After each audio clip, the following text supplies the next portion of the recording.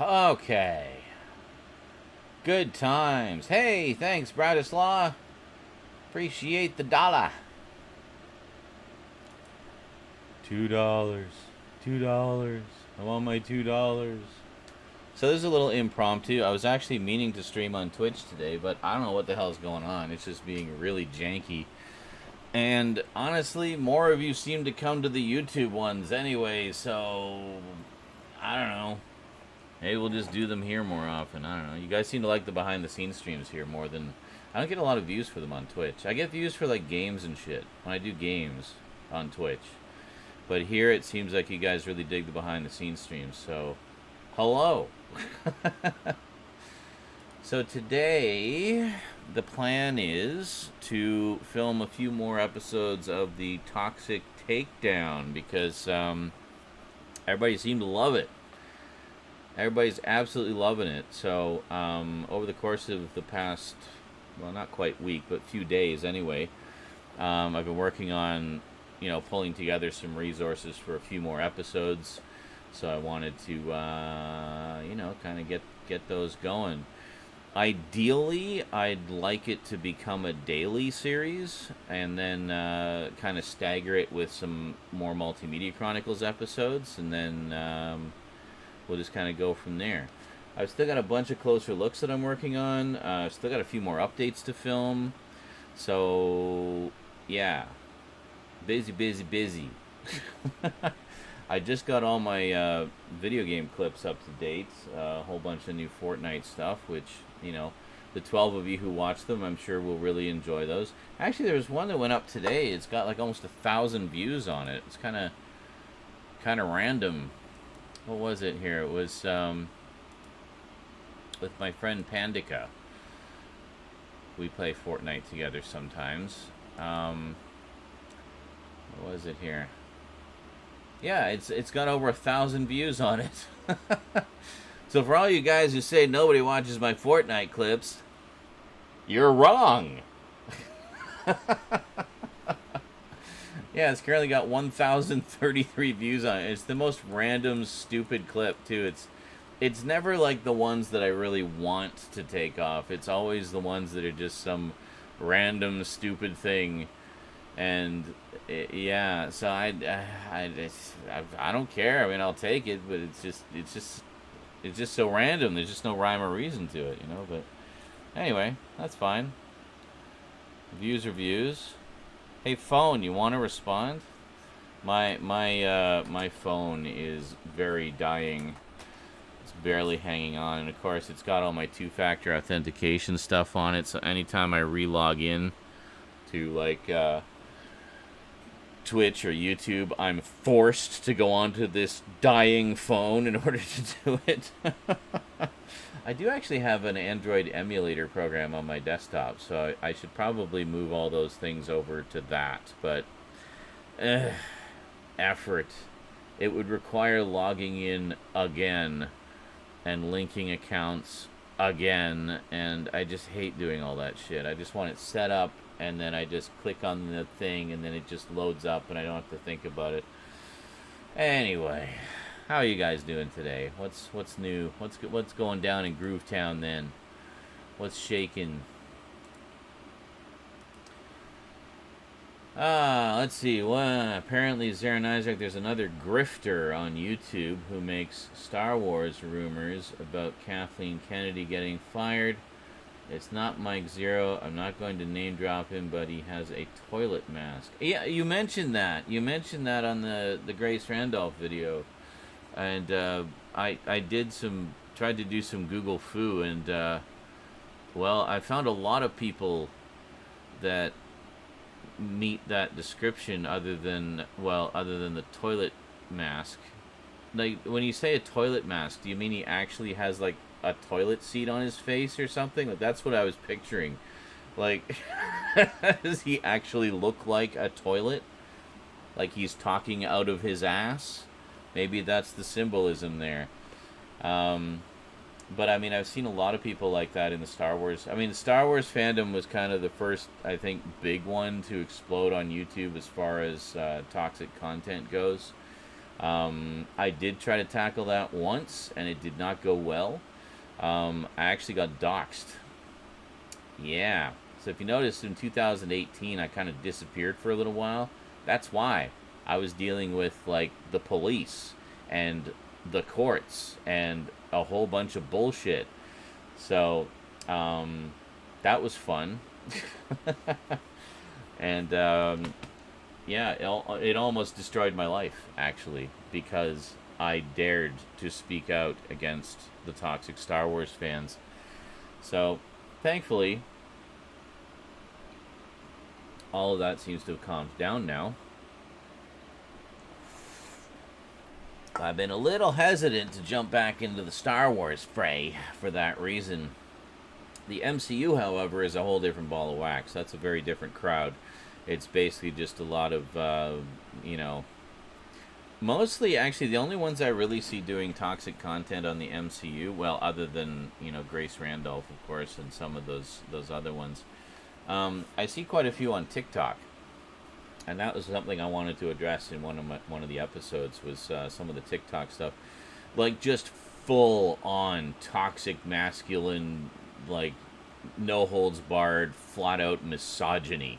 Like, there's no, like,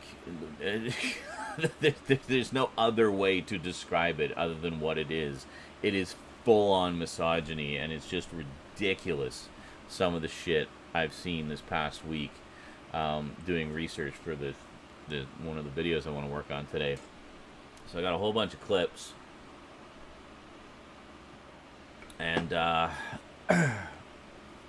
yeah, kind of an interesting story. Yeah, see, I looked that up too. I couldn't find anything.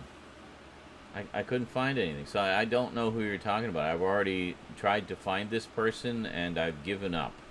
So unless you're prepared to just tell me who the fuck it is, well, I can't really talk about him if I can't find him. I know that one dude, yeah, Mike Zero. I just glanced over some of his content, and good lord, that is just pure cancer. Absolute cancer. I don't know why people listen to people like that. Oh my god, Doomcock. Okay, yeah, I do know who you're talking about. Yeah, and it's not just Star Wars, it's other stuff too. He does like a whole... He's just like... He's one of the most notorious rumor mongers, and the thing that's really annoying about it is... a lot of news sites cite him as a reference when he'll spew out some rumor or whatever, and they'll cite him as a reference. Like, why are you quoting this guy? Why are you, like, legitimizing this guy? He is not in even the remotest sense legitimate. So I don't get it. I just don't get it. So yeah, no, I know the guy you're talking about now. I haven't really watched any of his content. Maybe I blocked him. I did block a bunch of grifters a while back because I just didn't want to see them showing up in my feed. Let me see. Oh yeah, there he is. I like they call it a toilet mask. It's supposed to be like a Dr. Doom mask, but shut up. There we go.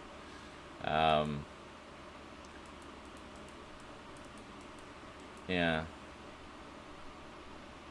Now he says it's supposed... Looking at his channel here, he says it's supposed to be satirical.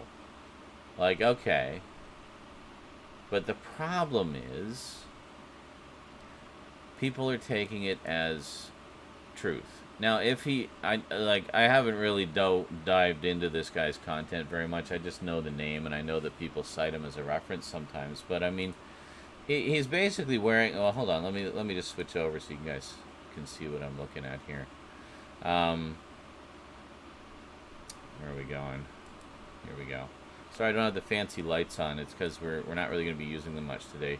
I'm going to be spinning the... Well, you guys saw my last... the first of the Toxic Takedown videos.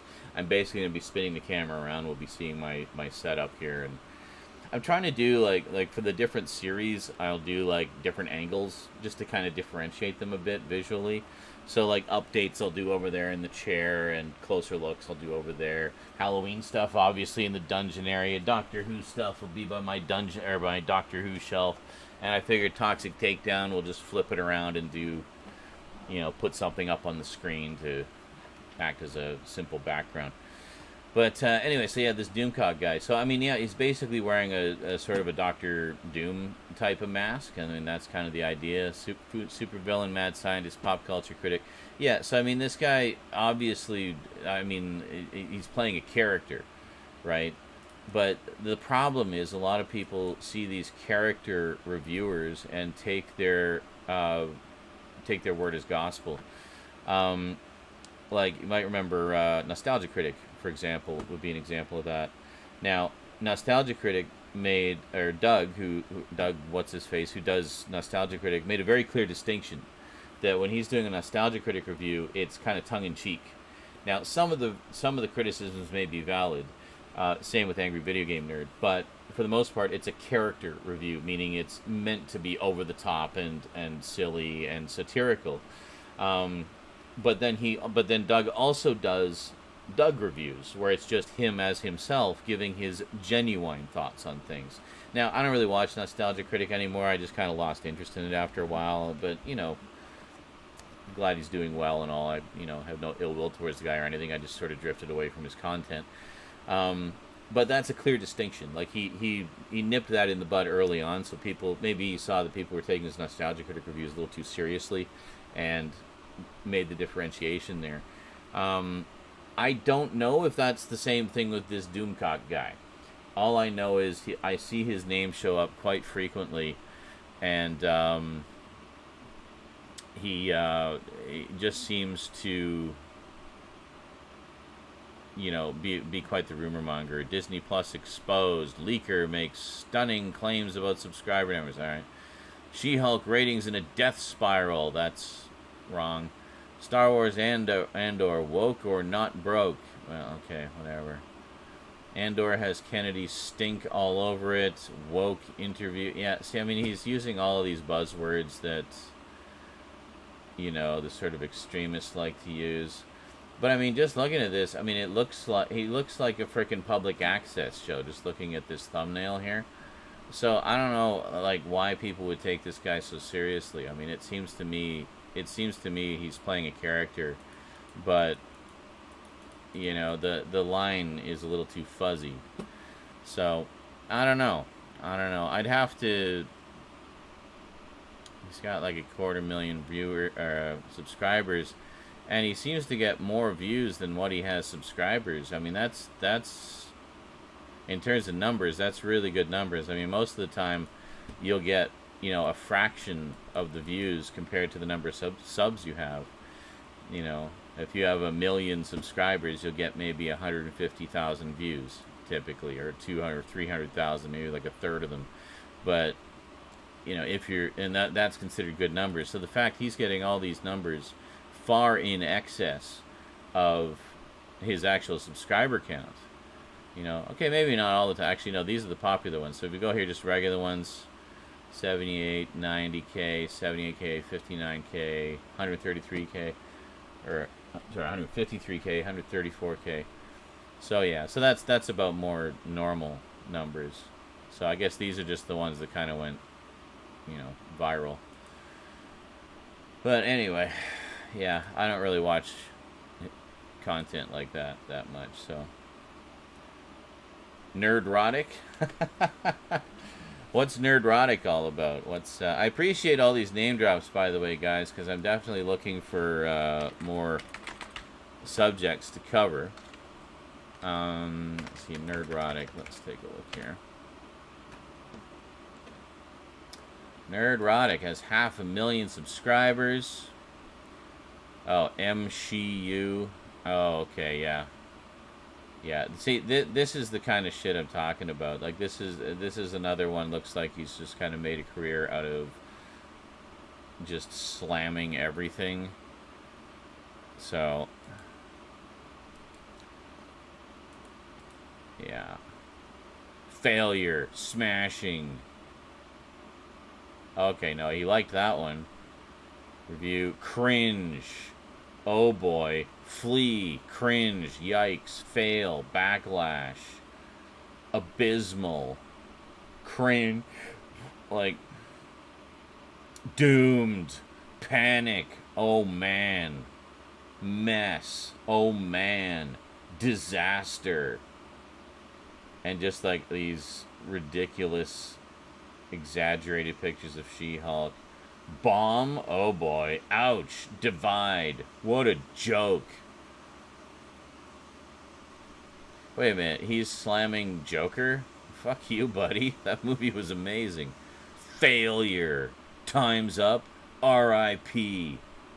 Oh, Doctor Who. Of course, everything Doctor Who is going to be. And the thing that makes me so sad is look at the numbers on these.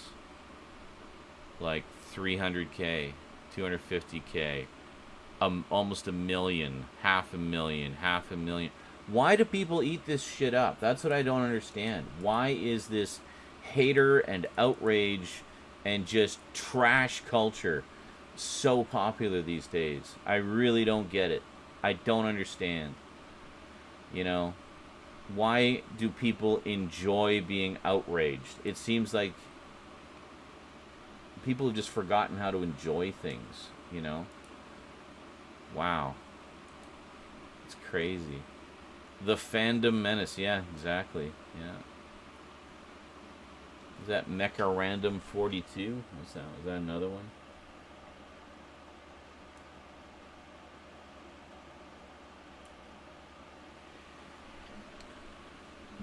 Oh man, I've always hated people who eat up hater videos. The quartering is the worst because everything is woke. It's just frustrating. Oh yeah, you know, I'll show you guys a little bit of the thing I was gonna do for one of the videos. Just, you know, you hear everybody talking about the MCU and how, oh, you know, it's just all this woke crap and female superheroes taking over the MCU. All right, well, let's take a look here. I actually made a list. I went through and I made a couple of lists today. First, I did the definitive chronological list of absolutely everything in the MCU to date, divided by phase and saga. So this is absolutely everything, including each season of each show, slotted in where it goes, basically going by whenever each season premiered, if it was a weekly show or whatever, or when it dropped on Netflix or what have you.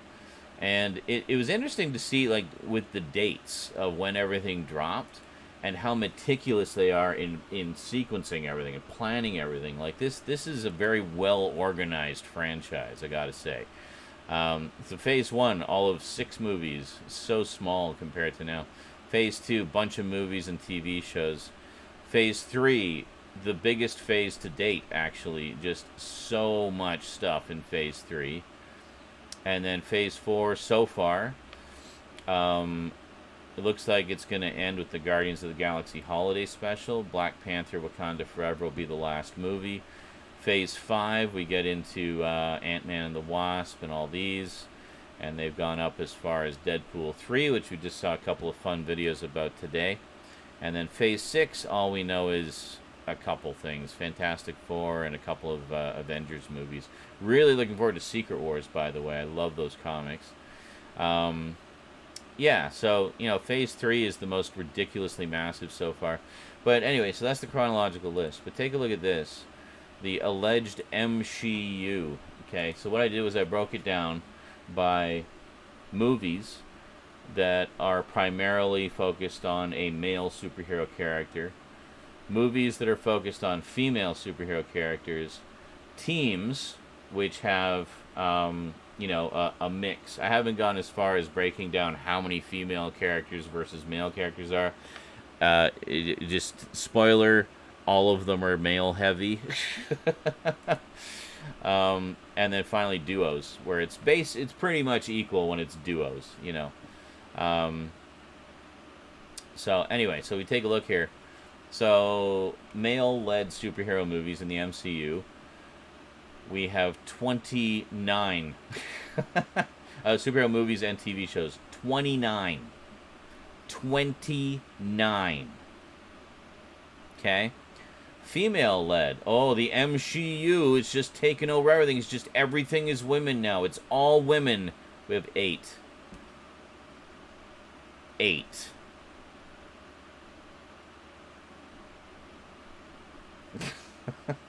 Teams.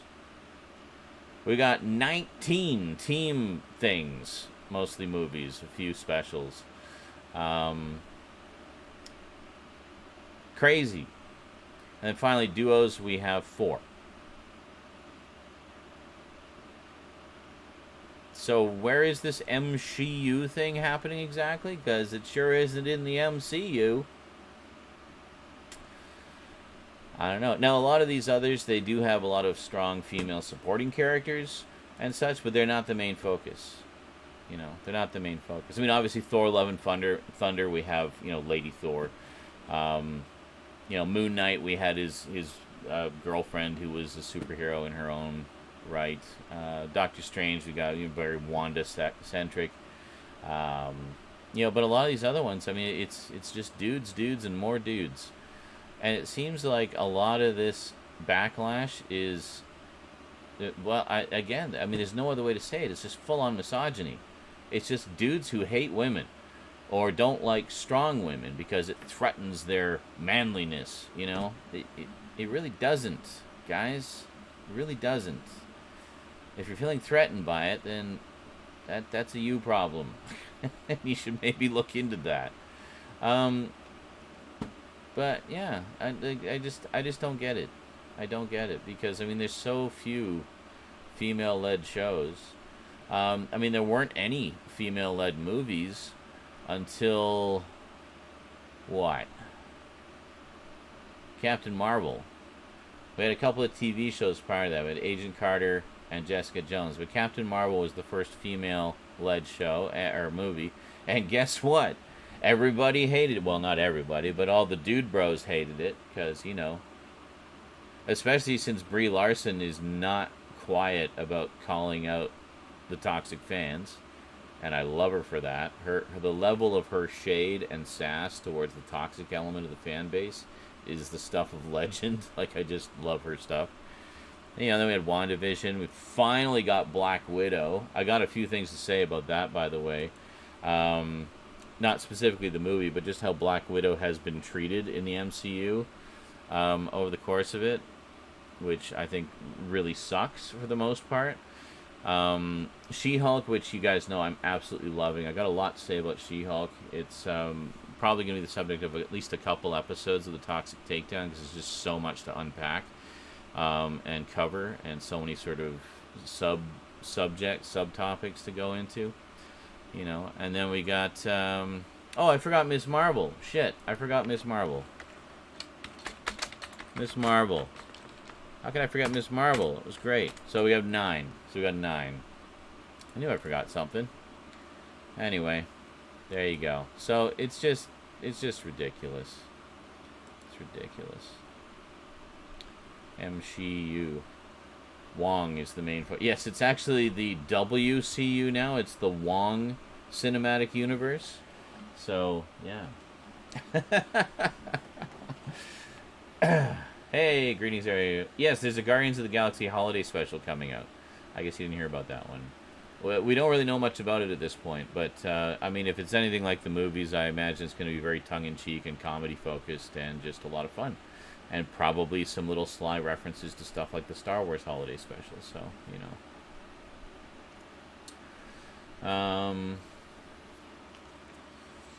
What is this here? Tax Alfredo says, oh man, I've always hated people who eat up the hater videos. I mean, I'm not even that big into Marvel stuff, but I don't go out of my way to hate it. Yeah, well, yeah, exactly. Like, it's ridiculous. Literally within minutes of Sean going live on Twitch, hundreds of reports about it. Okay, so I had a feeling it was something on their end. Thankfully, we have YouTube. And look at that. We already have, like, more people than we would have had on Twitch anyway. I don't know, what do you guys think? Should I just move my live streams over here? Because there seem to be way more of you here that come to them than that come to them on Twitch. Does everybody just hate Twitch now? Like, I don't know what... I don't know. You tell me. You tell me. If you'd rather me do my live streams here, I'll do them here. You know, so Perlatin's just like, no. Yeah, but dude, look. We don't get those kind of numbers on Twitch.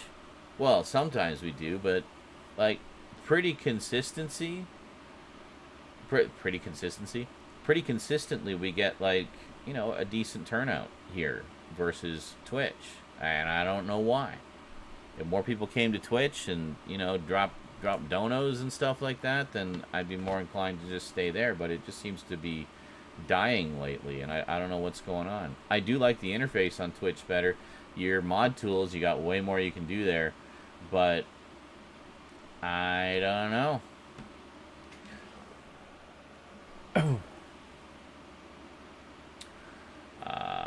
Let's see here. So, literally, holiday special, Hey Funk. It's a lot of TV shows. It is a lot of TV shows. Yeah, there's a ton of TV shows. People's reaction to the live action. Oh my God, yeah. I mean, that's just full on racism. Period. Anytime they leave a comment saying, "I'm not racist, but I don't mean to sound racist, but."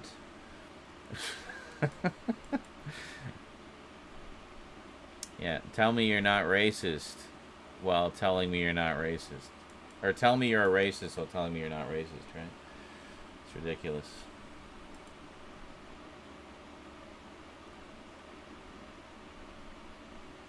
Miss Marvel was great. Absolutely funk. And hey, Ryan. I wholeheartedly agree. In fact, some professional critics have actually said the MCU doesn't treat women well enough. No. And a lot of what we're seeing now, I feel, is a course correction that is long overdue. You know, we're finally getting to see some female-centric shows. Because, I mean, there's a long history of strong female characters in the Marvel Universe, in the comics, that have been largely untapped. And I mean, I look on TikTok, I see just as many female Marvel fans as I see Marvel, like, male Marvel fans. You know? So, I mean, there's no reason not to hit that demographic. You know? If only from a business sense. You know? But also from a, you know, just equality sense. Like, come on. Girls like comics, too. Let them play. You know, they got money too. They're gonna buy your merchandise too. Do you not like money, Disney? Like, come on. Hey, Hunter. What was your other one? Is that your troll account?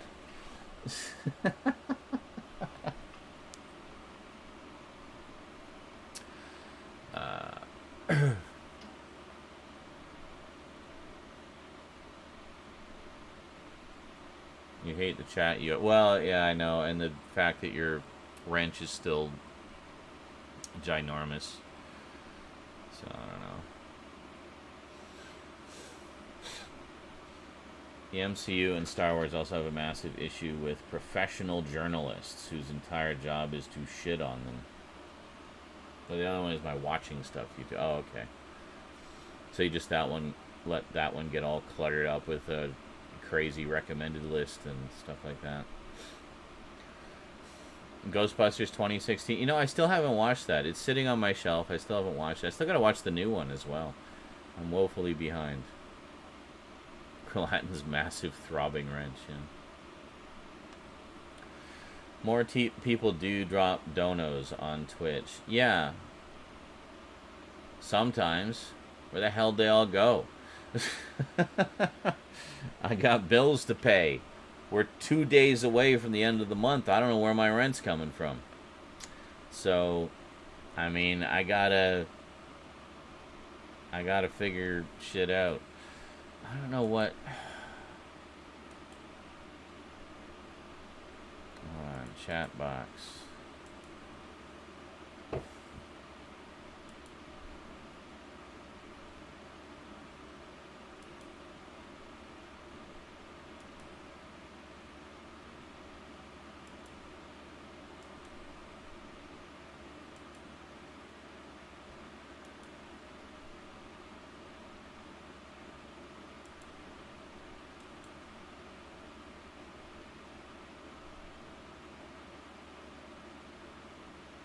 Oh my god, it's just not even letting me change the chat box.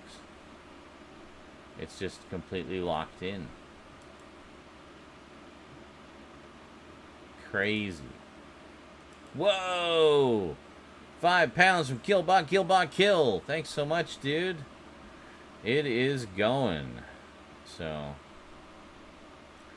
I haven't been live in general as much, you know. Well, I delete the notifications after I'm done. But, was that a dono? I thought it was a super chat. I'm confused.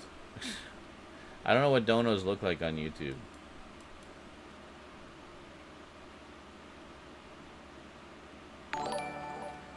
See, YouTube has the... Oh, no, he did. Donated. There it is. I'm so confused. Or maybe it was a super chat. I don't even know. I'm still trying to figure out how the tipping system works here. It's very similar to Twitch, but different.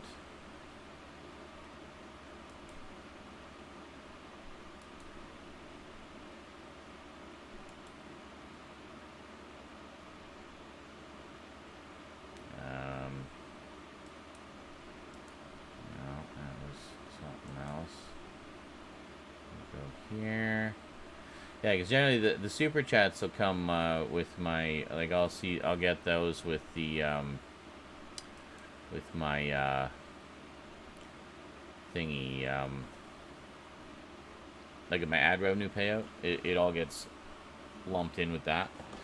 So I'll see that sometime around the 21st of next month. But that's okay. I mean, I'm definitely wanting to get some money in the queue for next month because Halloween, right? So we got to have some Halloween fun.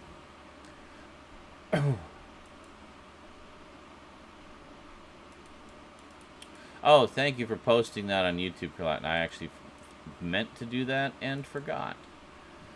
But yeah, I mean, at the very least, it's nice to have this as a backup. Heard of this thing on Twitter called Super Followers? Nope. Oh, wait a minute. Maybe I have. Yeah, I think I know the thing you're talking about.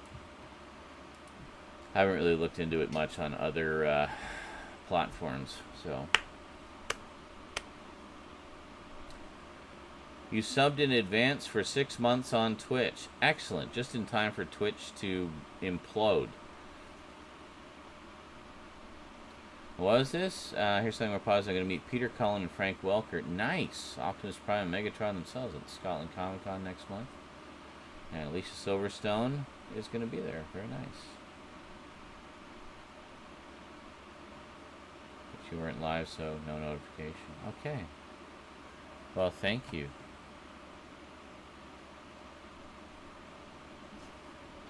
Whew.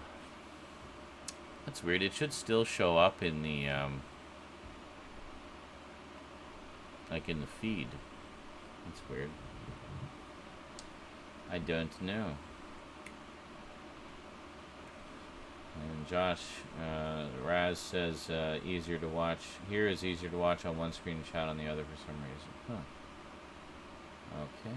I don't know. Ooh.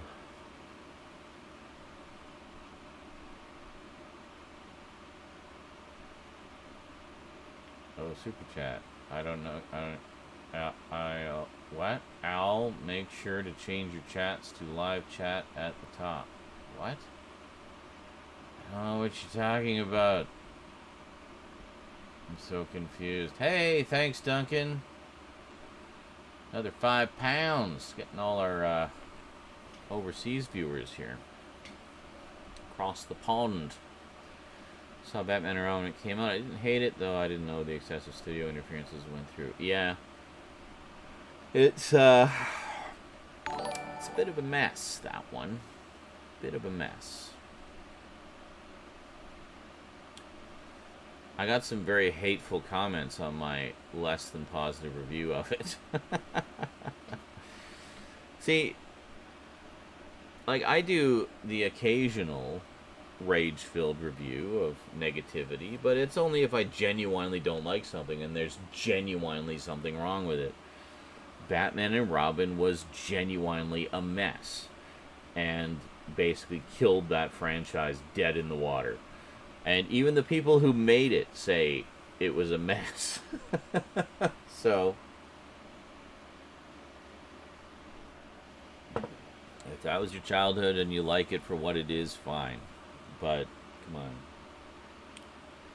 A lot of people talking about Halloween 2 by Rob Zombie on Twitter. Really? Is it because the Munsters dropped? I'm actually in the middle of watching that. I'm about 2/3 of the way through, Ralph. I got about 43 minutes left, I think. It's long. It's like almost 2 hours long. I wasn't expecting it to be so long. But I'm okay with that. Just get to spend more time in that world. Double edge of the Munsters and Halloween ends. Interesting. See, Halloween, I'd like to finish those reviews this year, and that would definitely include the Rob Zombie ones. I'm of the camp that actually kind of likes the Rob Zombie ones, so that would put me in a smaller camp, I think.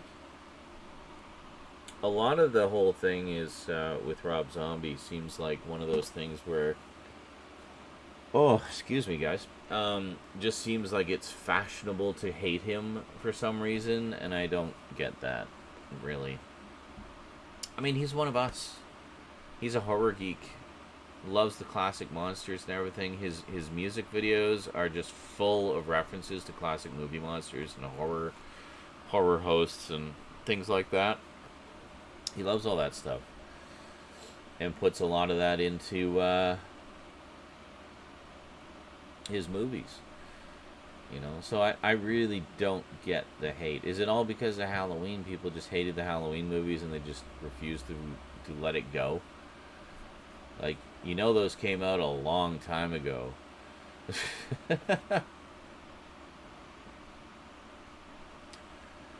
Studios wanted to make the Devil's Rejects over and over again, and now he's finally got the chance to do something different, and people still want to shit on it. Oh, I know, right? I mean, Munsters was always something of a dream project of his, and he wanted to do it basically just like the old show, but with a bit of a spin on it, and that's, holy moly. Oh wow, there's this little slider thingy. Now where is that tea? Oh, and I have a job now. Excellent. Is that so the donations will flow fast and furious? Can we, I wonder if we can put up the link for the donations here. Crap, where even is it? Hold on, I have a timer through Streamlabs, but I don't know that it actually comes through on the YouTube side. That's awesome, by the way, Duncan. Thank you so much. That's definitely going to go towards the Halloween fund next month.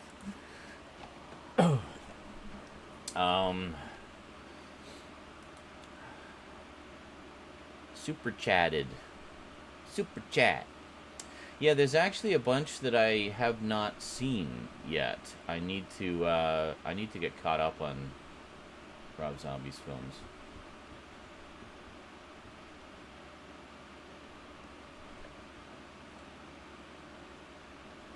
Well, it might have, Kralatin. I don't know. You are Stream Boss. Was that a dono, or was that... I'm so confused. I don't even know. I can't tell. There doesn't seem to be as clear a distinction here. No, that was definitely not a donation. I'm going to check on the Streamlabs side, maybe. Is that sitting in there? Nope. Okay, so that was just a super chat again, so that'll come out next month. Alright. So, for those wondering why the dono meter up there is not moving with all these wonderful super chats you guys are generously throwing my way, that's because that's strictly for direct donations, basically, like through PayPal or credit card. I'm trying to find a way that I can give you guys the link. I have a blurb that usually goes up automatically, but I think it only works on Twitch. So let me see here. Yeah, here we are.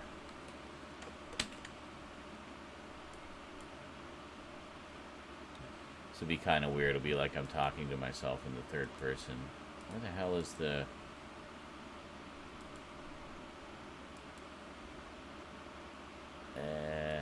where is it? Where did it go? Holy shit! Okay. let me show you guys something. Hold on a second. Let me get out of this and get out of this. Yeah, no, I'll leave that open. That's handy. Let me show you guys something. So the hey Amir, thank you so much, dude. 100 sec. I dare not push that slider any further forward. I'm trying to save for a new wheelchair. Oh, there it is. Thank you, Kralatin. I actually got the full spiel up here. I just need to... I can't chat through Streamlabs on here like I normally can. I was going to show you guys something. I love it when this happens because it gives me something I can just throw in the haters' faces. I'll show you in a sec here. Oh, shit. Should turn the monetization on here as well, just so... I don't know how much ads pop up when you guys are watching live, but just in case they do, I'd, like to get a few pennies for them. Let me head back in here. Can I go to... There it is. Okay. Actually have to go to the stream. There we go. Okay, so if you guys want to just donate directly, which means it'll help me pay the bills this month of which there's only 2 days left. Yeah. There you go. You can go to the Streamlabs link there, and that's where you can just donate directly. It's basically through PayPal or credit card, and it's all secure, it's all encrypted and all that good stuff. That's what we use over on Twitch most of the time, in addition to the Twitch bits and cheers and other stuff. So there you go. How much do I need for bills? Well, I'm looking to get, basically that donation goal up there. That's how much I need every month. If that doesn't hit 100%, that means I'm putting off a bill or more, or bills. So yeah, and that's basically it in a nutshell. So that donation goal is reset every month. It's basically $1,500 a month, and that covers all the bills and a good sizable grocery run for me, Rose, and the cats, and that's it. And then if we don't hit that goal in a month, then that means I'm having to put something off. Usually utility bills, because they can be left to sit for a bit before they start getting on your case. And but I hate doing that. I don't like falling behind. Obviously, it didn't used to be like that. It's just in the past couple of years, it's just been a real slog. Being a content creator, like at my level, as I'm not like huge. Like the bigger content creators, they take a bit of a hit, but they can still cover their bills because they've got a sizable enough audience, right? For small fry like me, it's a bit more of a slog, a bit more of a grind, a bit more of a struggle. So, yeah, we just kind of get by as much as we can. So, what's this? SCP containment breach? Well, there's actually quite a few of those, Legally Blind Gamer. Also, I'm not living under a rock. I've been familiar with SCP containment breach for about 10 years. I think the first one they did as a game was you're going down a flight of stairs, and it's basically how far can you get down the flight of stairs before, and there's some kind of creature chasing you and like hunting you, and it's I don't think there's any end to it or any way to win it, but you basically just try to get as far as you can before the creature gets you. Hey, thanks, Brett. Hope you're doing well as well. So,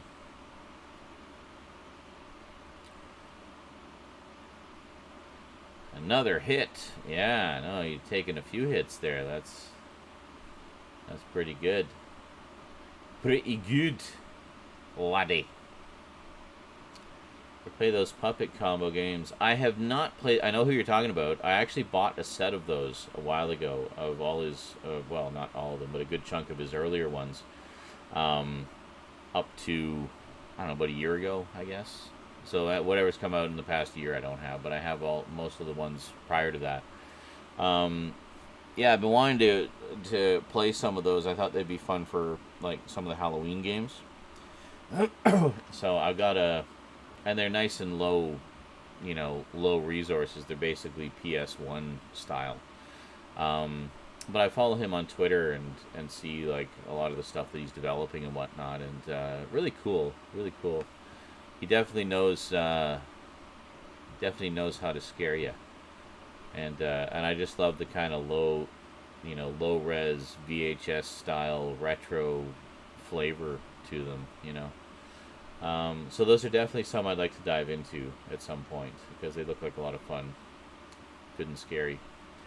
He's got a new one coming out. I just saw he posted a video about it, and it seems a little bit more. There's a little bit more combat involved. It's not as much of just sort of running for your life from everything. There is a video game at the back rooms. Yeah, I think it just got a big update. If like just today or the past couple days.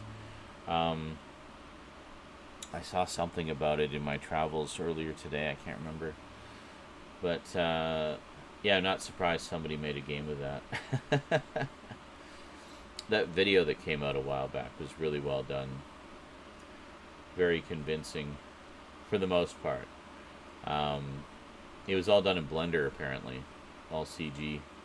But it really had the, the motion of the camera and stuff was very convincing as being some guy with a handheld camera, The only part where it falls apart a bit with the believability is there are a few shots in there when the creature's chasing him, where you can see the creature clipping through the walls, like just for a few frames, but enough that if you catch it, it'll kind of spoil the illusion for you.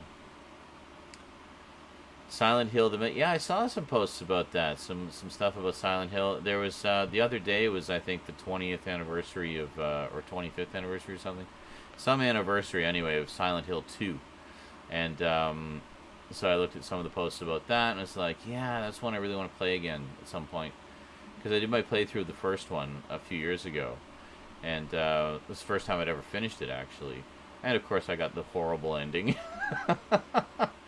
but Silent Hill 2 is one I've been wanting to replay for a long time. It's just such a good game, and I have gone back to it a few times over the years, just kind of not played the whole thing, but just played a little bit of it. And honestly, I think it holds up really well, like in terms of the atmosphere and the story and that gorgeous music. Just love the music and sound design in those games. Liquid Night, oh, of course, yeah. Gotcha. It's the name I use on Twitch, might remember me from there. I'm making the Maniac Mansion animated movie, right? Still working on that, eh? Very nice, yeah. You see that David and Georgia Tennant's son is playing Egon on House of the Dragon. I did not, because I actually haven't got around to watching that yet. But Silent Hill 3. I've actually never played Silent Hill 3. The only thing I ever played of Silent Hill 3 was I had an old like PlayStation Magazine demo disc, and it had a demo of Silent Hill 3 before it came out. And I think they had a demo for The Room as well. So I've only played the demos of those two. I've never actually played the full games. So definitely want to at some point. I do have like MP3s of the soundtracks of both of them though, and they're just amazing music in those games. But trying to send a Streamlabs, don't know. PayPal is being PayPal is being slow. Come on, everything on the internet function. That's okay. Keep at her, Duncan. I believe in you. You can do it.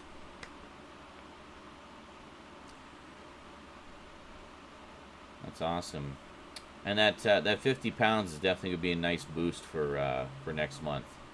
It looks like we'll be getting a much better YouTube payout than we've had in a very long time for next month. So thanks in part to doing these live streams here and you guys being so wonderfully generous with the super chats. I appreciate that so much, guys. And and just the new videos that I've been posting. You know, been getting back into the swing of things with regular Multimedia Chronicles videos. You may have noticed a few more. Slowly getting up to, you know, trying to get it up to daily, so at least have one a day. And then once we kind of get in the swing with the Toxic Takedown, I want to have those be daily as well. So yeah, so kind of, I was talking about this on Twitch the other day. Basically, the idea being kind of a mix of topical and non-topical stuff. So kind of the topical stuff to get that, you know, nice hit of views and hopefully draw in some new viewers, and then the non-topical stuff like the closer looks and whatnot that's not so, you know, time sensitive or what have you. But Streamlabs, Twitch, and Amazon Web Services are all having issues. Really? What the fuck is going on? Is there anything on Twitter about that? Hey, there we go. $50 from Amir. Thank you so much, dude. Amir donated $50. Bam, and with that we're at 44% on there. That's awesome. You just bumped us up like 3%. That's crazy. Thank you so much, dude. Krillin, finally, a good old Streamlabs donut. Well, hopefully we'll get a few in today and take a bit of the edge off of the rent situation. So yeah, you're gonna have to get that sorted out quick, Duncan. You're gonna be dead. Somebody's gonna take over your stream boss status. Oh, there we go. There we go. Large 6,502 donated $10. I found a bandage for my HP. Yeah, so by the way, you guys may have noticed, for direct donations of $5 or higher, you can make the text-to-speech thing say whatever you want. A lot of my Twitch viewers have figured out ways to make it sound like he's just having a conniption fit about something. But, yeah. Oh, thanks so much, Amir. I really appreciate that, dude. 10 years back. Wow. So 2012. Nice. What was I doing in 2012? What was the big thing? Was that, did I do a collection overview that year? Maybe? I can't remember. People were asking me when I'm going to do the next collection overview. It's like, well, despite how organized this may look at a distance, it's actually kind of a mess right now, and I need to reorganize that. So that's step one.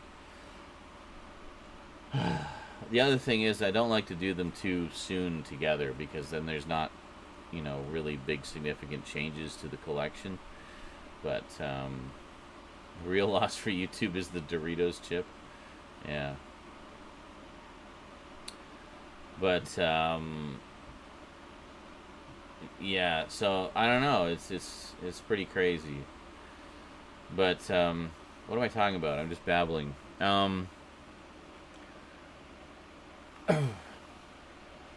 Doing the overviews is a tremendous amount of work. Just ask some of these guys who were there when I filmed the last one, and it took months to get through them all. But yeah. Well, actually, the YouTube algorithm would probably love a collection overview. Yeah, well, I think also next time I do it, I'll do it in a few different forms. I wanted to do this with the last one, but, you know, circumstances intervened, and I just never got around to it. But do the standard sort of multiple parts that I usually do, like focusing on each sort of section of the collection. Then I wanted to do, like, a supercut of all of the parts strung together into, like, just one massive, I don't know, 6-hour-long video, whatever it is. So anybody crazy enough to watch that whole damn thing, you know, some people like that. They'll put it on and they'll just leave it running all day while they do stuff around the house or whatever. And yeah, so I might do that. That's a possibility. The other thing is, and then I want to do like a sort of what I call the ADD cut, where it would basically just be the shots of each shelf And set it to some music or something and blow through it real quick, and that'd be like maybe 5 minutes long. So so that's what I'd like to do for the next one. So there'd be like several different viewing options, and and those do tend to do fairly well. People like those. Challenge accepted. Bring on the hours-long video. Open every case and show every disc and list every special feature. Oh my god, okay. See you in 10 years. Or see you in another 10 years. That's how long it would take me to do that. But one thing I've started doing, which you guys have probably noticed, is closer looks. Like shorter closer looks, where it's not necessarily a big box set, but it's something, that I think is interesting from my collection. Like I did a couple of cartoon sets recently. They're just, single disc edition or 2-disc edition. Not much to look at, but, still worth checking out. And I'm glad I did, because in some cases, like, I got some nice comments where people weren't even aware that those shows existed. Like the Wing Commander one, for example. Some people didn't even know that existed. So it's like, well, now you know. So I'm glad I did that. I mean, it's just a short little 7.5-minute video, because there's really not much to cover. But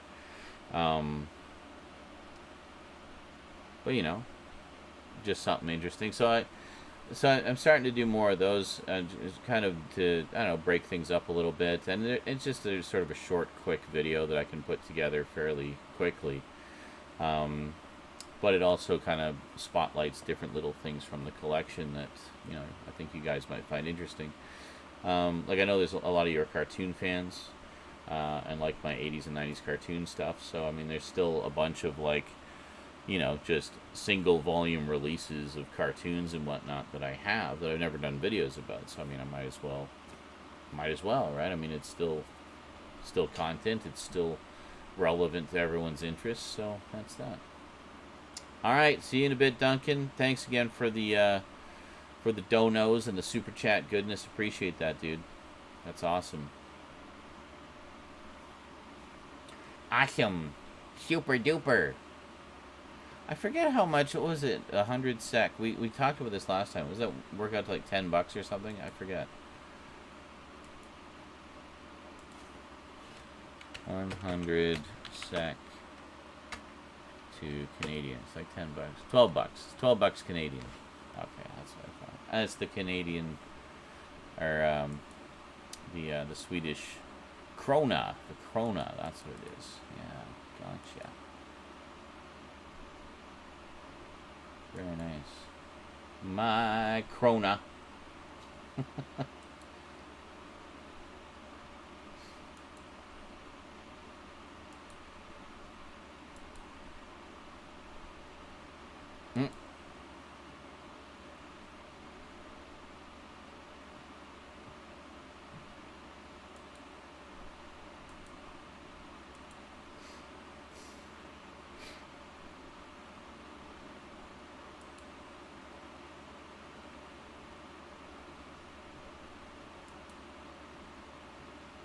That's cute.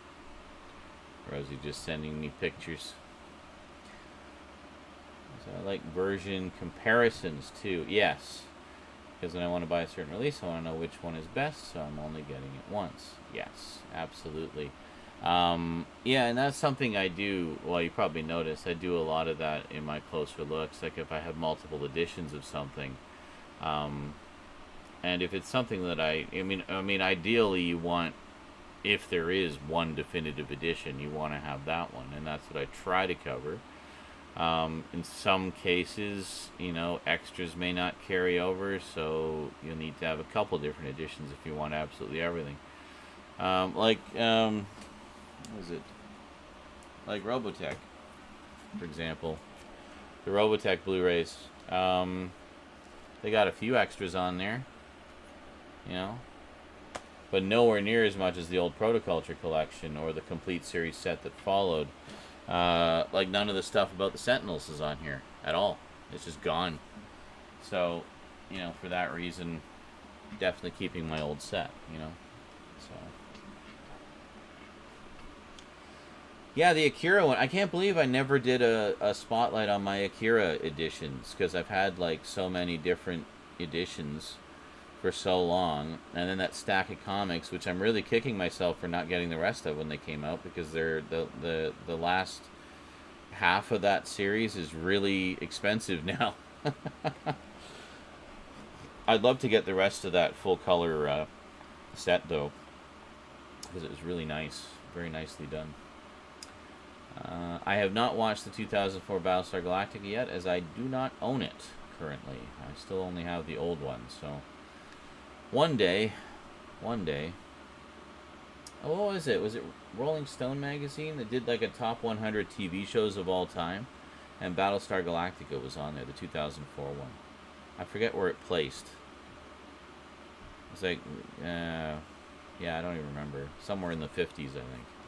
But it was pretty respectably placed, as I recall. What games am I playing? Well, Fortnite, obviously.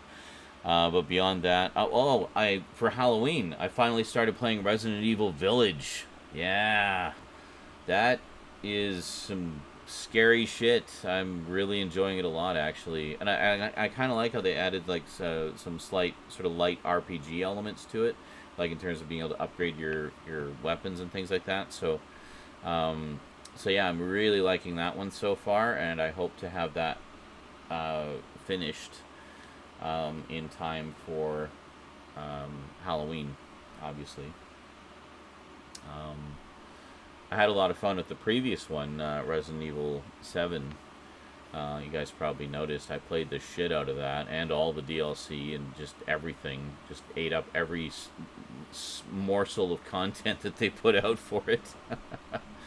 So that was like the sort of hillbilly horror one, like their take on Texas Chainsaw Massacre and Saw and all that kind of stuff, with a bit of The Thing thrown in, kind of. But I think most of them have a little bit of that. And this one seems to be their take on like gothic horror tropes. So I'm really liking like these different directions that they're taking the Resident Evil games, rather than it just be yet another zombie massacre with, shady goings on from the Umbrella Corporation. Oh, we still have that, but they're branching out a lot more with these newer ones, and it's pretty cool. So I'm liking that.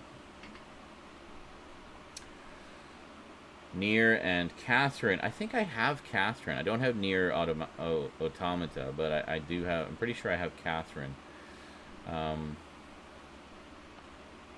Yeah, we'll get back to that fairly soon. So, yeah, I'm still kind of like trying to figure out what I even want to do for Halloween this year. Last year was a bit of a bust for personal reasons. If you guys watched my Phoenix Rising live stream, you'll sort of know the story there. But so this year, I mean, I'd like to do something. I mean, I don't think it's going to be a month-long celebration like I normally like to do, but I'd like to at least get, I mean, there was one year where I left it late. Was that like 2014, I think? It was where I had the smaller dungeon set in my kitchen, which I used for a couple years. And I just sort of did a few movie reviews, sort of higgledy-piggledy. And then something like that. Another Dead Space playthrough. Well, actually, I did want to do Dead Space 2 again, because it's the... well, last year was actually the 10th anniversary of Dead Space 2. So I wanted to play it. I also wanted to do a replay of The Thing, because I've since got my hands on the PC version, basically as abandonware, but with a patch that lets it run on modern systems. And it's the 20th anniversary of that game this year, and the 40th anniversary of the movie. So I feel like it would be the perfect time to do a replay of that, but play the PC version so it would look even prettier. Well, as pretty as that game can look. I mean, it's still the old school textures and whatnot, but at least the resolution and aspect ratio would look better,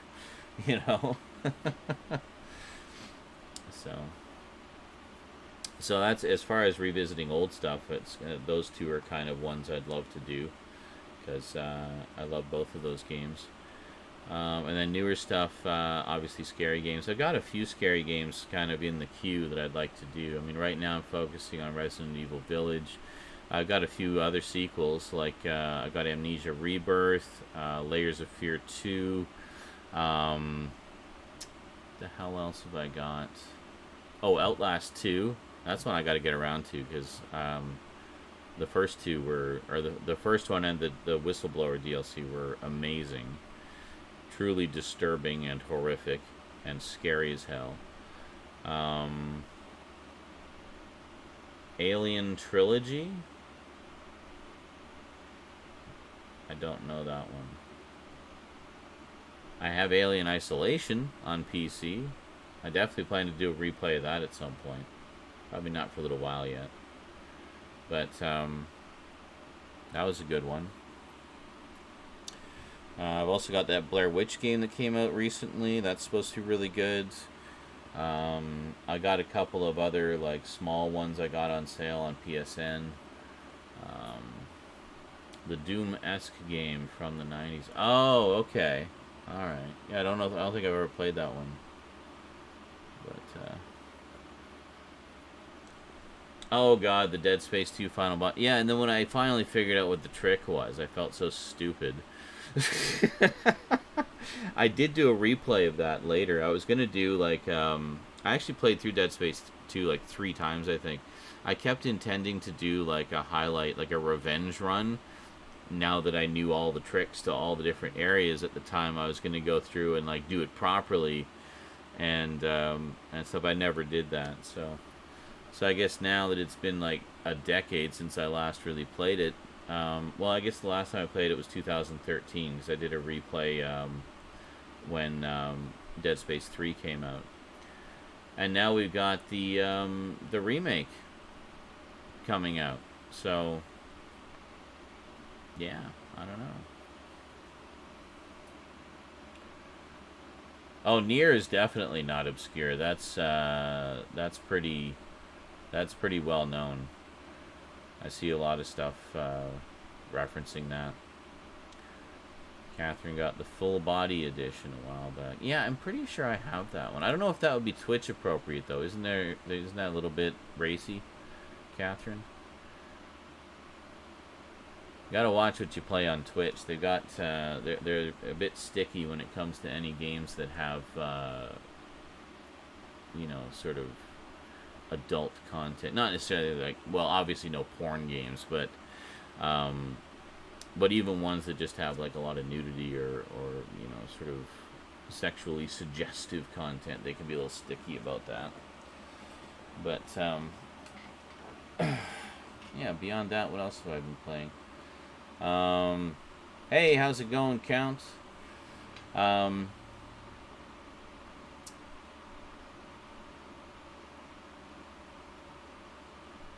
else have I been playing?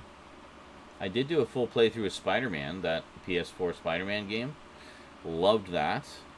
If you're a Patreon sponsor, you can actually get full access to the archives. I have all my live streams archived there. So I was thinking of doing episodes of that, but it was just too damn long because it's an open world game. I tend not to do those very much. I've also done a mostly full playthrough of Cyberpunk 2077. You guys have probably seen some of the clips that I've been posting on Saturdays. I started it when it first came out, just running it on my old system, but then I restarted it when I got GeForce Now. And with GeForce Now, I was able to run it at maximum specs. So you know, like, how graphically intense that game is, right? Like, especially with all the ray tracing and everything. Man, with GeForce Now, I was able to just crank everything up to 11 and played everything on maximum spec, and holy crap, was it ever gorgeous. So you can see that in my Twitch archives if you're a Patreon sponsor. Or if that's a bit out of your budget and you just want to watch the vids, you can see them over on my Twitch as well. I actually have playlists there. They call them collections, but collections is just another name for playlists. So I have playlists there where you can see a lot of my gameplays that were only done as streams, that I haven't done as YouTube videos. So yeah, so check those out. I've got them all kind of categorized based on what they are. I definitely want to play Miles Morales. Yeah, I've heard it's really good.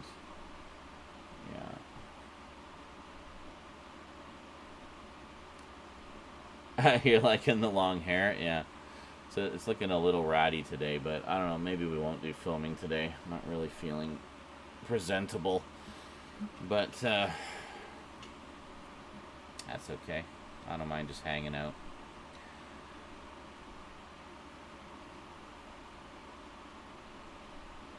Yeah, as long as it's not in the blacklisted games. Yeah, because they have a list of banned games.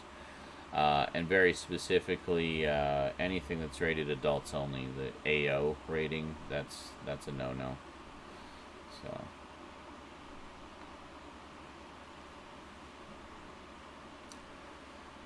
yeah. Well, if Twitch gets their shit fixed today, maybe we'll jump back into some Resident Evil Village later. And see how that goes. I don't know. Is there anything on Twitter about that? What's going on?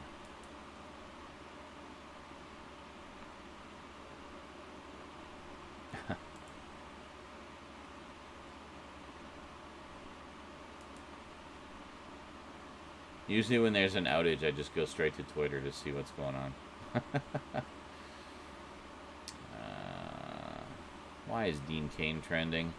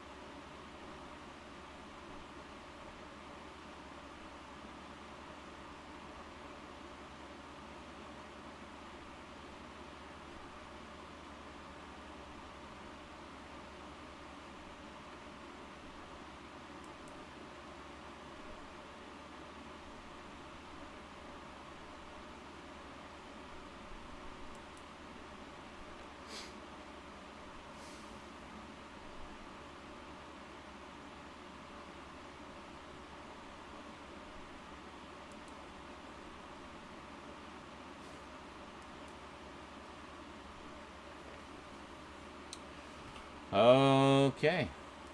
Basically, he's just saying stupid shit on Twitter again. Well, no surprise there. Anyway, Twitch.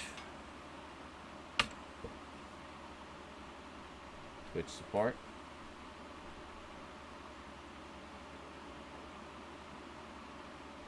Okay, we are investigating an issue preventing some users from going live.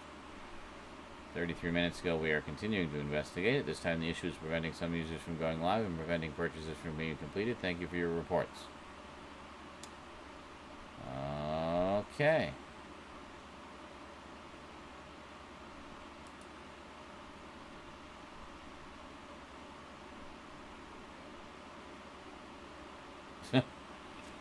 Yeah.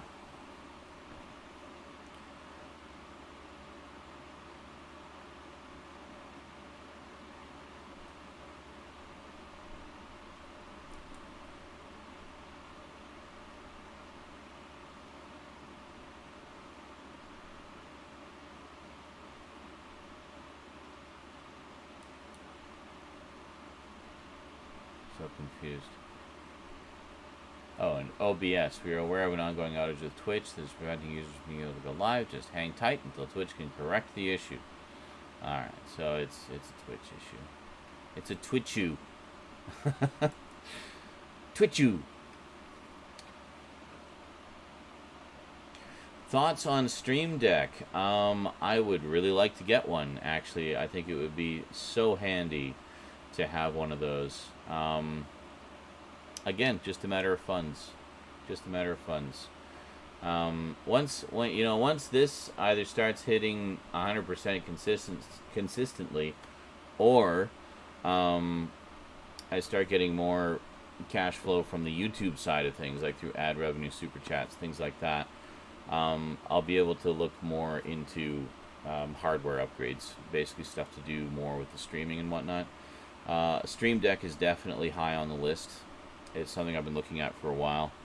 They're just damn expensive. I mean, obviously, if I get one, I don't want to get one of the little ones. I want to get one of the bigger ones that I can customize more and do more stuff. And it would just be really, really handy to just kind of have those buttons on hand to just trigger different things without having to find it in the list and click it with the mouse. And it's just annoying. And YouTube Shorts, yes, YouTube Shorts, which I was just saying today, there's one, it's the most random thing. Yeah, so I was just looking at just what was going on. This is bullshit. Kaizen accused of money laundering during his most recent breaking of 90,000 subs on Twitch. This was such a nice story. I saw Penguin Z0 did a little, or Moist Critical did a little spotlight on him the other day. He cracked 90,000 subs. Apparently, he is the most subscribed, #1 on Twitch, the most subscribed streamer, and this is just like a really nice guy. He didn't like have subathons or anything like that. He just basically did it through doing his thing. And for whatever reason, just took off. Everybody loved him. He just took off, and he hit 90,000 subs, and that was that. You know, it's crazy. And the clip that Moist Critical showed was a clip where the guy's mother called him to congratulate him, and that she'd been watching the stream and supporting him. It's like, how nice it must be to have a mother that uses the internet so she can cheer you on, you know? Sure wish my mama did that. But anyway, I was going to show you guys, where is it here? Yeah. Today's YouTube short. It's just a little just a little clip of Pandika, a friend of mine that I play Fortnite with sometimes, just getting all bent out of shape about junk rifts. Junk rifts are basically these things that just drop junk onto, you know, you can drop it on a player or on a building or whatever. It's just basically this thing that sort of teleports in a big object into the thing. Here, I'll show you. It's a 1-minute clip. But look at this. 1,300 views. Today's been a good day for views. I got 374 so far on the update video and 1,300 on that. So, I mean, that's pretty good. I love when that happens, though, because then people who say my shorts and Fortnite content don't get a lot of views, I can say, well, actually, some of them do. Mozzarella sticks, let's go. There we go. I have 2 junk rifts, so I can rift this out. And this is when I learned what they are. Oh, what the hell was that? Holy fuck! Holy shit! What the That's hell? what the junk rift is. That fucking came out of nowhere! What the That's what the fuck? junk rift is. Oh, okay. So, like, if I did... Oh boy! Boom. You just killed the NPC! Oh, shit. Sorry, NPC. So Well, random. that's kind of useless.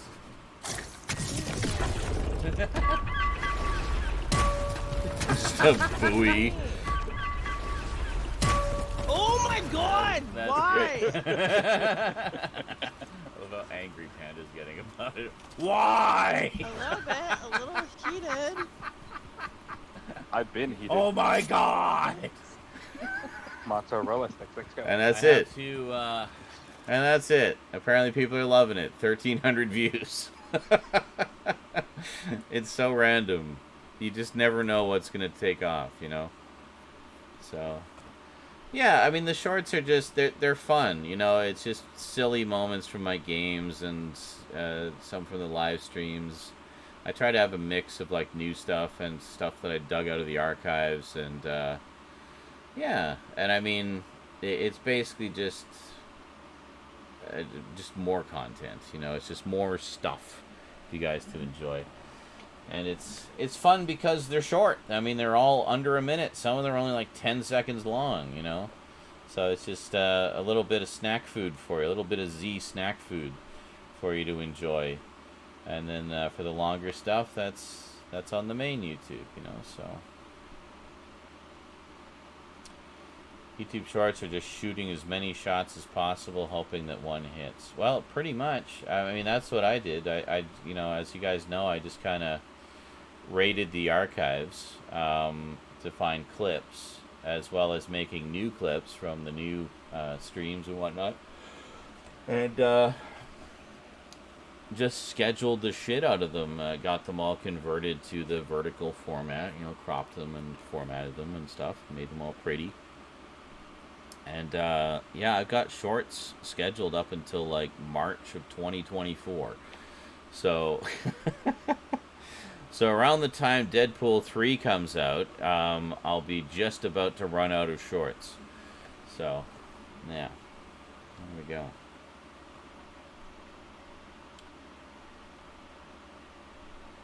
Yeah, so anyway, yeah, Carlat and that guy, Kai, so, of course, being so successful, there's going to be people just randomly trying to tear him down and stuff like Phase 6 of my YouTube shorts, yeah. Well, a lot of it was, I like to have at least some content scheduled well in advance. So that, for the videos that take a little longer to put together, like closer looks or reviews or, toxic takedowns or whatever, I don't have to stress about it so much because I know there's at least some content going up, even, while I'm working on other stuff, like working on the more, in-depth stuff. I still have some fun things going up for everyone to enjoy and stay in the public eye a little bit. And I mean, as you see, some of them do well. So, ad rev is ad rev. I mean, any way you slice it, right? So if I'm making a few bucks on them, then great. I mean, it all adds up. So it's good. But especially, I'm glad that people are enjoying them. I like them. I mean, I think they're fun. But like I say, it's kind of like snack food. They're just short and sweet, and usually something funny or silly or whatever. I dumped a whole shit ton of them up onto my TikTok the other day. And some of them did well, some of them not so well. Had some nice comments and some not so nice comments.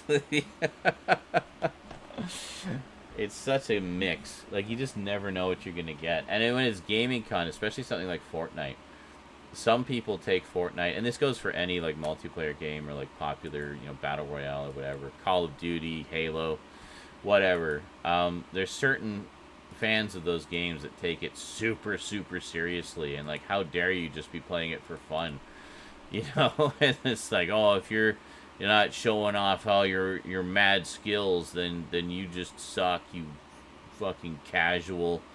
And it's like, yep, I'm a fucking casual and proud of it. So you want to go be a pro Fortnite gamer, go right ahead, but that's not why everybody plays it. Some people play it just because we like to have fun and enjoy the game, and like to play with our friends, and that's it. So how many did I put up the other day? I put up like a big pile of them. Let's see, what was it? 1, 2, 3, 4, 5. Whoops. Hold on. 1, 2, 3, 4, 5, 6. And 16 more. So 22? Yeah, I put up 22 on my TikTok the other day.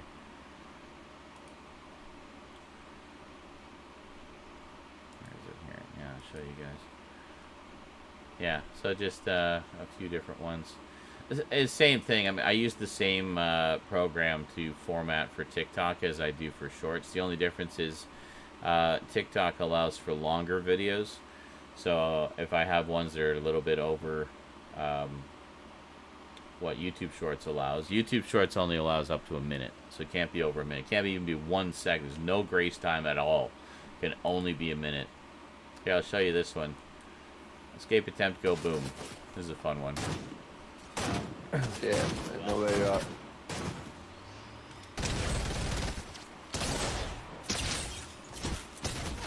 Yes, I'm a pink rainbow unicorn.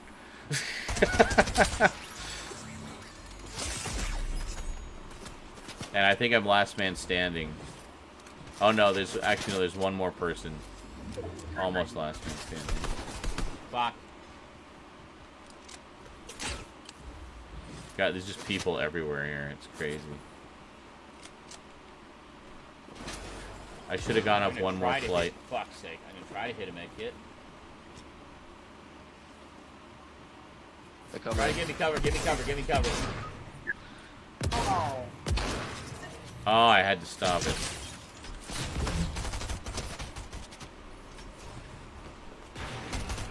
Fuck's sake. I'm going to die. Take the car. Yeah. Can I stop reloading every, like, fucking million? Oh my god!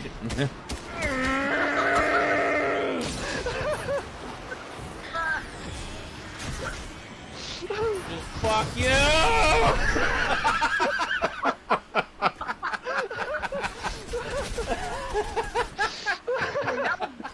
Good way to go. Great rescue.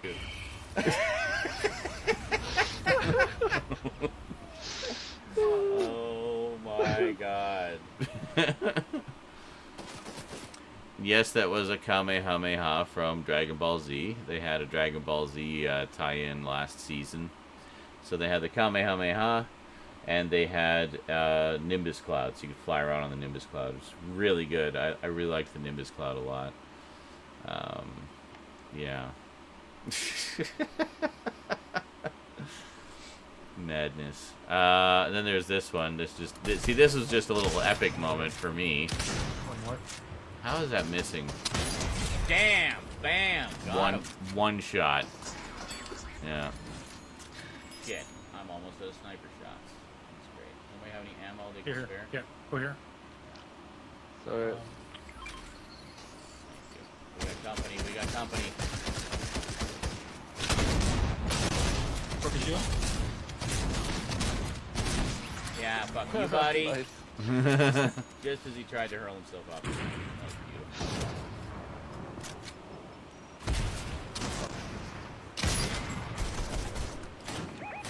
Hit the bottom. I swear that hit him, but...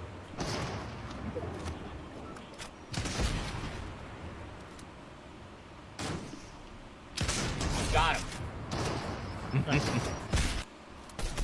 Nice. Over here. And that's it. That's just a little bit where I was just kind of on my game with the aim. On my game with the aim. Yeah. Just stuck. Just chilling. Yeah. So anyway, there's some funny stuff on there. I'll give you guys the link. I don't know if you have my TikTok, but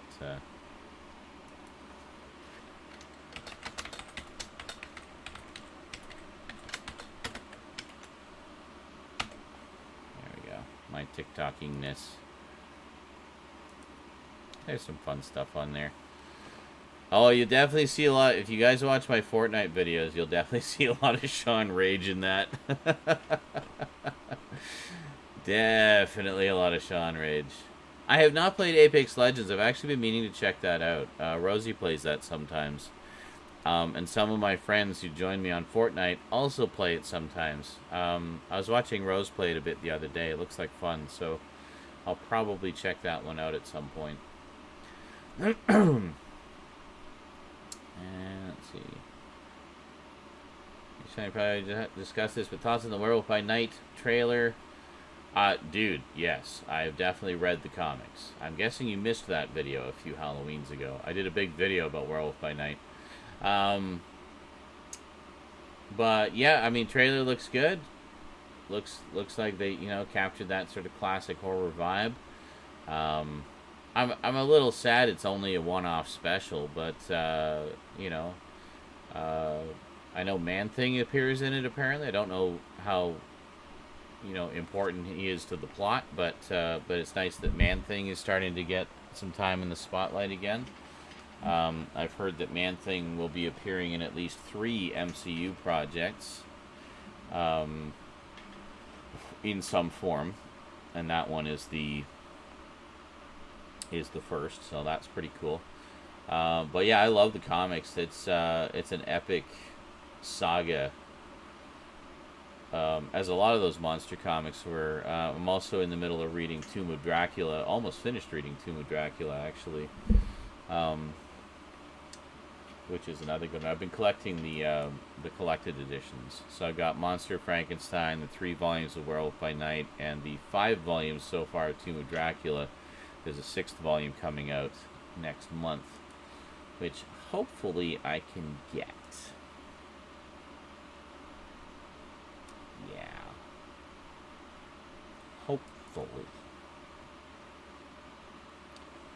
We shall see. I did with Keanu. Yeah, that sounds good. I actually really liked that movie.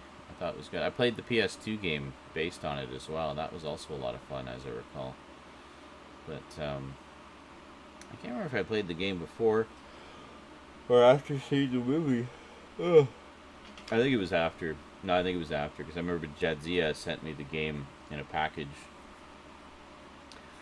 And I think it was because I did the review of the movie and said, oh, well, you'll probably enjoy the game. Here, play it. I'm like, okay. So I did. And it was good.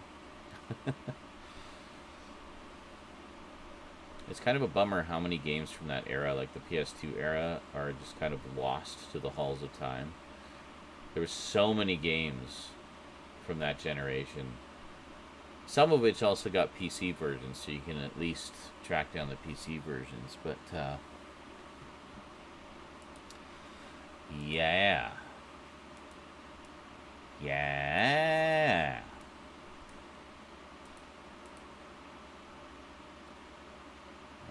Alrighty. Let's see here.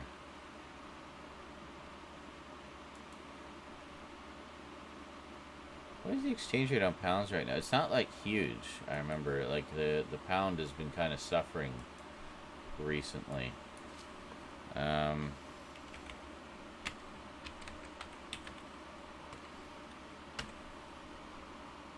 Yeah, it's actually not a huge difference right now. Interesting. It'd be a good time for me to order some stuff from Amazon UK because it's the cheapest it's ever been. And that's just like in the past week. Man, I'm just looking. I was just kind of curious because some of you guys super chatted in pounds. I couldn't. I was wondering what the exchange rate was. And where is it here? Let's just switch over here.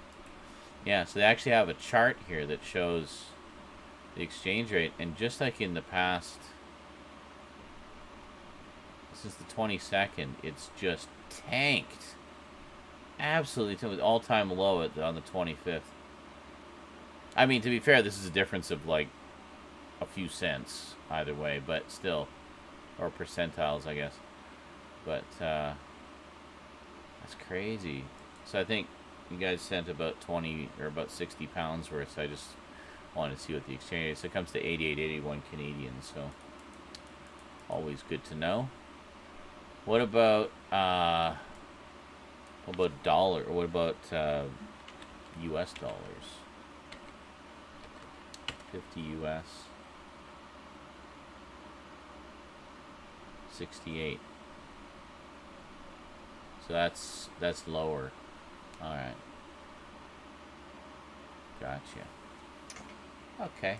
I just find these things interesting. Also, I mean, it's nice to know how much I'm getting on the exchange rate, right? Like if it's a nice little bonus or if it's negligible.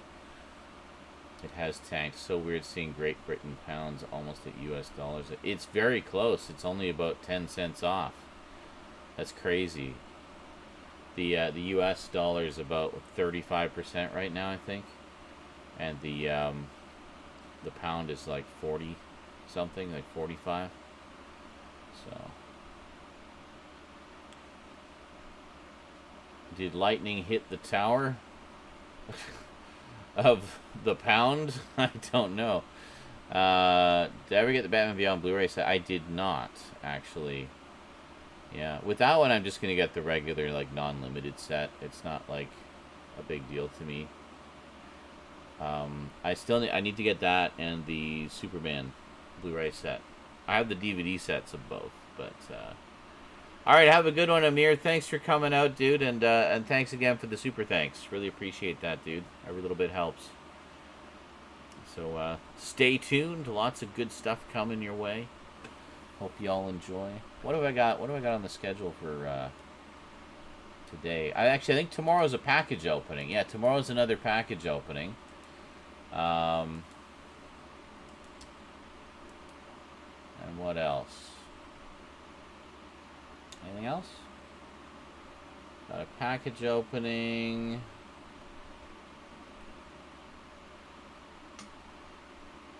That's pretty much it. I think that's the last thing I've got on the schedule right now until next Wednesday.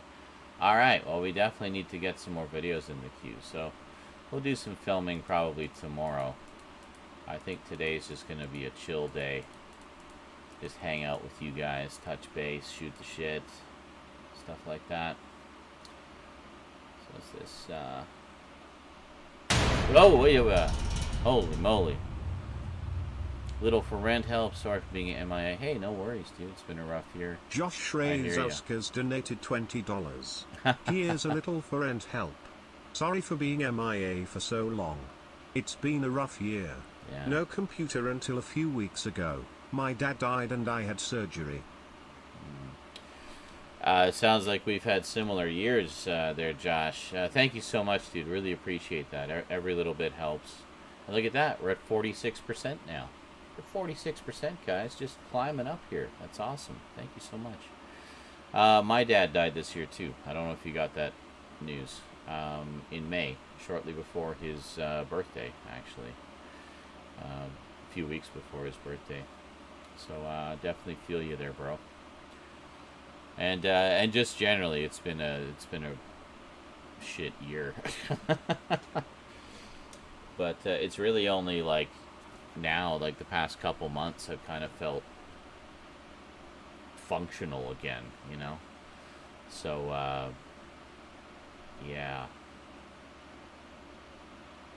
crazy. We just gotta keep getting back on that horse. Life keeps knocking us down. We just gotta keep getting back up, you know. It's like the song says, I get knocked down, I get up again. Or I get back up again. Whatever the song. You know the song I'm talking about. That I get knocked down and get back up again song. You know the one.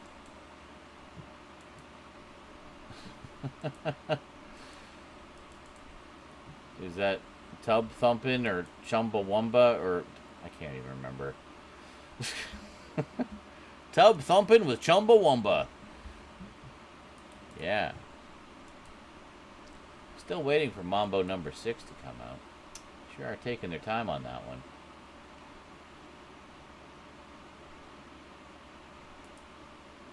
And I can't seem to find the first 4 Mambos.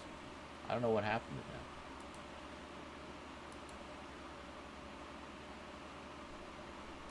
So I assume everybody saw the Deadpool news from Ryan Reynolds today?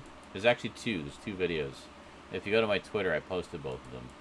They're also on our Discord under comic books. Comic books and comic adaptations is all one channel on the Discord. So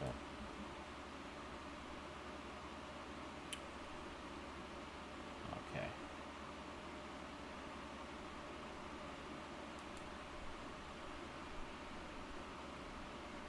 Huh.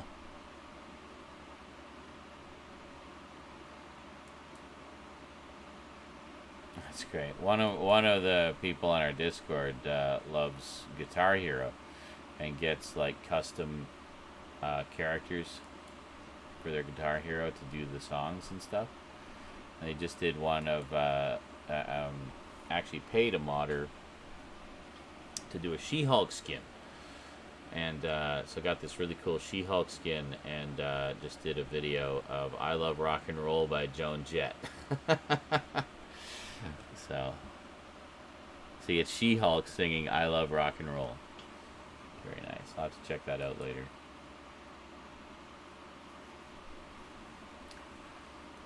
So, Chumbawamba, yeah. I'm almost annoyed that people are so hyped for it. Shows they only care about nostalgia and special appearances rather than new content.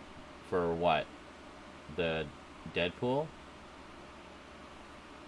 Well, that's kind of in the subject, isn't it? Like, well, like the whole thing with Grace Randolph going off about Easter eggs, you know, and that seems to, and that's not just her. That seems to be, you know, I focused on her because she was like, sort of the big, you know, influencer in the spotlight talking about it, but that's not just her. It seems to be a fairly common sentiment among a lot of the, you know, toxic side of the MCU fan base.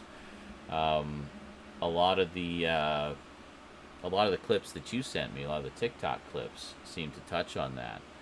How they just wanted it was all these fucking dude bros outraged about the lack of Daredevil appearing after it was teased in that one episode.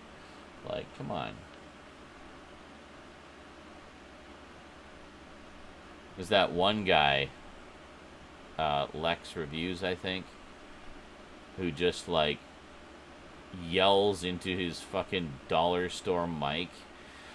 It's, like, all peaked out, and he's just constantly raging about everything.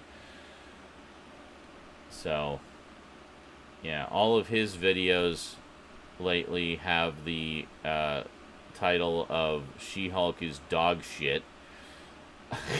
And then there's the other guy, the Marvelous Mark, who seems to just pop up constantly. Or his is the MCU is in shambles. The MCU is in shambles. And then I don't know what happened to that other guy. It was that big bearded dude bro guy who just full on mansplained to Stoobs. Like, whoa.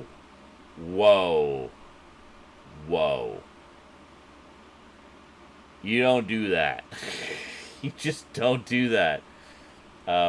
So, bearded dude bro mansplaining guy, who apparently, looking at some of the comments on Stoob's video, apparently that guy's whole TikTok was just full of, like, toxic macho bullshit stuff, misogynistic stuff like that. I'm guessing he got a big backlash for doing that Stitch with Stoob's video. Stoobs, who, by the way, did that video with Stitches turned off. So he literally filmed his screen. It was because he was so determined to mansplain to her. Yeah, Stoobs knows more about comics in her fucking pinky finger than you will ever know in your entire life, Mr. Dude Bro. I followed her, by the way. She's awesome. I really like her content. But yeah, he went into hiding after, like, he must have got a huge backlash from that because he set his account to private and he's just disappeared. He's just disappeared. So, and then the other one, Marvelous Mark, yeah, Marvelous Mark is absolutely a grifter. There's no question about that. I looked at a few of his videos because he does both. He does, like, his rage videos, and he does, like, just sort of fairly level-headed reviews where he speaks softly. You know, and I'm like, what is your deal, dude? What are you trying to be here? You seem to be having a bit of an identity crisis. On the one hand, he talks about how She-Hulk is crap, and then another one, he'll do, like, an actual episode review, and he'll talk about things he really liked about it, and how it's really good, and, like... Do you even know who... Do you have, like, multiple personality disorder or something? Like, I don't get it. Marvelous Mark is a mystery wrapped in an enigma. But yeah, he seems to be just doing it for clout and for views and shit like that. But anyway, he did one. Again, basically mansplaining Stoobs.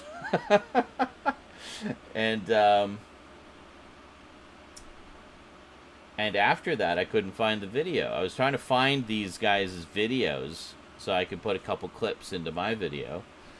And they were gone.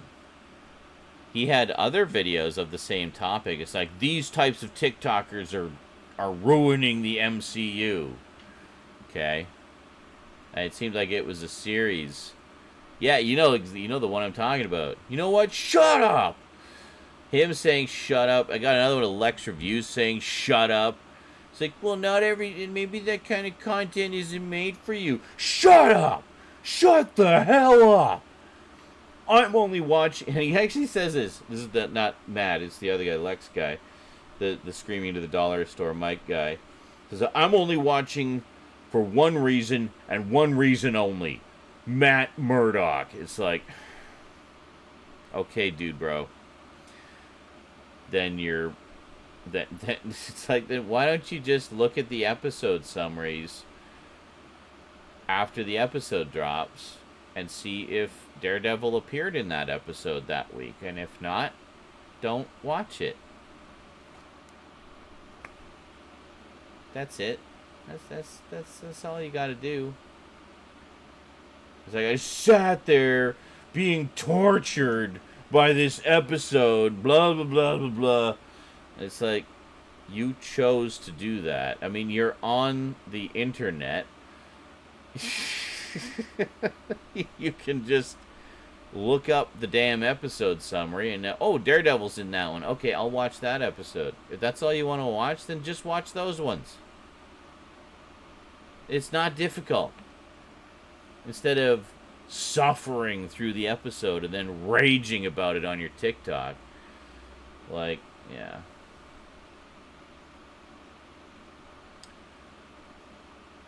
Well, I know. It's like, well, and his whole TikTok is just full of shit like that. I skimmed it a bit, and it's like, yep, this is just the same shit.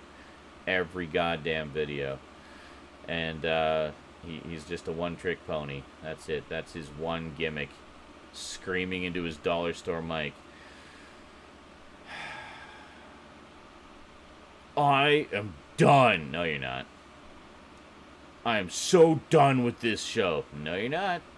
Because you're going to watch it next week, and you're going to make a rage video about all the things you didn't like about that, too. Because it's what you do.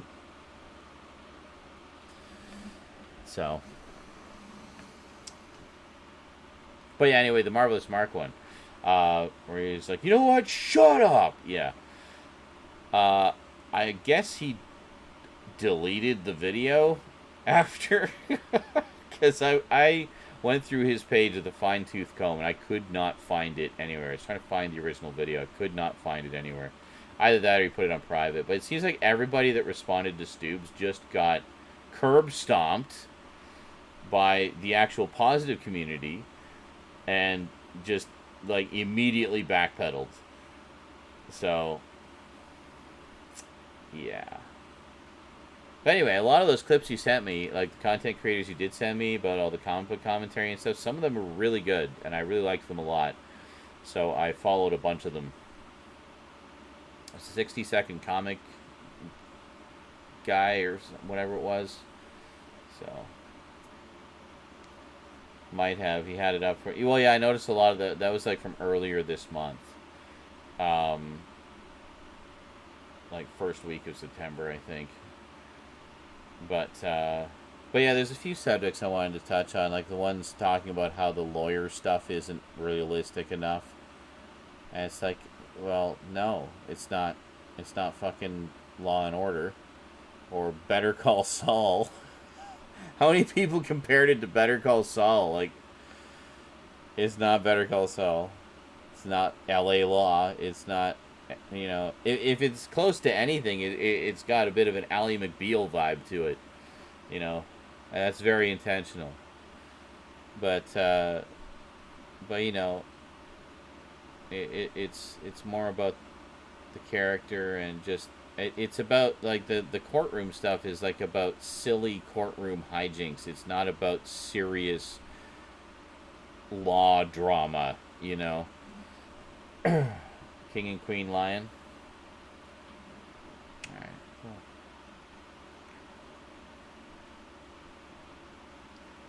But, yeah, so there's that. There's the dude bros just being full-on misogynistic assholes. Yeah, sexy female lawyer. Well, and that's the other thing. Everybody getting all bent out of shape about the twerking scene. Like, that's She-Hulk. Well, it's objectification. How are they being objectified? It's two women dancing for their own personal enjoyment. They're not dancing for men. They're not dancing, you know, to be exploitative of themselves. They're just having a bit of fun. And I mean, the comics are full of examples of She-Hulk doing stupid, cringy shit like that. That's what her character is.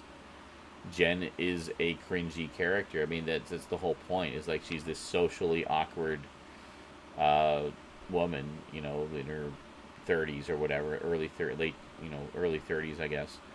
And you know, it's about her trying to find love. It's about her trying to, you know, cope with the fact that she just wants to have her nice lawyer job, and suddenly finds herself with superpowers and trying to find the balance there. You know, there's a lot going on in that show, and people just don't get it. Did you miss the video I put up earlier this week? I am. It's called The Toxic Takedown. And that's the new rant series. That is the follow-up to the HD rants. I'm not going to do the 4K rants or anything like that. I don't have anything to say. There's nothing to rant about.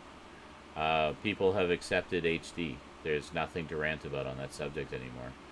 So now I've shifted my focus to other subjects, but that will basically be the gist of it. But yeah, so anyway, I started a new series called The Toxic Takedown. I did one earlier this week, or about a week ago, I guess, roughly. And yeah, and we're going there. And that's actually kind of what we're talking about right now. Is one of the subjects I'm going to tackle is She-Hulk and some of the backlash that it's been getting, which I feel is unwarranted. But I also did a break. I also want to tackle the whole sort of MCU thing. Those of you who were here earlier in the stream will know about this. Actually, earlier today, I did a full list of every single thing in the MCU so far. Every single movie and TV show listed chronologically, breaking it down into which ones feature a male character as the main protagonist and which feature a female character as the main protagonist, and which ones are teams, which feature a mix, or duos, which feature, you know, a guy and a girl. So it was really interesting to see those numbers, and this whole like knee-jerk, you know, sexist, misogynist, whatever reaction to like women are taking over the MCU is so absolutely wrong.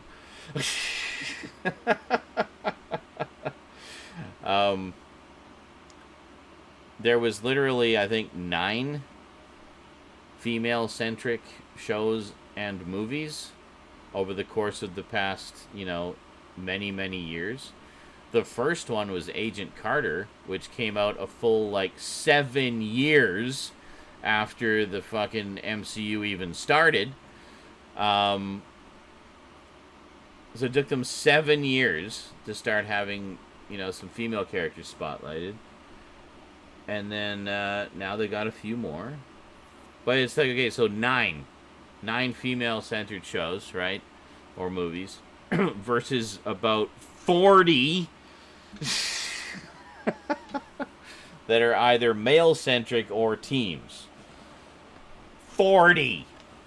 Actually, probably more than that. I think it's more like 50. It's like a stupidly, like, massive number compared to that. So tell me exactly, where is this whole MCU that you're going on about? Because I don't know what you're watching, but it doesn't seem to exist. So pushing their woke agenda. It's like, well, blame the original comics then, because the comics have always been like that.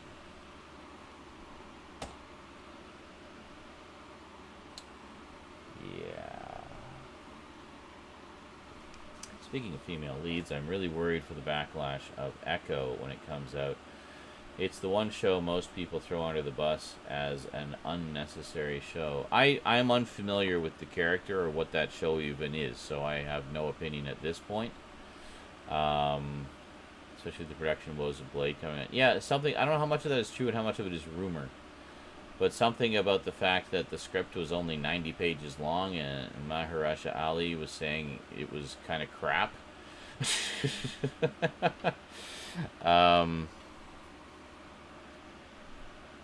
Yeah, I don't know. Like, I don't know how true that is, but I know that the director left, so they got a different director. Marvel is all quantity over quality now. Well, see, that's not true. Let me just show you the lists that I came up with here. So here's the MCU definitive chronology, starting from the beginning. So we have the Infinity Saga, which is phases 1, 2, and 3. Phase 1 was 6 movies. Phase 2 was, more movies, and they had Agents of S.H.I.E.L.D. and... Yeah. Oh, I guess, no, Jessica Jones was the first female led thing. It was Jessica Jones. And then Agent Carter. So, Jessica Jones, so 2015. So 2008, 9, 10, 11, 12, 13, 14, 15. Yeah, 7 years. It took them 7 years of... was it Jessica Jones? Oh no, it was 2000. It was Agent Carter. Sorry, my bad. I was looking the wrong part of the list. So it literally took them 7 years to get one female-led show out. So yeah. Anyway, so Phase 2. This is all Phase 2. Phase 3. Phase 3 is freaking ridiculous. Look how massive that is. I can't even fit it all on the screen. That's all the movies and TV shows. Individual seasons placed in the continuity where they should be. Yeah. And then that ends. And then, so the last thing for Phase 3 was Agents of S.H.I.E.L.D. Season 7. Final season of Agents of S.H.I.E.L.D. And that ends it. Last movie was Spider-Man Far From Home. So everything ended around. The Cloak and Dagger ended, Jessica Jones, all the Netflix shows ended, Runaways ended, Agents of S.H.I.E.L.D. ended, and that was it. End of everything. And then starting fresh with Phase 4, which we're in the middle of now. We're almost at the end of it, actually. And look how much shorter it is. So where is this quantity over quality? It looks like we had a lot more quantity in the past, like... many years, like past, 5 years? Yeah, 5 years. And then after that, it calmed down. Shorter shows, fewer shows. Not so many concurrent shows. Just basically have one after the other in sequence, right? Movies in between. Phase 5, we've got a few things. We don't have everything here yet, but we know at least what the beginning of it is going to be. And in Phase 6, we only know 3 movies so far. But we know there will be other TV shows. And there's other stuff, too. There's other stuff on the slate that doesn't have release dates yet, and that's the only reason I didn't put them in the list. So, this is everything that actually has release dates or has been released. And then the other list was this one. So, this is all male-focused stuff. Okay, total of 29 there. Female focused, we have 9. Is it right? 1, 2, 3, 4, 5, 6, 7, 8. Yeah, 9. Teams, we got 19. And duos, we got 4. So, yeah, so 19 plus 29, that's what? 48. Yeah, so I said 50, so pretty damn close to 50. So it's interesting. It's interesting to kind of break it down like that and just kind of see it all laid out, you know. The idea for that actually came from one of the TikToks. It was pretty funny. It was one where, let me see if I can find it. Hold on. Let me see if I can find it here and I'll show you.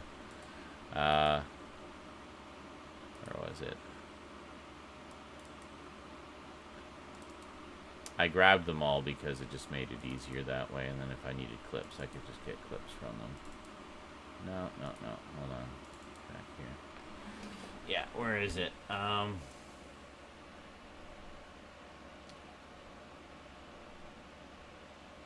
was one of the earlier ones. Yeah, it was this one. Here. I don't know, Doc. I just feel like it's becoming the MCU. Okay. Can you take a look at these two lists for me? Uh-huh. Can you tell me which one is longer? The one on the left. Okay. Interesting. And that was, and I mean, it's not even a close to a complete list, but just to give you an idea, right? All those hard drives stuffed full of videos, yeah, pretty much. And the other one was, where was it? It was this guy. Where he says, maybe we're getting tired of crap writing, tired of the woke BS. Look up how many female characters were introduced in Phase 4 compared to males. Bro, you had... Give me a goddamn second. Watch out, Whiplash. Like, 90% of these up until Captain Marvel were all dudes! All of them! Sums it up pretty nicely. Yeah. That's good.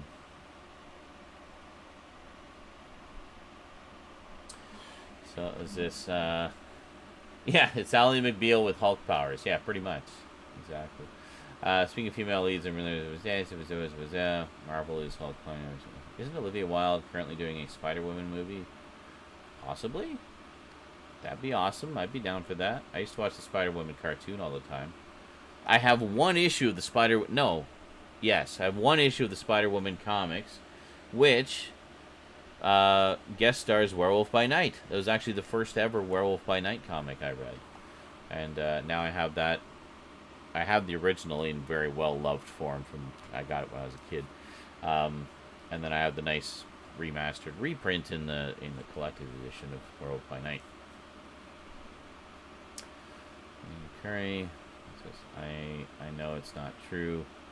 These people are going after everything. Chicken. Oh, tikka masala. Yeah, I love tikka masala too. I'll get on subject in a second.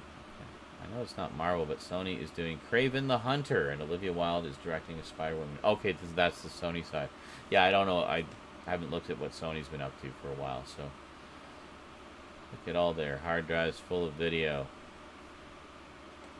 Oh, well, I saw this yesterday. Yes. Which one? The doctor one or the... I just thought that. It's like, okay, interesting. Very much doctor demeanor, which is great.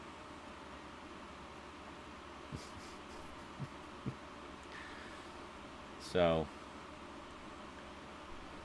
yeah, and I mean some of these are just kind of giving you guys a little sneak peek at what some of the subjects are. Very MCU focused at the moment. Obviously, that's not going to be the sole focus, but it just seems that that's where all the buzz is right now.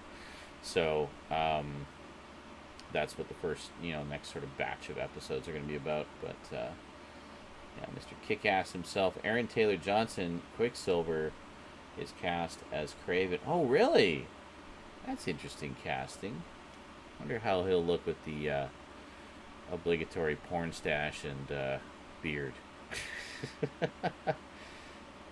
All I can say is Kraven better have his facial hair. I mean, that's all part of it, right? So, what do you think of everything becoming more digital rather than physical media? Ugh.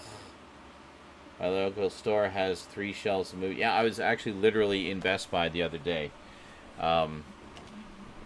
They have 2 islands, and that's it. And one of them is only half movies. The other half is console games. So I guess 1.5 islands of movies, and there was a lot of empty spots in there, and only 1 or 2 copies of each thing, and it was all new shit.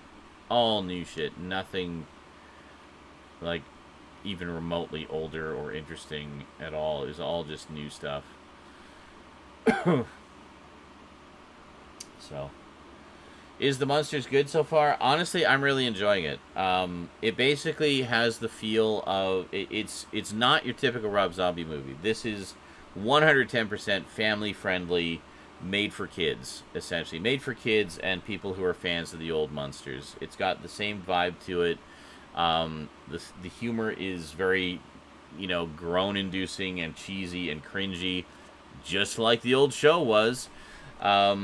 Visually, I'm really liking the look of it, like this sort of colorful, gothic world.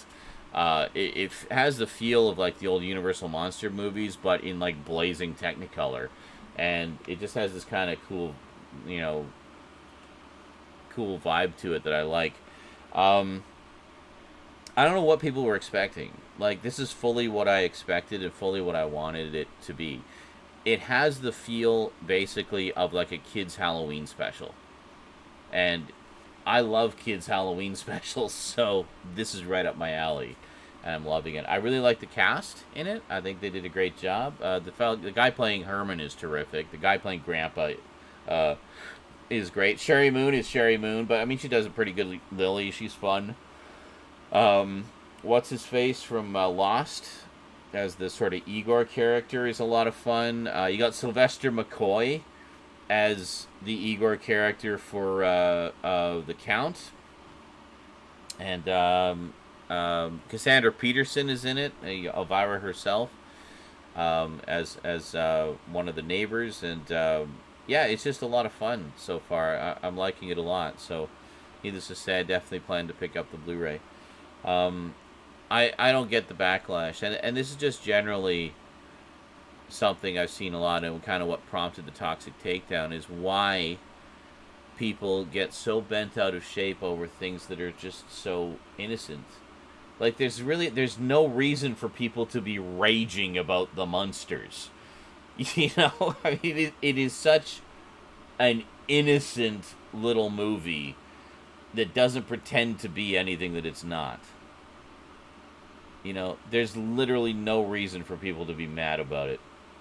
But it just seems like it's become fashionable to hate on things, especially anything that Rob Zombie does. I just don't get it. So,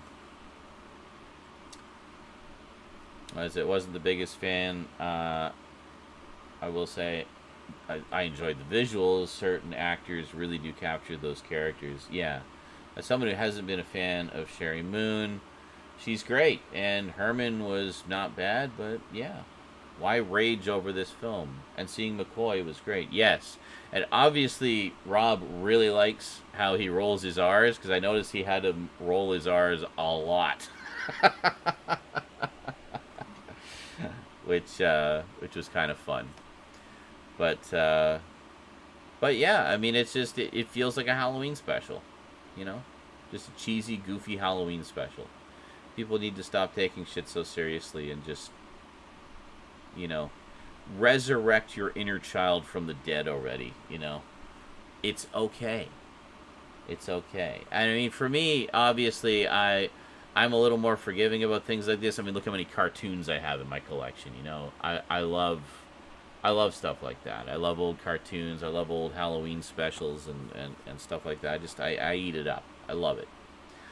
It's just fun. I love feeling like a kid again when I watch that stuff. It's great.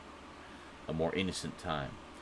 But and I also find I appreciate them in new ways as an adult. I mean, yeah, obviously the stories and character development such in old, Saturday morning cartoons and whatnot are not the most, in depth in the world, but they're fun. They're fun, innocent little adventure shows or comedy shows or whatever.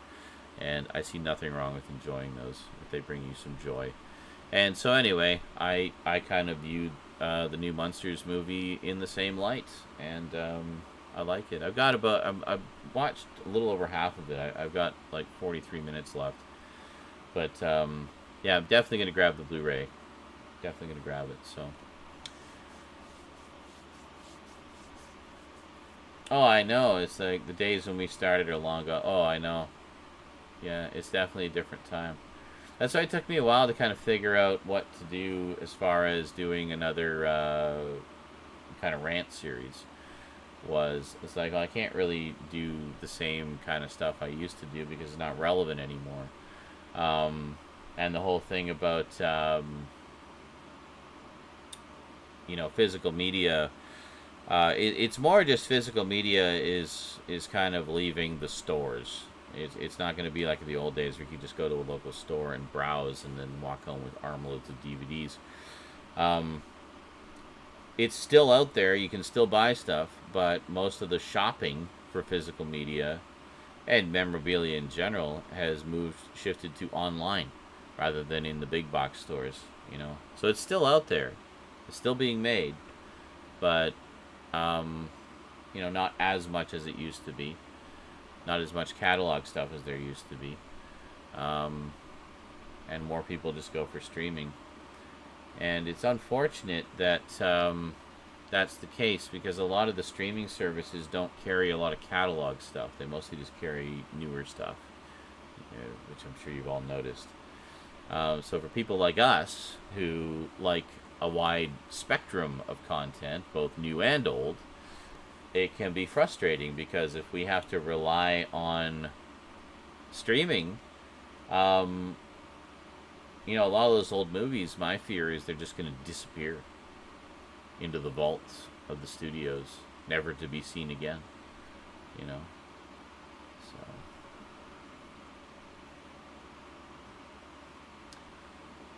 you can pry my optical media from my cold, dead hands and use it for backups, too.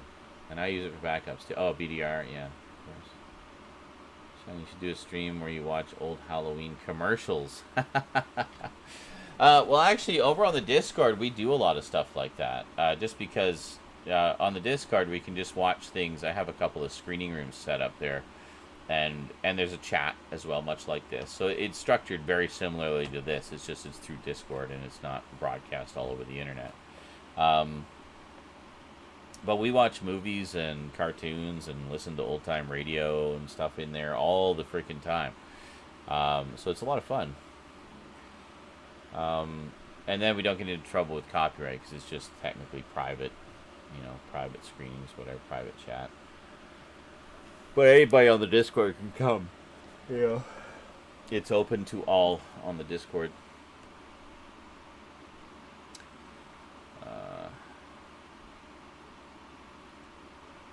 So some money is coming in, and through a lot of begging and partial pay, I was able to get the Breaking Bad barrel for 160 new. Cool. Must be nice to be able to buy things. I'm just trying to get my rent paid.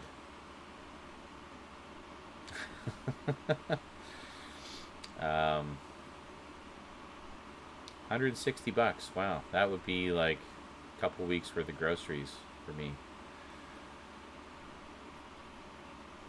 Miss going to a store and finding stuff. 80% of my purchases were stuff I found and was not looking. Oh, absolutely. You find things or you didn't even know that was out on DVD or whatever. Absolutely. I mean, that's part of the joy of it, is browsing. And I find there's less of that when you shop online, because you tend to just search for the specific thing you're looking for. Maybe you'll see something in a, customers who bought this also buy section, but it's pretty rare that there's anything there that I either don't already have or am not dying to get that day, so.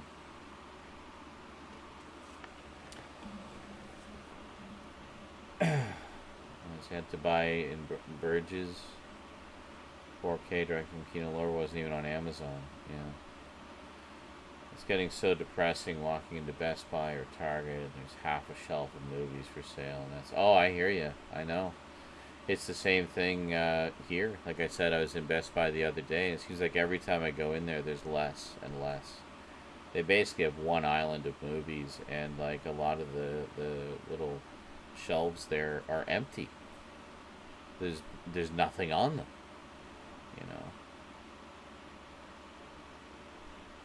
So, or just a few copies, And the few things that are there are horrendously overpriced.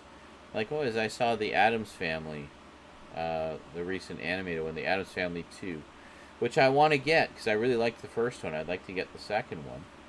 And then, but it was like $30.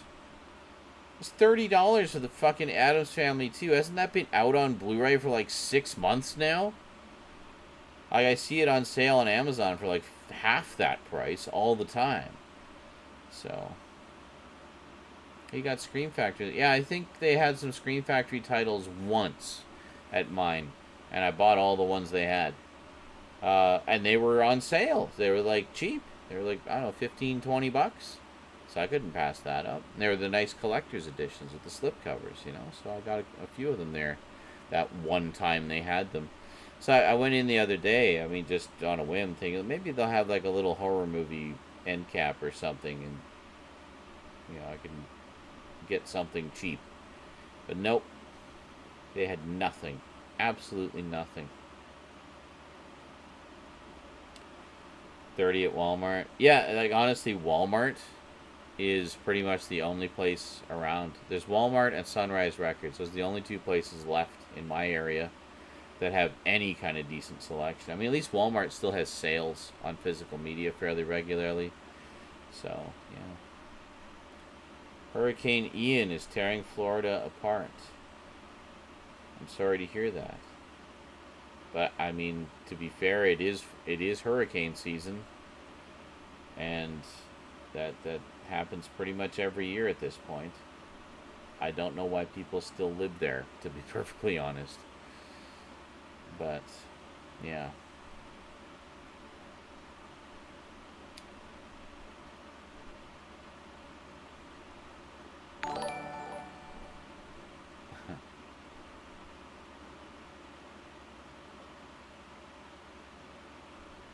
Walmart has some good stuff around you, yeah.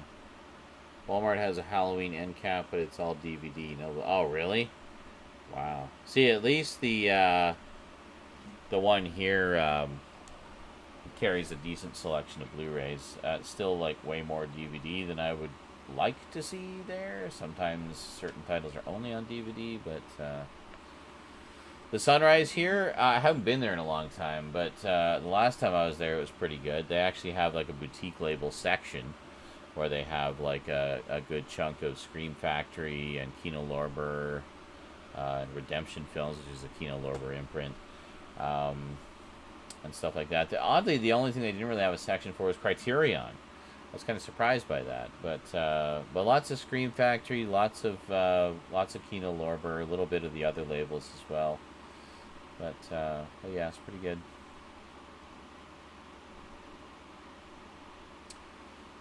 Got 6 DVDs for $4. Nice. Was that really released that long ago, that barrel set? Wow, doesn't feel like it was that long ago. Well, that would have been around the time I watched the show then, because I watched it, like, I binged it shortly before the final episode aired. And I just kind of blew through all, 64 episodes, something like that, in a matter of a couple of weeks. It was just, it's just one of those shows you just can't stop watching, you know? It just sucks you in. It's just so damn good. 2013. Yeah, that makes sense, because I remember it was around the time that I was gearing up for the Doctor Who 50th anniversary stuff. So, yeah. So it's 2000. So it's been out for 9 years. It was 9 years ago. Yeah, and then since then they've done an entire spin-off series, which just ended.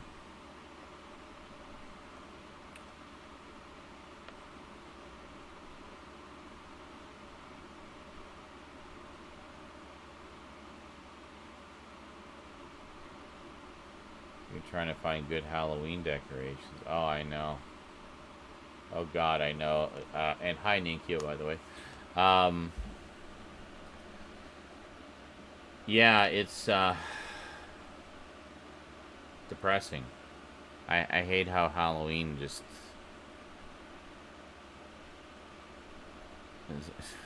seems to get less and less attention every year, you know. And Christmas just gets pushed forward more and more. I mean, it's fucking September, and we're already seeing Christmas decorations out. Like, can we at least get past Halloween first? It used to be they'd put them out the day after Halloween. Like, okay, fine. Still kind of early, November 1st, but whatever. I'll allow that. But putting out Christmas stuff before it's even Halloween, like, what the fuck? Like, be more blatantly capitalist. You know?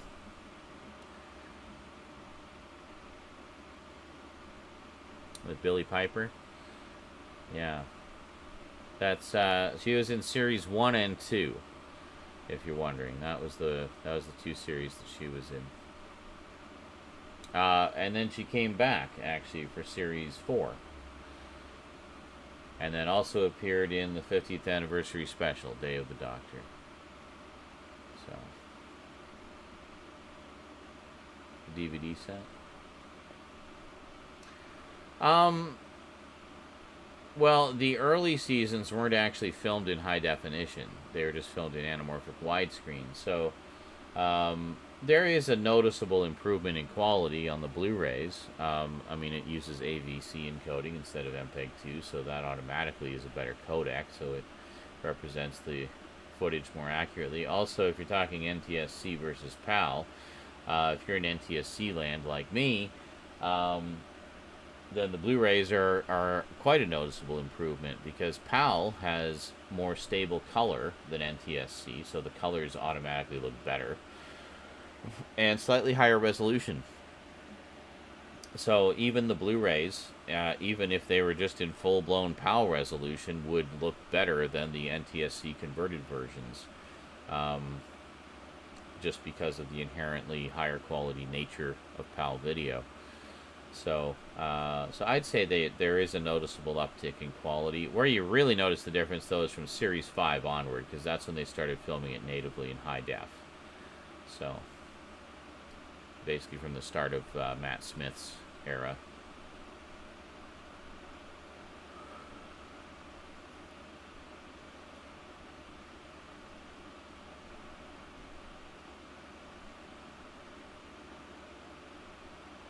Oh, she's in Penny Dreadful? Nice. I haven't seen that one. She plays the Bride of Frankenstein. Interesting. I did see that one she did after Doctor Who, The Secret Diary of a Call Girl. Watched the first 2 series of that, I think. That one was really good. I actually really liked that one a lot. It was very well done.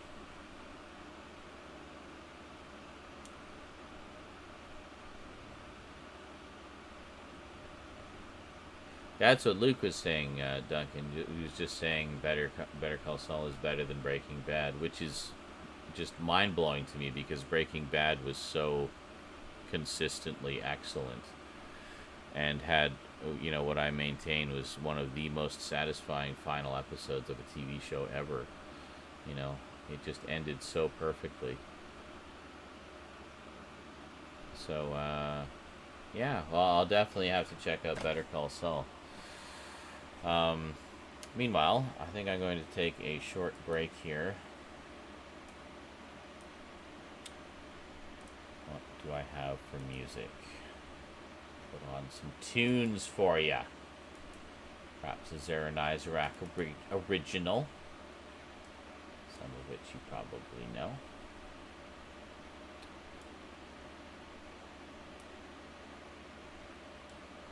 Ah, yes, you guys ought to recognize this one.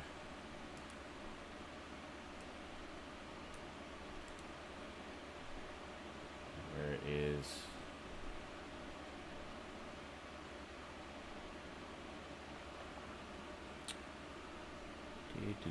Do.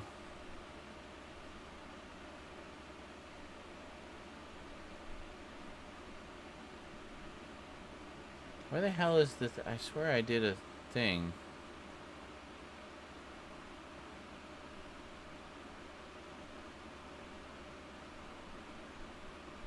I'm just trying to find something here.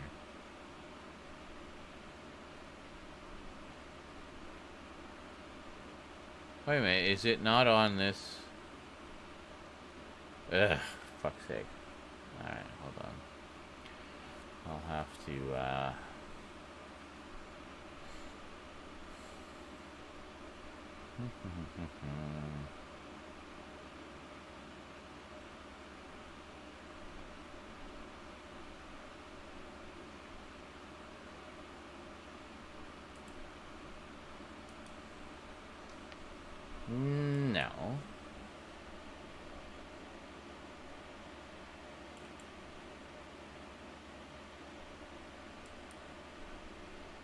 What the fuck, man? Okay, hold on a second. I need to... Go here. Yeah, there it is. Okay.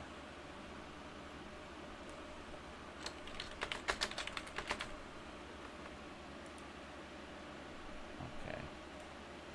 I need to move this up.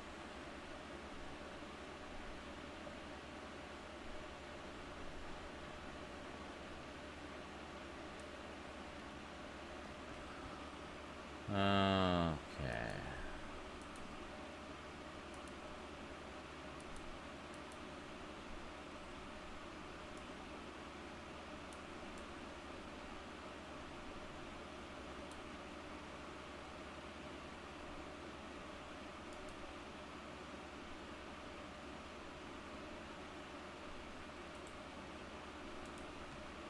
Sorry, I'm just, I thought I had this, I guess it was on my gaming stream one. I had like a, we'll be right back. But, I guess it's only on the gaming stream one. So I'm just quickly throwing one together for this.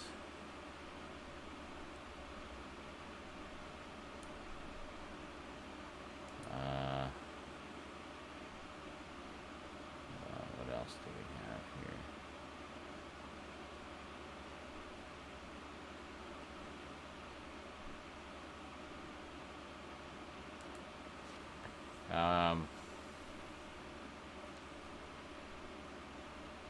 Yeah, we need the chat box, right?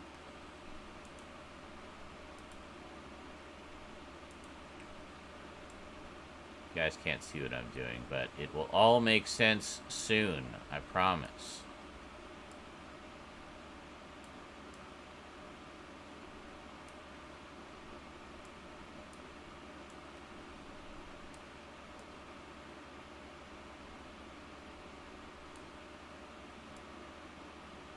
Whoops.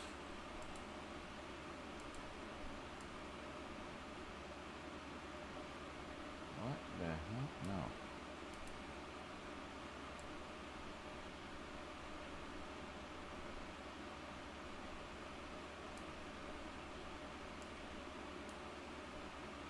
Oh my god. I hate doing these layouts spontaneously like this.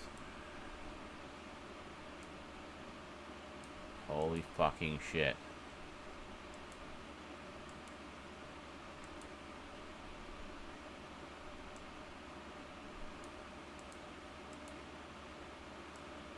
Oh my god, can everything just get out of my way? I'm trying to just resize something here.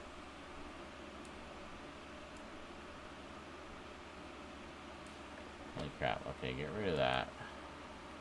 I gotta get rid of other things that are on the screen here. Peak meter? What? No. Oh, right, I know what that was.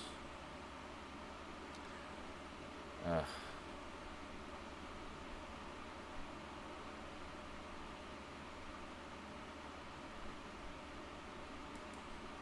Well, I guess this is actually Chillin' Chat, so let's change the title to Chillin' Chat.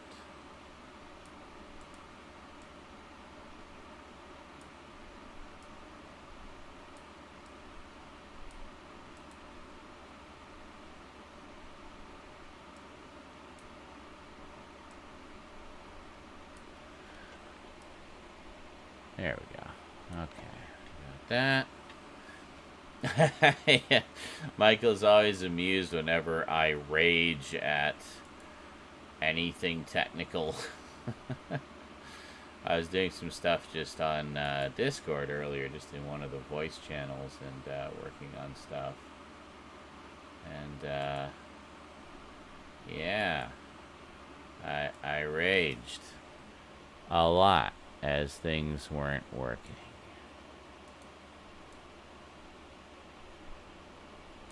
It was annoying.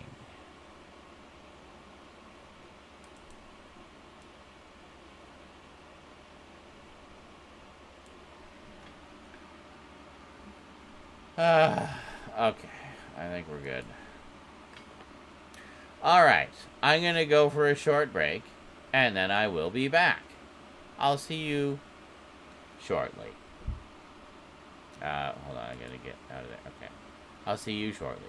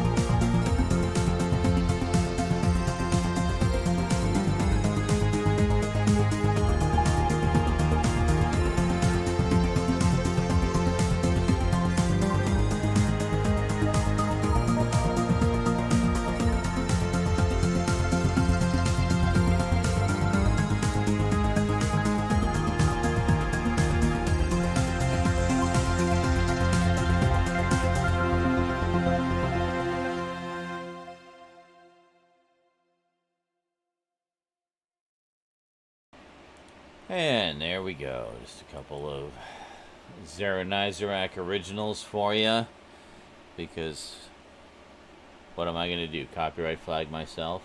You know the ones that really piss me off, where I get copyright flags, are the ones where it's some public domain sound or like freely usable Creative Commons sound, and some like shitty indie band uses it in one of their pieces of music, and then of course that gets fed into the system, and then I get dinged for using the original sound that they used in their piece of music. You know, like, how is that fair? There was one that it was a sound effect. It was an ambient sound effect of like a dungeon that an indie horror game I played used. And there was some like indie metal band that used that sound in one of their songs as like, I guess, background ambience to the music, and that's all fine and dandy. But I got a copyright flag on it, and it was like a 7-part playthrough of this indie game. It was a really good one called, I think it was called Into the Gloom. And it was really good. I liked it a lot. It had kind of like this 8-bit aesthetic to it. It was first person and really creepy. Had a good story to it. I liked it a lot. But they flagged every single part of it because it used this dungeon ambience sound. So I disputed it, providing detailed information to the source of the sound, links to the page where I got it, and the license that makes it freely usable. And they still refused to release the claim. So I just deleted the playthrough. So it's on Twitch, by the way. If you want to see that playthrough, it is on Twitch.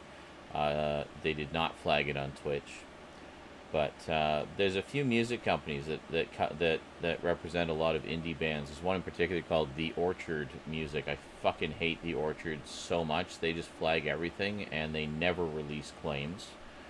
There was something on one of my streams the other day, a couple weeks ago, where we listened to.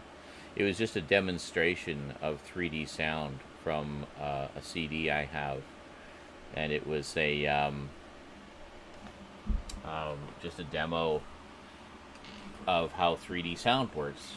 It was fairly new when this came out. It was a CD from the early 80s, and it was a full cast audio dramatization of Stephen King's The Mist. This was long before the movie came out, like 30 years before the movie came out. About 20 years before, I think. Or no, maybe 30 years. Anyways, a long time before the movie came out. So anyway, some shitty indie band represented by The Orchard used that entire demo for the start of their... It's like a minute and a half long. And they just stuck it at the beginning of one of their songs for some reason. And then...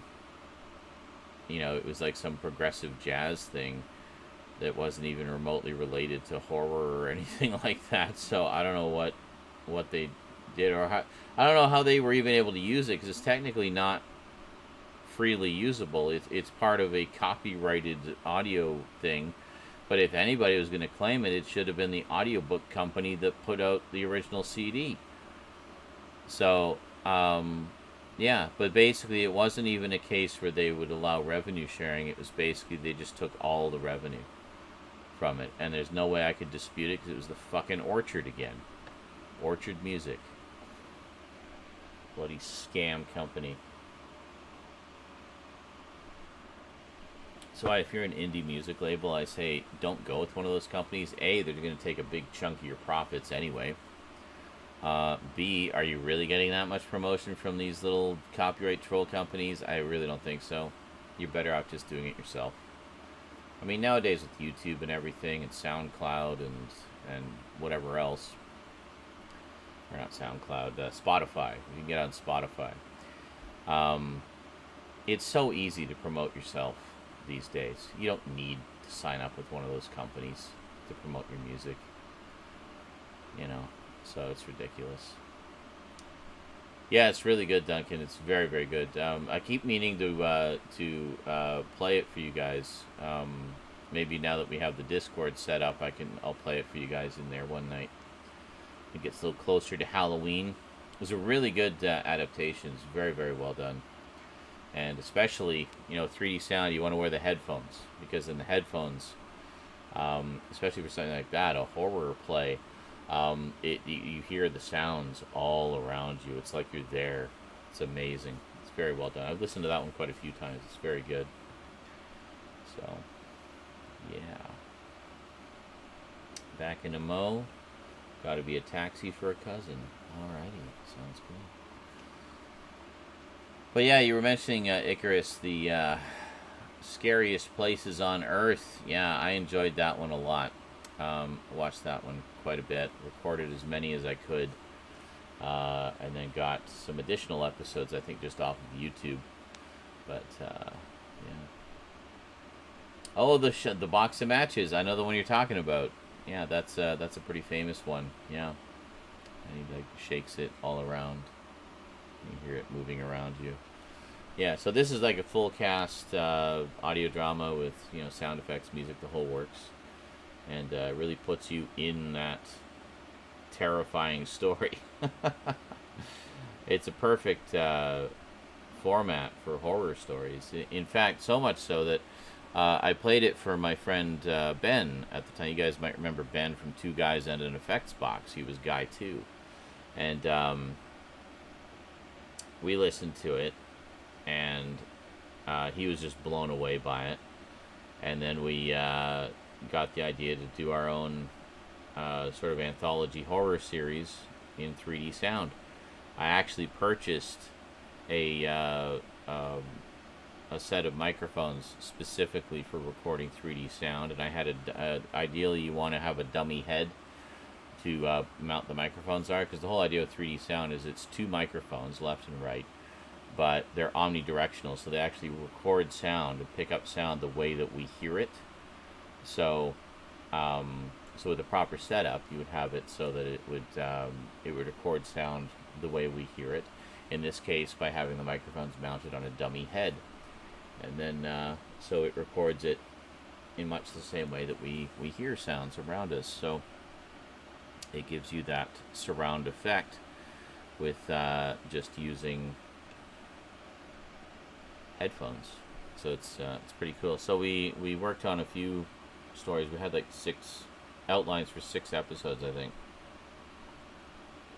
and each one was going to be about an hour long. And did a cool intro for it. I did some music for it, but we didn't get too far into it, unfortunately. We were both terrible procrastinators. Also, I wanted to make sure we could record everything digitally, and I just didn't quite have the digital recording set up ready at the time. See, nowadays it would be a lot easier, just with everything I do now. But back then, this is like the early 2000s, like 2003, I think we were working on it. I still have all our notes. I might still do the project at some point in some form. Sadly, Ben actually passed away quite suddenly about 3 years ago. I found out quite by accident. I got a notification from Facebook that it was his birthday. And I was like, wow, I haven't heard from Ben in a long time. So I went to check his Facebook page, and his Facebook page was a memorial. I was like, what? What the fuck? So, yeah, from what I gathered, there wasn't a lot of details about what happened, but from what I gathered, it was late-stage undiagnosed cancer of some kind. And he went to the hospital and didn't come back. You know? It was very sudden, very unexpected. So I couldn't believe it. He was only in his 40s. You know? Pretty young guy. But, you know, you never know. You never know. So the head has to have a model human ear without each micro. Well, yeah, ideally, in the perfect setup, but that was beyond our means, so I made do with what we had. And we did quite a few experiments, and it worked quite well.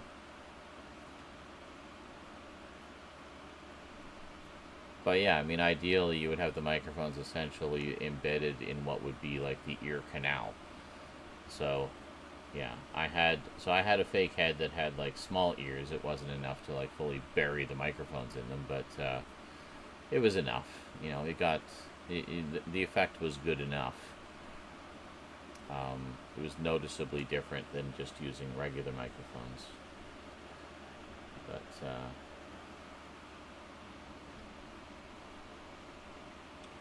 yeah, we had trouble finding the microphones, actually, because we found a few places that carried them. I remember there was one that we tried to contact, but he didn't answer his emails. It's like, oh, I'm sorry, I guess you don't like money. and then we finally got, and just fiddling with a lint roller. And then we found another place that did them, and he basically was just a independent guy, just made them himself. You know, so that was it. No, that was Jason. Jason is the one I exchanged video letters with. Jason lives on the East Coast. Ben just lived on the other end of the island here. He lived in Victoria, where I used to live. And I forget where it was we met. Chapters? Was it Chapters? Might have been Chapters. Yeah, I can't remember specifically how we met. If he was like a friend of a friend or something. But no, we became very good friends, and had a lot of different projects that we were working on. None of which we ever finished. So, yeah, we had some, independent horror movie ideas. A lot of horror stuff. We're working on a lot of horror stuff. If you look at there's a video on the retro series called Recollections of Terror. It's a 3-part series, and it's just Ben and I sitting and talking. It's all sepia tone. We had one of my Halloween horror tapes on in the background, and we were just kind of talking about different things from our childhood and whatnot that scared us and things like that. And it's just this wonderful kind of little trio of creepy conversational videos. I always really liked those. And those were clips from some of our... I filmed all of our brainstorming and development sessions for the... when we were working on our scripts and stuff. And that's also where the whole 2 guys and an effects box thing came out of, because of course I had the effects box at the time, and that was one of the things we were planning to use for the horror stories, just to do different kind of spooky effects and ambience and stuff like that. And so some of our experiments from that became the birth of the 2 guys and an effects box project. So, yeah. Oh God, I am freaking tired. How long have I been up? When did I get up today? Like 8:30 p.m. or something like that. Yeah, it's around 8:30 p.m. My sleep schedule's been all over the fucking map. It's just a mess right now. But that tends to happen towards the end of the month when we're struggling to get rent pulled together. I don't know if we're going to make it this month. Might end up being late again. But yeah, no, it's Jason. Jason is alive and well, happily married, has a couple of kids, and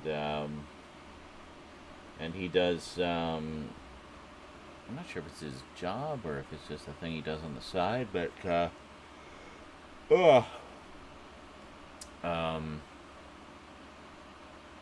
it was the, he does, like, he films, local hockey events, and live streams them and stuff like that. Jason and I were always very big on video equipment and video technology and different, computer editing technology. We were kind of at the forefront of that, doing a lot of that stuff when it was still kind of emerging, like the whole desktop video thing. Oh my goodness. Sorry, guys. And, so I kind of helped him out with some of the, early tech for the live streaming and stuff like that, and then he just kind of went from there. But But yeah, nowadays he does like he'll film local events, and I don't know if he does like highlight videos or if he just live streams them. I think he just live streams them, but he does all the camera work for them and stuff, so it's pretty cool. So I'm not sure if that's what he's doing like as his job now, or if he has like, if that's just the thing he does on the side. Ugh. I want to send you a video that guy told you about being an idiot about Andor. Okay. Go for it. I don't think you can post links in here. Well, maybe. Hold on a second. It generally automatically flags. Okay,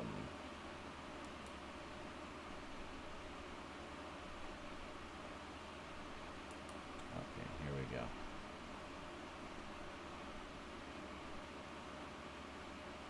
You might be able to post the link now. I changed the settings on the chat box there, so. Or if you send it on Discord, that works too.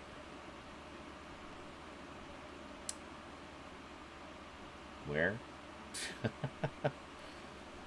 Where did you send it?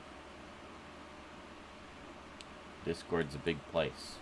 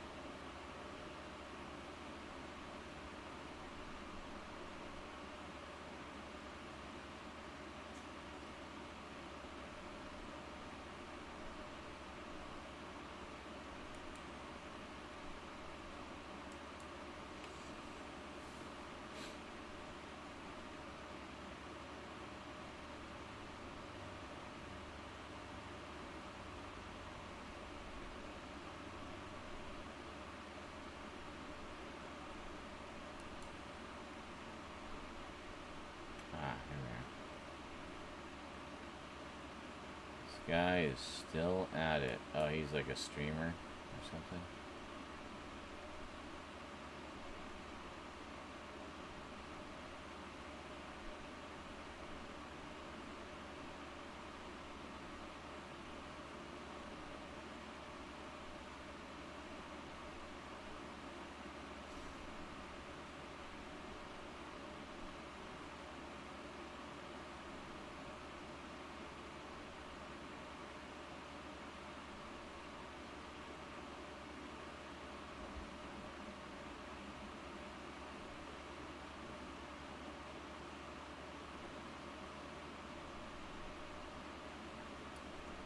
Okay, well let's take a, he does YouTube and his buddies at that Nerdronic dude. Oh god, okay.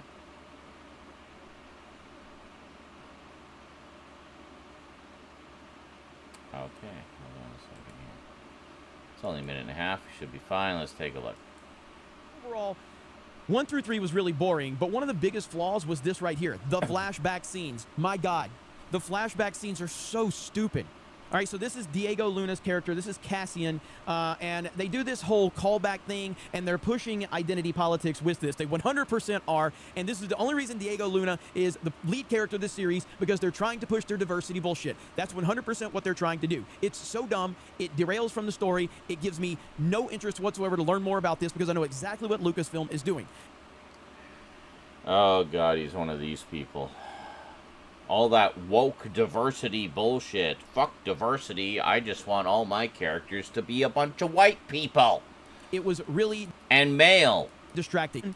And really macho. Yes, I can feel the weight of the world. They did a great job of world building, great job of building that scope and making me feel like I'm in that world with them. But the journey you're taking me on is terribly boring and uninteresting, primarily because Diego Luna is not a leading man. But ultimately, do I recommend Andor to anyone that was on the fence?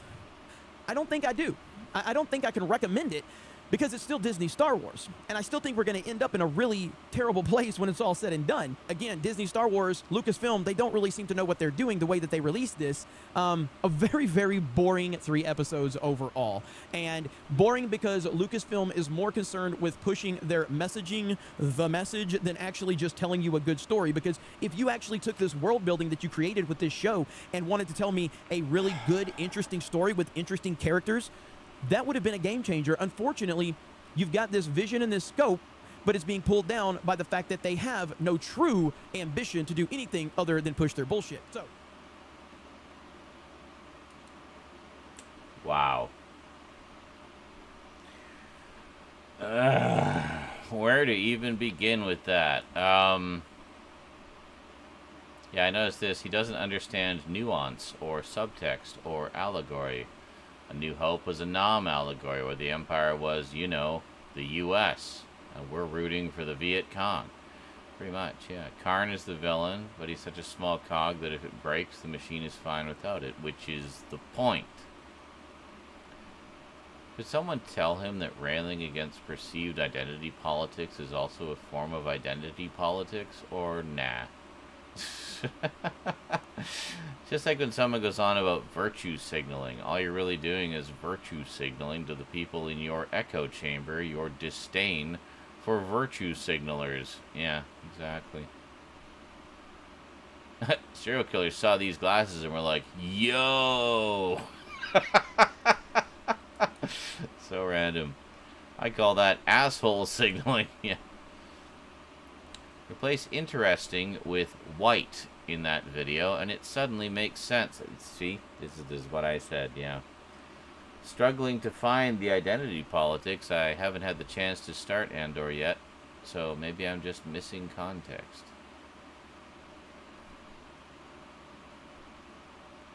Two sexes, male and political. Yeah, male and political. Two sexualities, straight and political. Two races, white and political. Yes, anything that isn't male, straight, and white is pushing an agenda. Identity politics, diversity bullshit. Like, why? Why is this bad? Why is this offensive to you? Why is diversity a thing that you don't want? Oh, right, because you're a racist fuckwad. Racist, misogynist fuckwad. That's why. Silly me. I forgot. God.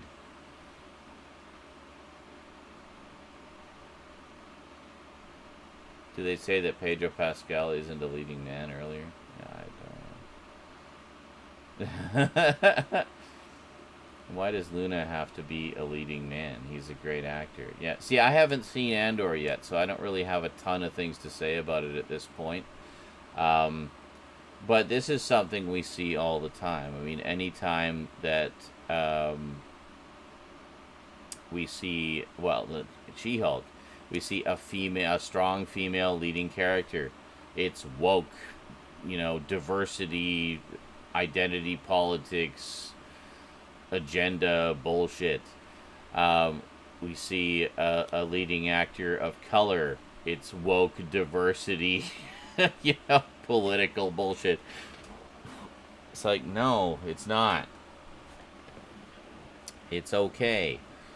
Like, I don't even want to look at the comments on the fucking Little Mermaid trailer, because it makes me physically ill to see that many people that angry about it for that reason. You know the reason I'm talking about.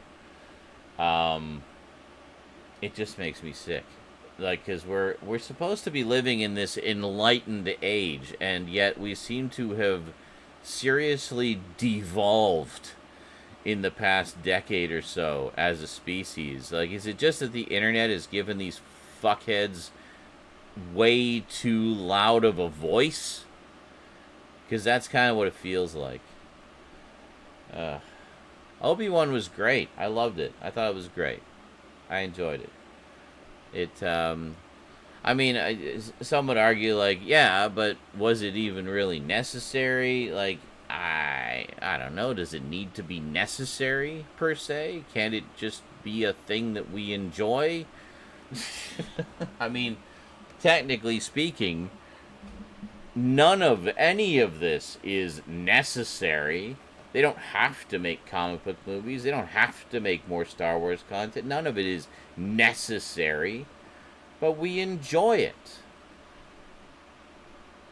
That's good enough for me. It exists and it entertains me. That is the purpose of entertainment, to entertain. None of it is really necessary. But who cares? If it's entertaining, then that's it. A race swap and gender swap can be done poorly. Well, I mean, that there are some. I'm not saying that there's no cases where a movie is just kind of pushing diversity for the sake of pushing diversity. I mean, there's some cases where it does feel that way. But I mean, I think a lot of what Disney is doing is not objectionable at all. I mean, I'm all for it. I mean, yes, please, more diversity. Why not? Us white folk have had our day in the spotlight. Let's give some other people a chance. A long overdue chance. You know? So, I don't get it. Well, I do get it, but it's people that are just living in their little box of whiteness and straightness, and anything outside of that box is just, pushing an agenda. And it's like, no, it's just not white enough for you.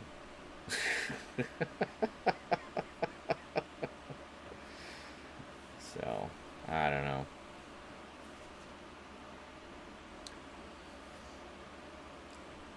I don't mean to anger anyone in this chat. I just thought that the clip was really bad, and I wanted to... No, that was awful. I hate people like that. Like, I legitimately hate them because there's just no getting through to them. And that's that. Not watched Miss Marvel, She-Hulk, or Andor, but I guess I'm gonna watch them now just to see how woke it is. Oh, yeah. Have a woke-a-thon. Miss Marvel was great. Very fun show. And I like it. And as far as diversity goes, one of the things I really liked about it is it really dives into the culture of, like, her culture and her family's culture and stuff like that. And it's this beautiful one. It's the East Indian culture, which is just gorgeous, like, in terms of, like, the clothes and the traditions and stuff like that. It's great. I love it. So it was really, I already kind of knew some of the stuff because, I had quite a diverse group of friends growing up. So I was exposed to a lot of culture as a kid. But it was great to see even more, and to really have it just kind of spotlighted and shown just as, hey, this is this character, this is her life, this is her culture, this is her, this is what they're all about. And I love that. And then She-Hulk, I mean, strong, independent woman trying to make it as a lawyer suddenly becomes a Hulk. And hilarity ensues. She-Hulk is very light, very fun. It's a full-on comedy show. Lots of fourth wall breaking. But it has some great character development, some amazing cast in that show. Just a terrific cast. Very, very talented, very funny actors. And absolutely loving. I've actually watched all 6 episodes so far twice. Once with the folks on Discord. We screen them every week as they drop. And then again with Rosie, because she'd only seen the first episode with us. So I watched the rest of them over again with her. And it's great. It's very fun, and I've heard nothing but good things about Andor, other than, well, that guy apparently. But no, I've heard nothing but good things about it. And with Andor, we're starting to get longer shows too. I don't think we'll ever go back to like full 22 episode seasons, but I mean, we're getting 12-ish. What is it? 12 episodes for Andor or something like that. We're getting 9 for She-Hulk. So yeah, it's good stuff. We're getting 18 for Daredevil, which is the longest season Daredevil's ever had. All the Netflix ones were 13, so yeah, that's good. As I don't watch a show or movie if it's not good or doesn't catch my interest. Well, exactly, as most normal as most normal poopy people do. But the problem I have is I'm called racist or sexist when, no, I just don't like it because I don't think it's good personally. That's my take. Well, that's the thing, yeah. It's, I guess you could say there's a right way and a wrong way to not like something.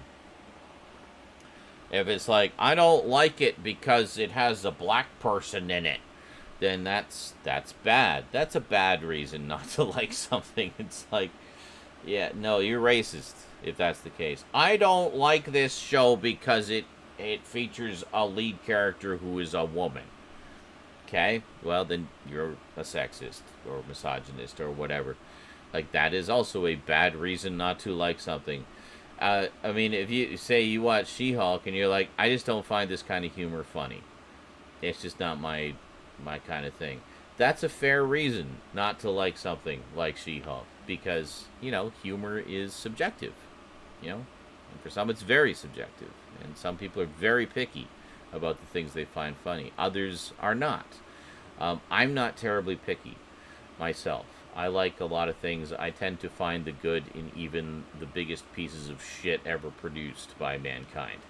I find something entertaining. It's very rare that I find something that doesn't entertain me in some way, and I tend to be forgiving. Maybe because I've always been very interested in the behind-the-scenes process, so even when I see something that maybe isn't particularly good, I don't just see what's in front of me. I see the movie, but in the back of my mind, I'm also thinking of everything that went into creating it. The production process is always there in the back of my head. So when I see something, I tend to be a little more forgiving because I'm thinking of, do I get the vibe that this was a passion project and maybe they just didn't have the money or skill to really fully realize it on screen? I'm going to be really forgiving in a situation like that. If this was somebody's genuine passion project and they made it because they just really wanted to make a movie or whatever, and even if it didn't turn out particularly good, I'll still give them, I'll cut them a lot of slack because you can feel that passion and that drive, even if the end product didn't turn out quite how they envisioned it due to whatever. That's fine. And then, as I say, humor is subjective, and whatever. As long as they don't make a character a Mary Sue female black ginger and the writing is decent or competent, then I will give it a chance. Yeah. Well, I mean, the thing is like the what was I going to say? The whole Mary Sue thing. Sometimes a lot of characters I find that get labeled Mary Sues aren't Mary Sues. That's a term that gets bandied about quite a bit, and I think used incorrectly in a lot of cases. I mean, the big one, of course, that sort of brought that term to light was Rey in the sequel trilogy for Star Wars. She wasn't a Mary Sue any more than Luke or Vader were. Luke and Vader had natural aptitude for the Force. Due to their bloodline, I guess, or what have you, or whatever the reason. But,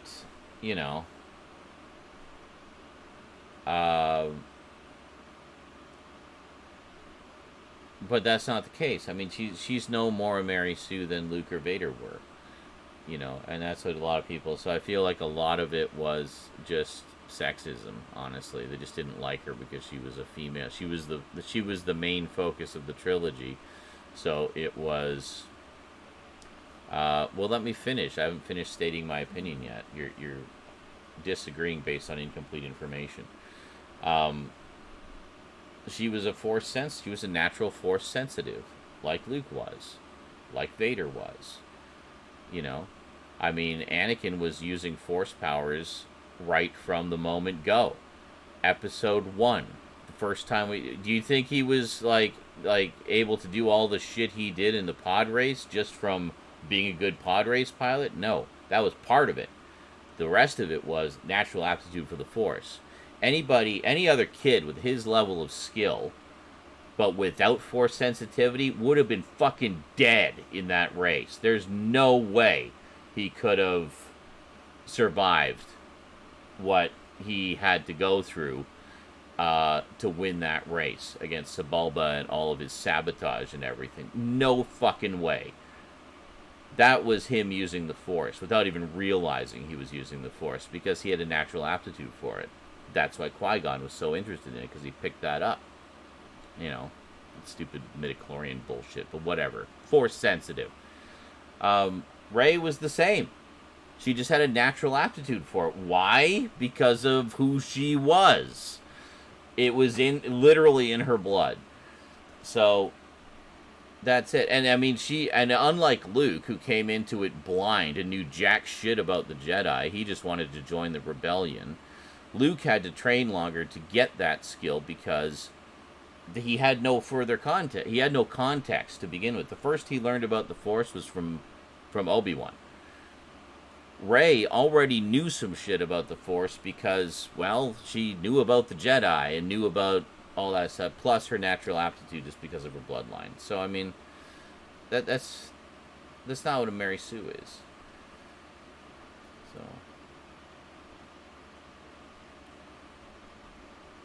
Oh, okay, yeah. You worded it. Gary Stews, yeah.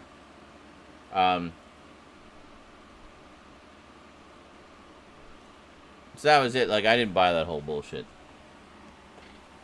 And a lot of people were making that opinion when we'd only seen episode 7. Or episode 8.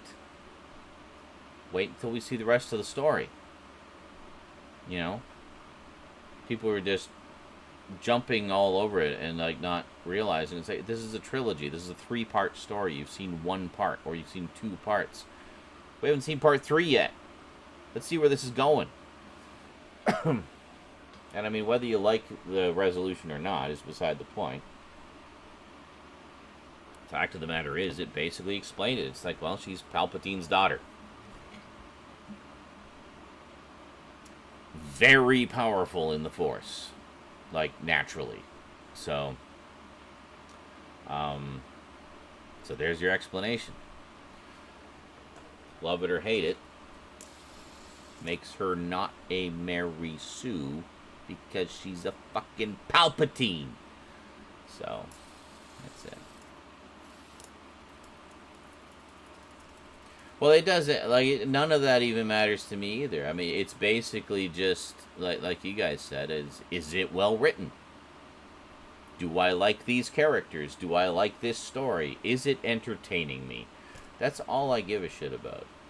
I don't care what color someone is. I don't care. In fact, I mean, if anything, I like when a show, like, or movie spotlights a different culture.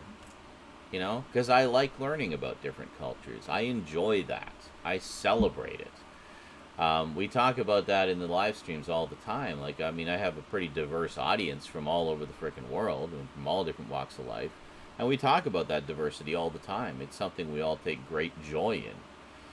Was it, or granddaughter, sorry. But anyway, the point was the same bloodline. It's been a while since I watched the sequel trilogy. But, well, and the whole thing with Luke, and Luke basically followed the same path as Obi-Wan, but it's okay for Obi-Wan to put himself into exile, but not Luke? Like, come on.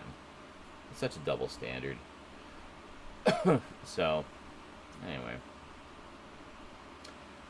As Michael says, Anakin is basically space Jesus. Yeah, pretty much, yeah. Given no dad conception unless you buy the hints that Palps or Plagueis. But that is open to interpretation and meant to be vague. We'll never truly know. Exactly. Exactly.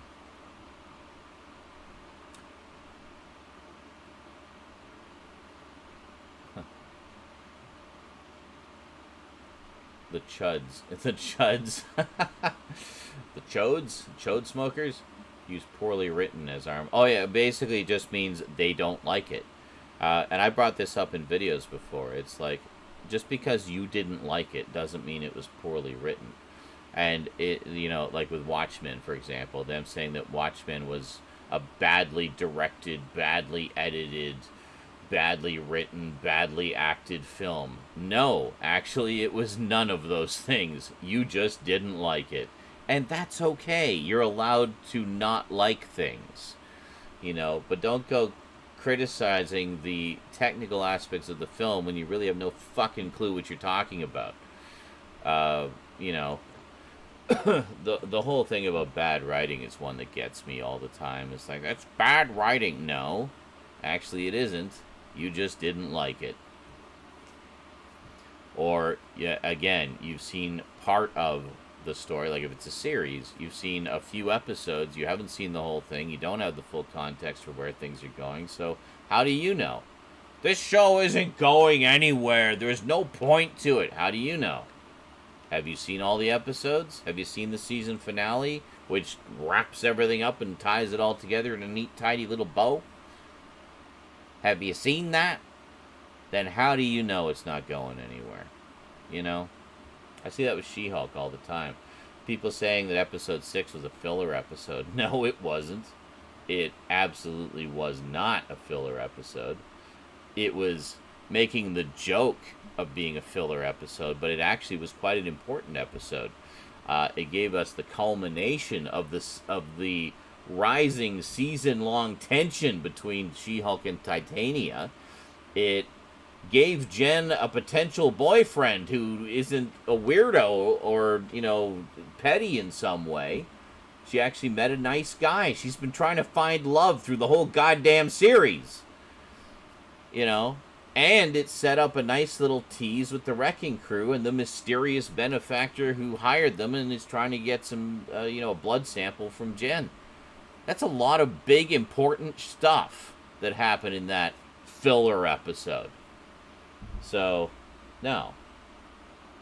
It being a filler episode, that was a joke at the beginning. And it was also partly them trolling the viewers who were chomping at the bit for Daredevil to show up. Well, yeah, everybody wants to see Daredevil. But the thing is, I mean, we know Daredevil's coming. So who cares if it's in episode 6 or episode 9? He'll be in it eventually, but the bottom line is he's not the main focus of the show. He's a guest character who's going to show up for an episode or two as a secondary character, and that's it. So we'll get our little taste of Daredevil, and he's going to be in other stuff too. I mean, we've still got 2 years to wait for season 4, so I get why everybody's eager to see Daredevil. I totally get that. I'm looking forward to it too, but it's not Daredevil's show. It's the She-Hulk show. In fact, the final episode of the season, this is confirmed, by the way, the final episode of the season is called Whose Show Is This Anyway? Which sounds to me like it's going to be a frickin' guest star cameo jizz-splosion. So, you know, at the very least, we'll see Daredevil on that. We'll see him in, and we'll see him in probably another episode, too. I figure he's probably going to be in at least 2 episodes. But he's not the reason I'm watching. That's just a nice little bonus. You know, I consider cameos and guest appearances to be a nice little bonus. I'm watching She-Hulk for She-Hulk. I am a fan of the character of She-Hulk, and I've been wanting to see She-Hulk in a series or a movie or something for ages. When we were watching the 90s Hulk cartoon and she showed up as a regular character in season 2, I was overjoyed. Because she was in almost every episode. So it's like, finally, get some She-Hulk. She was in like 1 episode of the 80s series, you know. But here we had like a whole season with She-Hulk as a guest character along with the Hulk. We also had Grey Hulk in that. That was a great show. The 90s Hulk series. It was awesome. So, you know, Daredevil's coming. Everybody just calm your tits. They definitely should have. That was a great show. I only just saw it for the first time a couple of years ago, too, and I was like, wow, why did I wait on this one for so long? But, yeah, it was really well done. It really, like, captured a lot of different eras of the Hulk comics and stuff, you know. It was great. It's, the cloning thing. You mean Dark Empire? Dark Forces was the video games. That was my first thought with the cloning things, like the whole Palpatine clones. That was straight out of Dark Empire, the comics. One of the first EU things, actually. Obviously, find the diversity. I just don't like it when they do it because they need to check boxes. Well, yeah, of course. Right, good characters that just happen to be black, Hispanic, a woman, LGBTQ, etc. Yeah, well, and I think they're doing that more now. I think maybe when this whole sort of thing started, there were you know, some that were, shall we say, a little heavy-handed, and there still are occasionally, but for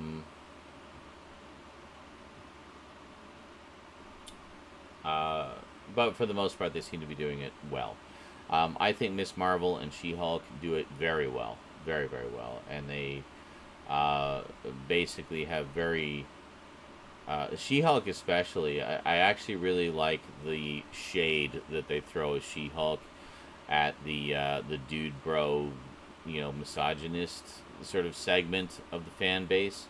They are very aware of the fans and the toxic side of the fandoms and stuff like that, and the way they skewer them mercilessly in She-Hulk is something that always brings a smile to my face. I'm like, yes, thank you, finally, someone standing up to these assholes, you know.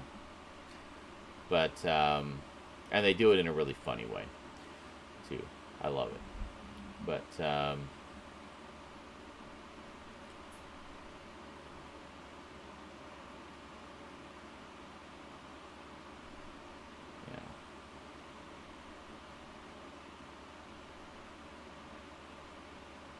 Here they want to reintroduce the Netflix Defenders characters in Daredevil Born Again, which would make perfect sense. Like for an episode or two, they would be in a...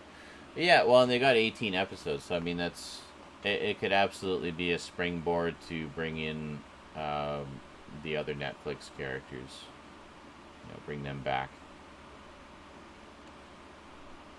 Which I think would be great. Totally great. I'll always go to Sigourney Weaver in the Alien movies. Yeah, Ripley was an exceptionally strong, well-written character who existed because of her traits, not her gender. Yes. And did you know that Lambert, the character of Lambert, was actually meant to be a trans character in 1979? Yeah. There's a little computer screen on in the second one that indicates that she used to be male. So, kind of interesting. So I don't know if that was the original intent in the first one, of course, but still, even if not, 1986 when the second one came out, that's still pretty, you know, ahead of their time with that. And it's not even put in your face. It's just like it's in the it's in her bio when it comes up on the screen, you know. Well, I mean, yeah, Alien 3, the assembly cut is definitely the way to go with that. It presents a much more complete story. Resurrection, I see people shit on Resurrection all the time. I didn't think Resurrection was that bad. There are aspects of it that really rub me the wrong way, though. Not the least of which being H.R. Giger not getting credit for the original Alien design. And also, why the fuck didn't they just hire Giger to do all those, you know, failed Ripley experiments and stuff like that Like, it would have been so much better, you know? And can you imagine if Giger had done the design of the human-alien hybrid? How much more disturbing and interesting that design would have been? But no, instead they got a bunch of art school students to do, like, fucking Giger-esque wannabe shit, which was okay, but all I could think of while I was looking at all those failed experiments was, why didn't they just hire Giger? He would have made this so much more disturbing, you know, the way it should have been. It was supposed to be a shocker moment, and it just wasn't as shocking as I felt it could have been. And I hated the design of the human-alien hybrid. But I thought it was a ridiculous design. But there were other aspects of it that I really liked. I liked the sort of, I don't know what you want to call it, space mercenary guys, whatever, that whole crew. I liked that group of characters. There's kind of a motley band of, you know, criminals. Loved Sigourney Weaver in it, of course. But you know, there were things to like in it, but it's definitely not as strong as the first two by any stretch. But yeah, it's all about the first two. Rubbed you all the wrong ways. Yeah. Have you seen the assembly cut of that? Or have you only seen the theatrical cut?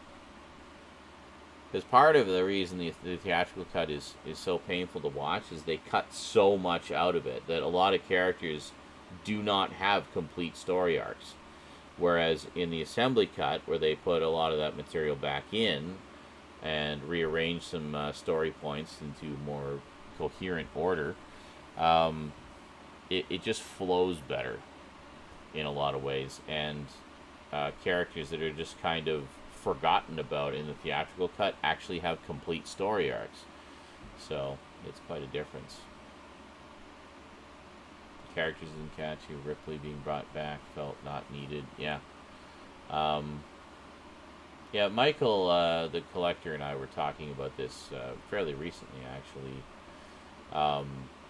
That the main thing that always rubbed me the wrong way about Alien 3 was I hated it as a continuation of Aliens, because I felt like they really did Ripley, or they really did Newt and Hicks dirty with that one. But if it had just been, say, not a Ripley story, but just been a story set on the prison planet with just new characters, I probably wouldn't have had a problem with it. It would have been fine. Hey, thanks, Master Damien. Thank you very much. 11 years. It's awesome, dude. Appreciate it.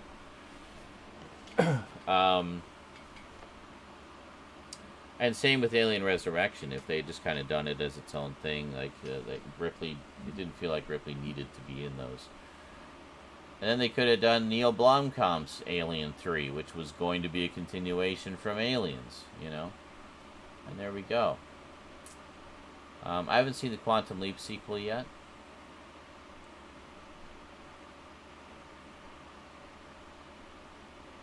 Wes says there's a non-binary character in it, so the man babies got all uptight about it. Of course they did. I'll have to check it out.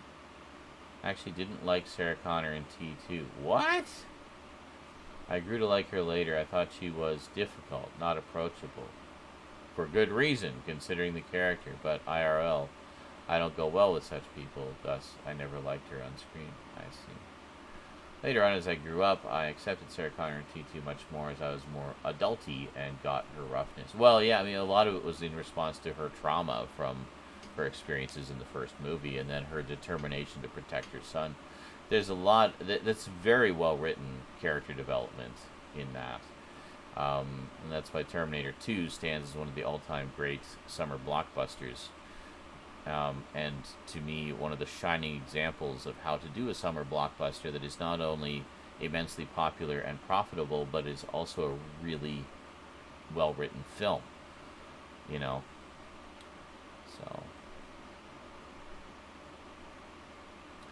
I don't look like I aged. Well, thank you. Probably just put on a few more pounds, but you know, what can I say? I love my pork chops.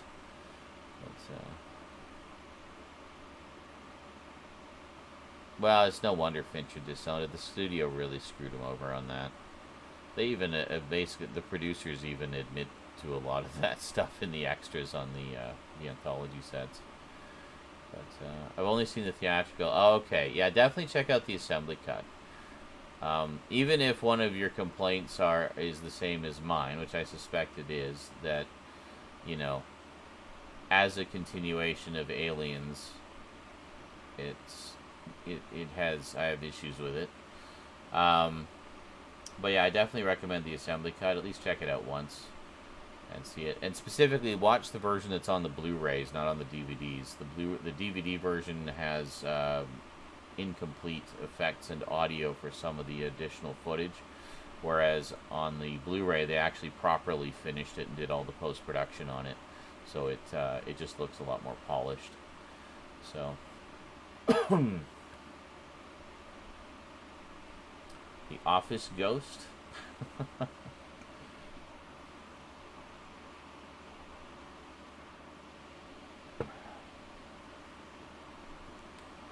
Actually enjoyed the new Quantum Leap show. If you liked the original, I think you'll like the new one. It takes place 30 years after Sam was last seen. Yeah, and see, that's interesting to me that they're doing it as a sequel, not as a remake, and I like that. I kind of like that trend that we've seen in recent years, where they have they do continuations to our old beloved franchises rather than just rebooting them, you know. So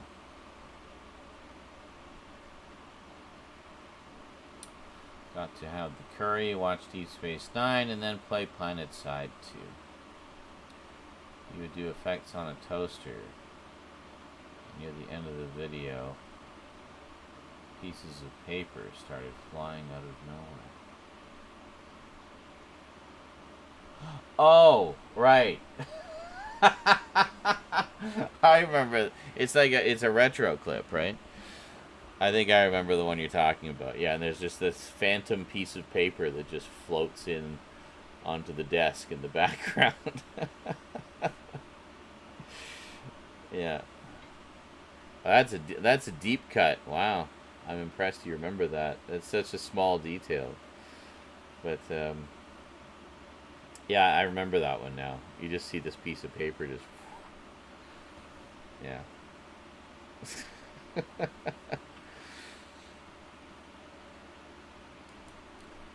Yeah, I think people pointed that out to me when I was editing the video. It's like, what the hell was that? What? A piece of paper. It just like appeared out of nowhere. Oh, yeah.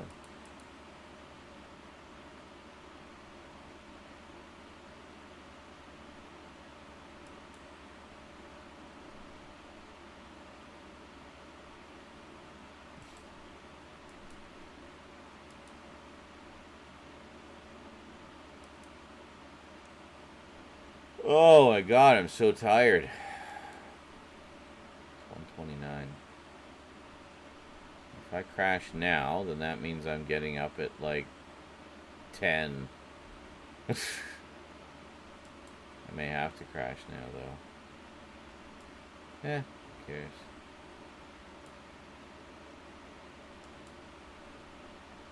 Living by a regular schedule is for the weak.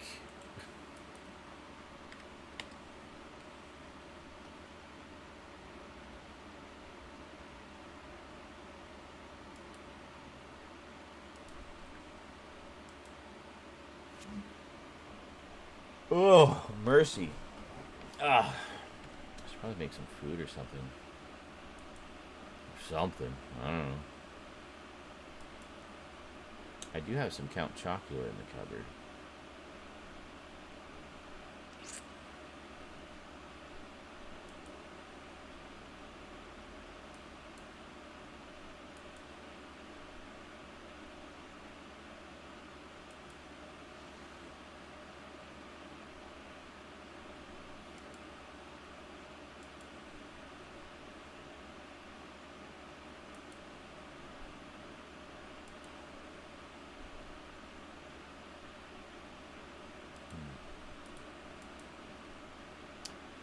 Could maybe get some Count Chocula and finish watching the Munsters.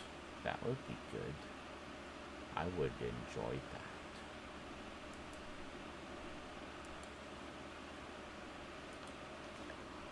Whew. And then pass out.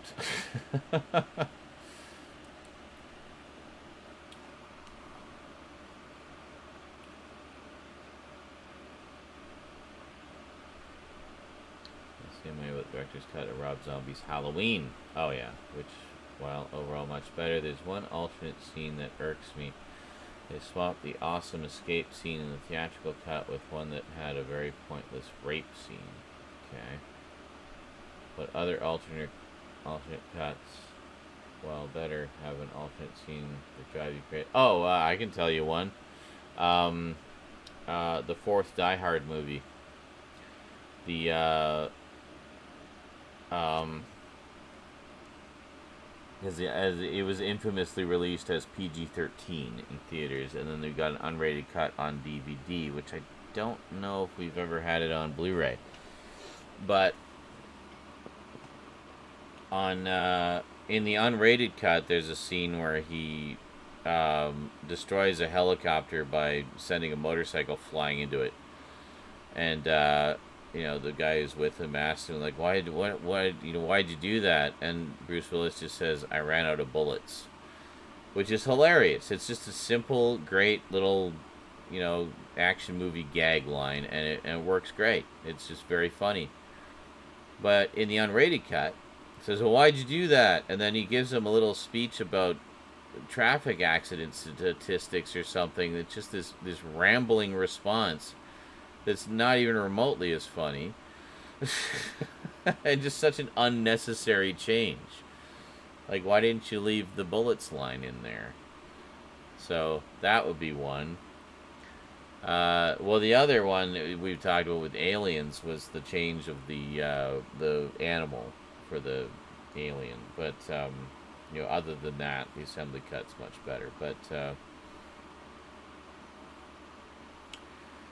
no, I don't think it is much different than the PG-13 cut. So you're not really missing much. A few more F-bombs, a little bit more blood, and a couple of alternate lines. But, yeah, it's kind of weird. Now I can't remember which one I have. I have to check. Hold on. It's been so long since I watched it. Let's see here.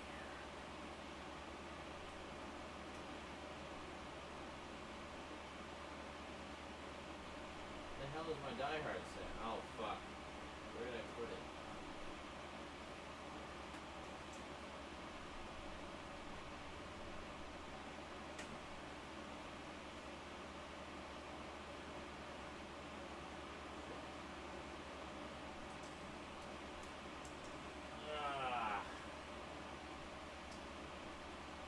Damn it. See, this is why I gotta reorganize my collection.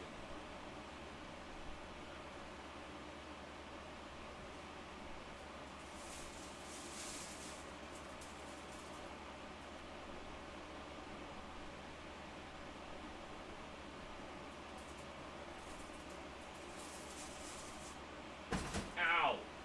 Oh, here it is.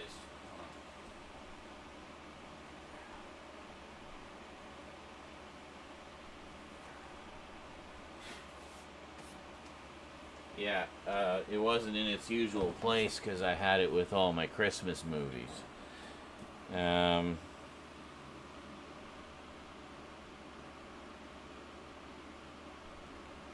Yeah, Live Free or Die Hard. So which one is it? This is an annoyingly tight slipcover. Stop hurting myself. Yeah.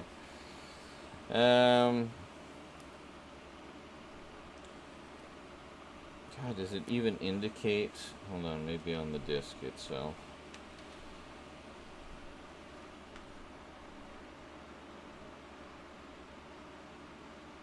It doesn't even say. Well, what the shit? Does it say on the slipcover?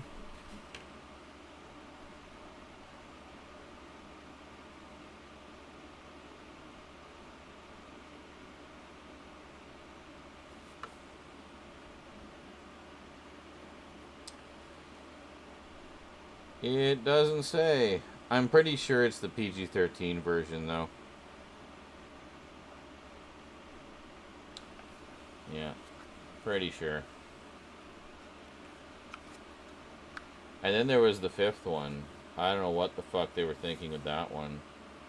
It was just, it was just so awful. Like, it was just such a by-the-numbers action movie. Like, it didn't even feel like a Die Hard movie, you know?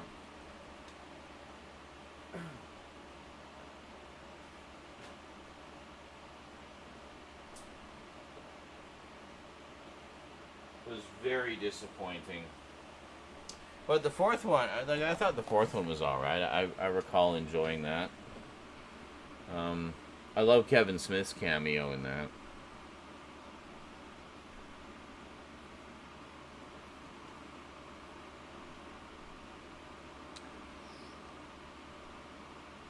You see, director's cut of Army of Darkness is better and more Evil Dead-like. Yeah, well, and it has, I like having the longer confrontations with the skeleton warriors and with all the mini ashes and stuff like that. Like, I prefer the line in the theatrical cut where he says, "Good, bad, I'm the guy with the gun." In the director's cut, he says, "I ain't that good." Yeah. Well, and also the theatrical cut gives us the S-Mart ending, which is where a lot of Ash's famous lines come from. Whereas in the director's cut, we get the Apocalypse ending. Like a hybrid cut of sort for Army of Darkness, mostly the director's cut. That line put back in. Some other scenes that didn't make it, most importantly, the canon ending. Yeah. You say Aliens would be an example of a definitive director's cut. Meaning, what, the extended one? I think the extended versions of both Aliens and Terminator 2 are vastly superior to the theatrical. The theatrical cuts are fine. I mean, they run, you know, they run at a good clip, and they're nice, fast-paced sci-fi actioners. But I just feel in terms of plot and story development, and like in character development, the extended versions are better. You know, the big key thing in Aliens being finding out about Ripley's daughter. It just gives a whole other layer to her wanting to save Newt and everything. And then Terminator 2, the whole thing about them resetting the chip so that he can learn. It adds another layer to, you know, there's a very distinct before and after point to when he starts to actually learn from what, you know, the human qualities and whatnot that John is trying to teach him. Apocalypse Now. There's like 3 cuts of Apocalypse Now. I haven't seen the latest one, but I do. The one I have is the Blu-ray set that has the theatrical cut and the Redux version. It's a bit of a mixed bag for me. I feel like in that case the theatrical version is the better version. It's tighter and flows better, but there are some moments in the Redux version that I would have liked to see. So I haven't seen was it the final cut or whatever it is, the latest one that he did? I haven't seen that version yet, so I don't know how it compares to the other two. But I found that the Redux version was almost too much. Like, it was definitely a case of more, not necessarily being better. And it seemed like it kind of dragged a bit. Whereas the original version goes at a pretty good clip, I think. So, I don't know. I'd like to see the new cut. I've not seen the Beyond the Door movies, no. 1977, eh? Sounds familiar, but... I remember when some Rune on Twitter said that the scene about Ripley's daughter was irrelevant and made no difference to the plot. Oh my god, yeah. I think, didn't you and I both get into it with that guy? Or did we just sit back and watch the rest of the Twitterverse pounce on him? I can't remember. But, yeah, I remember just being... I do remember being enraged by that. Like, such a blockheaded thing to say when it is very clearly untrue. I had actually I had an argument with a guy on the fuck was it? Might have been Blu-ray.com. No, Blu-ray.com. I got in an argument with a guy who insisted that X-Men: The Last Stand was the best X-Men movie.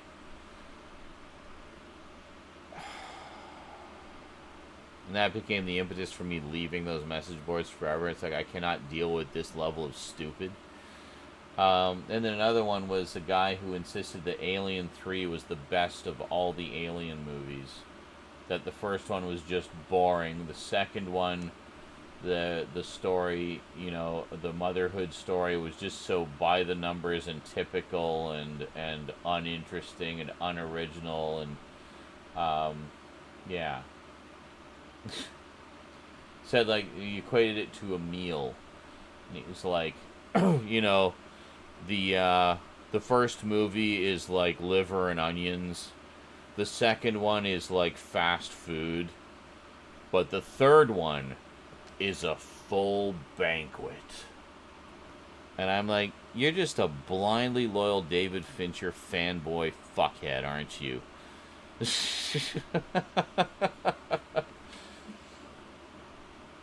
These like people who are just blindly loyal to directors they like. It's like, you know what?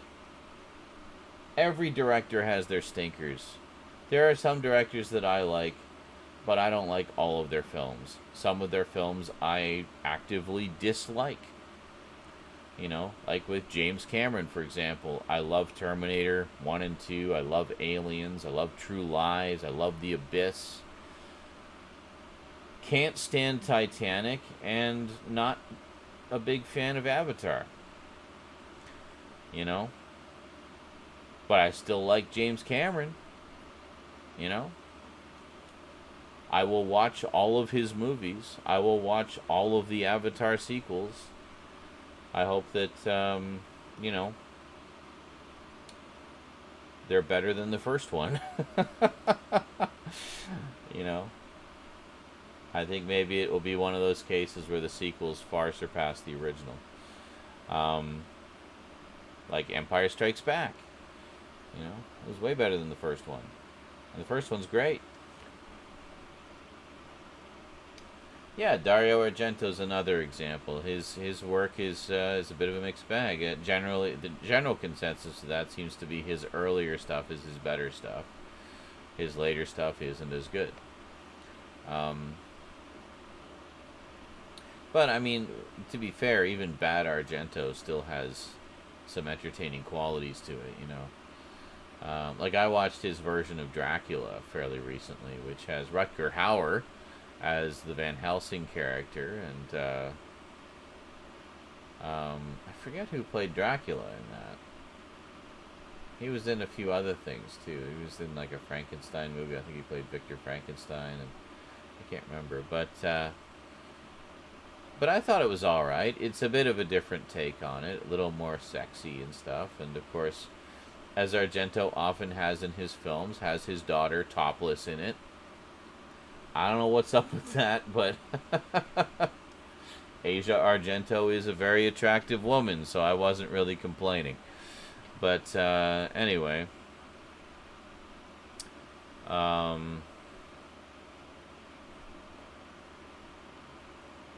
it's like trying to debate who the best Robin is.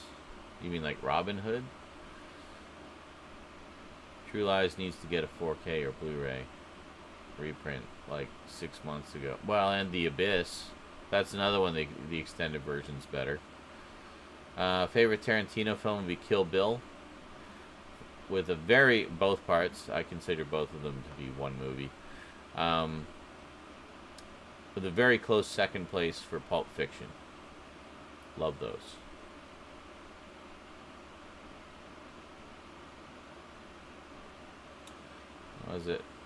Who was it that did The Counselor? Was it Cameron or Ridley Scott?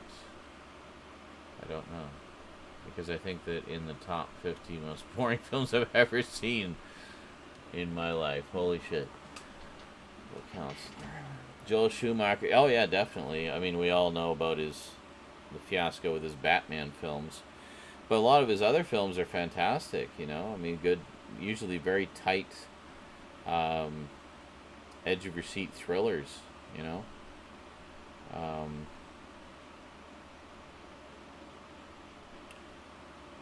I mean, Falling Down has become basically a big cult classic. Phone Booth is another one. I still haven't seen that one. I've been wanting to see that one for ages. You got Colin Farrell, and then you got Kiefer Sutherland as the crazy guy on the phone tormenting him. You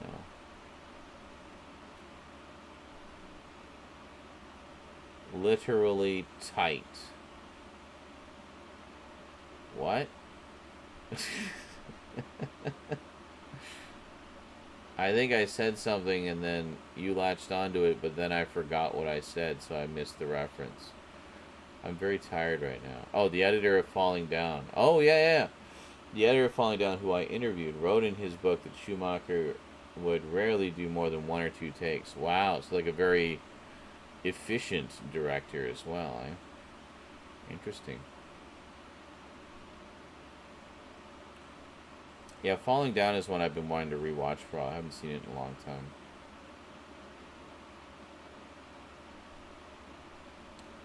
We cut the cameras so soon that it gave him almost too little to work with. Oh, wow, really? Like that? Precise.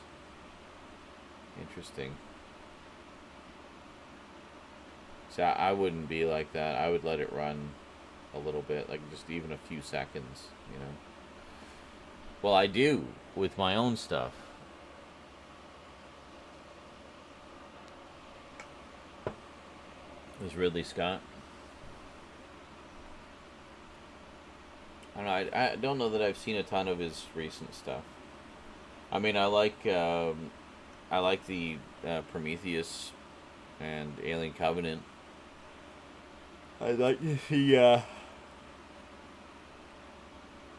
like to see a proper conclusion to that story.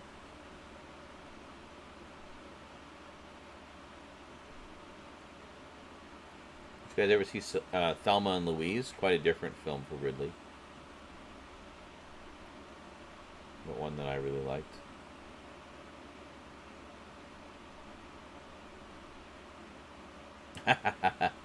Batman and Robin. We were just talking about that earlier. It's funny, I actually did get some hate comments on that, there are people who legitimately love that movie. I will never understand why, but, you know, I mean, something that didn't occur to me, I guess, and it does make a weird kind of sense, is that for some people, that may have been their introduction to Batman. So even though they recognize that it may not be the greatest film, they still have a deep nostalgic affinity for it, and were quite offended by my review. Like, I'm terribly sorry. I was not trying to shit all over your childhood. I'm just talking about the movie. Well, that's different. I mean, he sort of enjoy it ironically, as they say. That's fine. I mean, there's a lot of movies that I enjoy just, you know, for the badness. Sure. I mean, look at all the Ed Wood movies I have in my collection, you know. See, that's what I was talking about earlier, about being forgiving of films where you can feel the passion. Well, that's one of the reasons I love Ed Wood, because he was very passionate about his films. He was just incompetent as a filmmaker. So they're not well-made films. They're not even good films. They're not well-written or anything. They're terrible. But there's an honesty to them that you can't help but notice and feel. You know, there's a genuineness, a passion to them.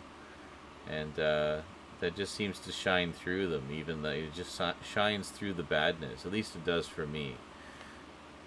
Maybe it's because I have looked at some documentaries about his life and his background, and of course seen that wonderful Tim Burton movie.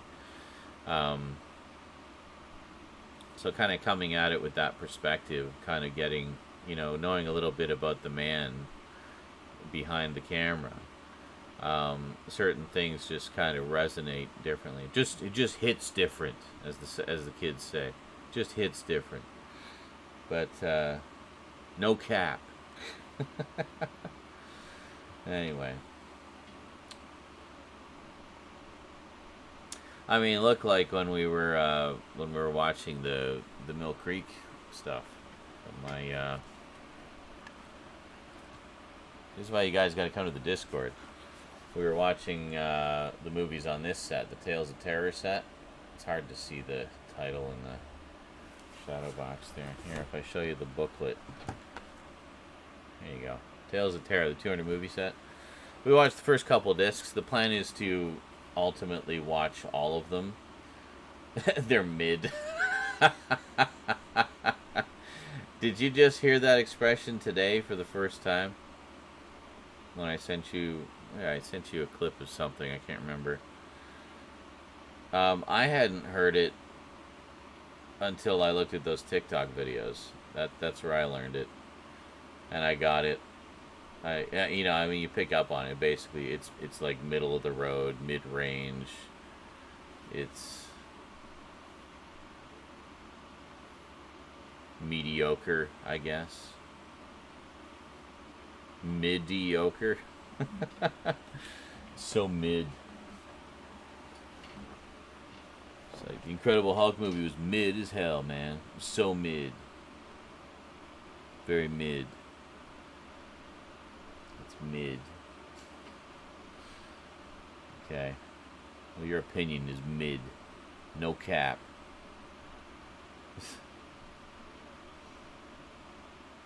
I don't know how cap became a euphemism for lie, but there it is. Got to keep up with the slang and the lingo if you want to be one of the cool kids, you know. It's been on Twitter for ages. Okay, I might have seen it in my travels, but it really just kind of got put on my radar from that onslaught of TikTok videos that Latin sent me.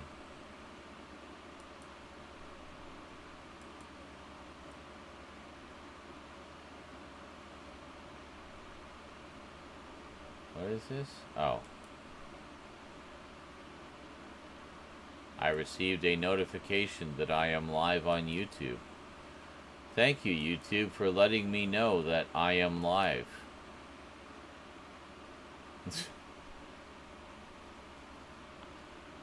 Madness. Oh, it's so crazy. That silly little YouTube short of Pandica raging about the junk riffs has over 1,300 views.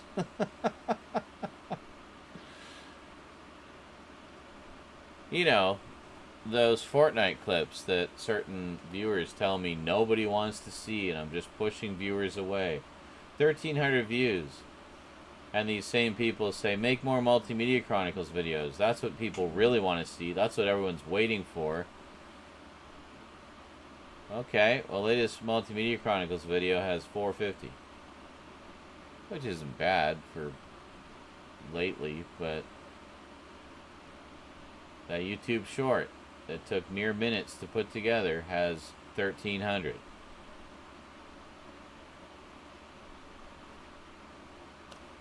Just saying.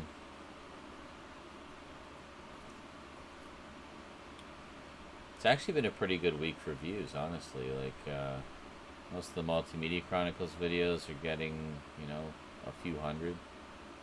And a bunch of the shorts have been doing fairly well, too, just randomly. Like, 400 or 500 views or more. Boy, it's going to be nice when they finally kick in monetization for those. Should be rolling in it by then.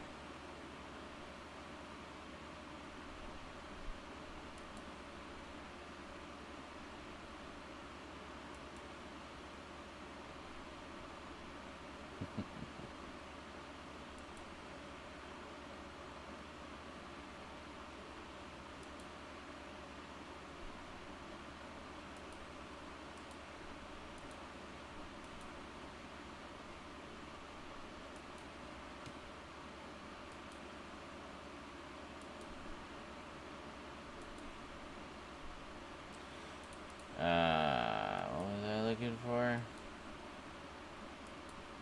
Right, there. Don't worry, I'll watch them twice. I don't know if you can spare that whole 2 minutes.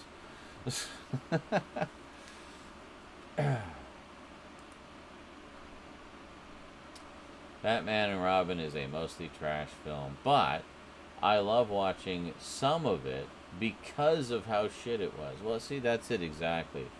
There is joy in watching things that are bad.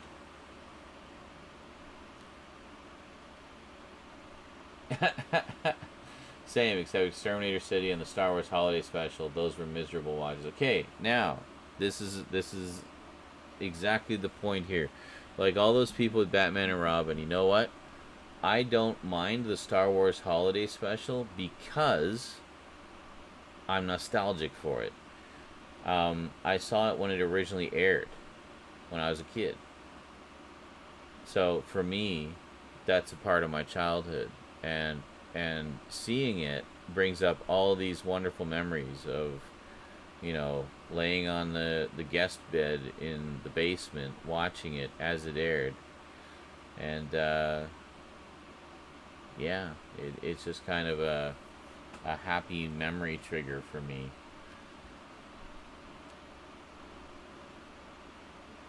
So that's that. Nostalgia. It's a powerful thing. Love them Wookiees grunting. Hell yeah.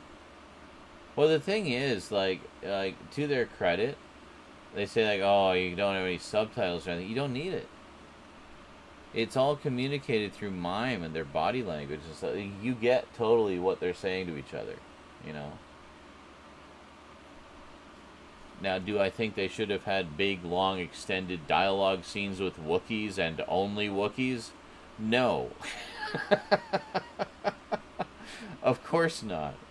But at least as a credit to the actors in those suits, they were able to convey the meaning of those scenes through their you know, through their motions and stuff. So I got to give credit where credit's due. That's not easy to do. What was it? Oh, dude, your clip of the Fortnite video from today was amazing. Panda's reaction was oh yeah, that was the one I was talking about. That's the one that's just sort of gone low-key viral. So like, okay, hey, whatever. I don't mind YouTube Shorts. I just wish they were in a separate section than the longer videos, because all the times they get lost in the shuffle on my feed. Well, I mean, you can just go to my page, click on the latest one, and it'll let you scroll through all of them. You know. So I'm thinking of maybe just putting them on their own playlists. I'd have to do it manually, though. It's a bit of a pain. And it does have a playlist, sort of, but I don't know how to really access it or whatever. The short system isn't perfect. It's hard to kind of find them sometimes. It's almost all algorithm based. So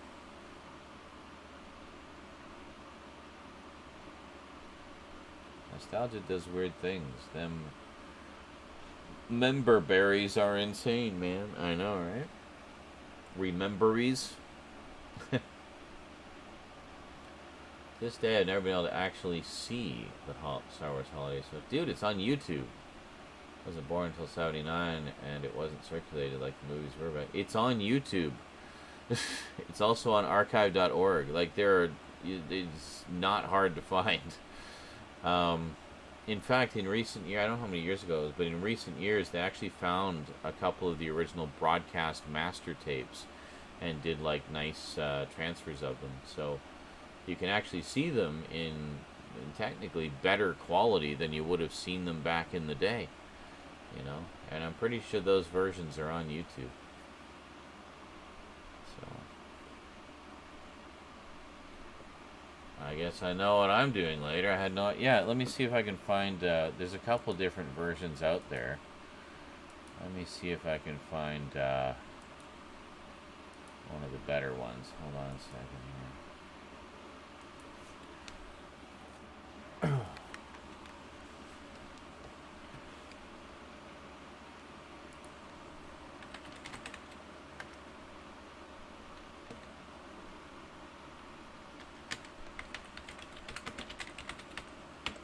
It's gloriously awful.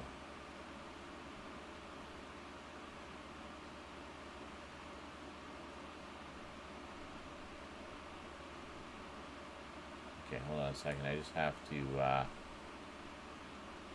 mute the sound here. Remember the time I got into the movies? Yeah.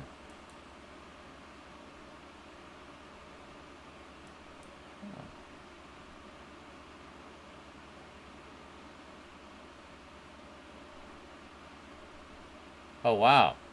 Somebody did a 60 frames per second conversion, which actually is perfect because it was all shot on video. So that actually preserves the video look very nicely. And it looks like this is taken off one of the broadcast masters. Perfect. I'm going to actually download this one. There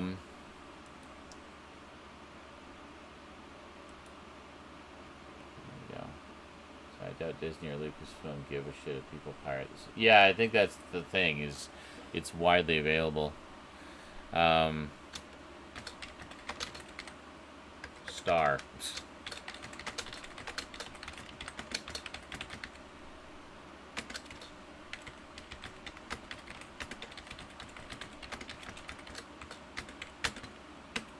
There you go. So put that in a tab for later if you want. And I'm actually going to grab this because this is even better than the version I have. I have a few different versions of it.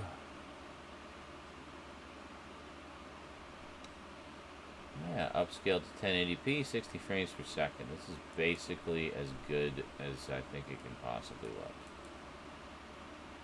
Well, let's say I don't know if they did. I don't think they did AI upscaling, but just to have the higher bitrate, I guess.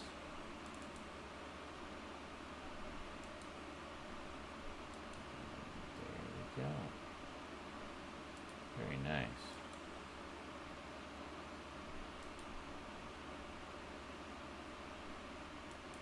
Wars. Oh yeah, this looks really good.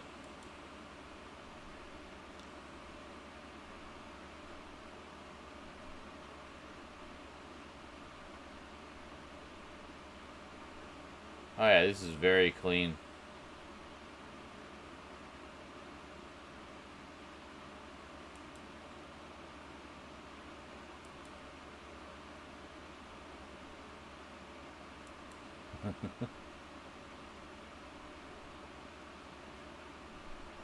That's great. It's interesting because this is the first time we ever saw Kashyyyk. And technically speaking, the holiday special is canon. At least the main story of it is. Life Day, which is the celebration that they're trying to get Chewie home for, is canon. It was mentioned in The Mandalorian. So I think The Mandalorian made it canon, actually. Canon. And also the holiday specials where we first met Boba Fett in a wonderful animated short produced by Nelvana Films, who later went on to do the Droids and Ewoks cartoons. I guess they were so impressed with their work on that, they gave them the deal for the two cartoons. Yeah, there you go. Yeah, enjoy. It's an interesting slice of Star Wars history, that's for sure. The short. Yeah, the short is the only thing that they have any interest in preserving. So thank God for enterprising fans. But yeah, this version looks really clean. Very nice quality.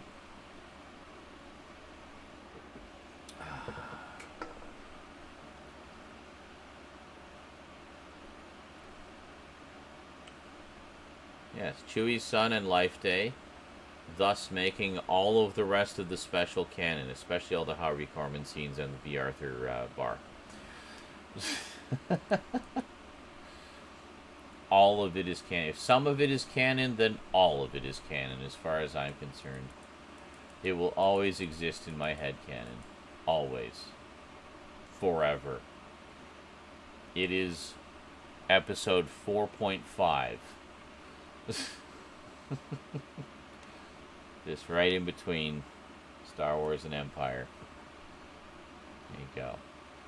Any and all rewatches will always incorporate that into the mix as the middle chapter between episodes 4 and 5, right where it should be.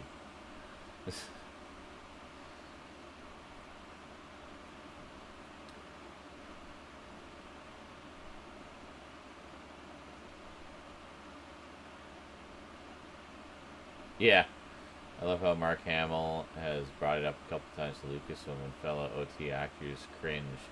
He's just like, nah, guys, we ought to own it. You should just release it on Disney Plus and as a Blu-ray extra. Yeah, there you go.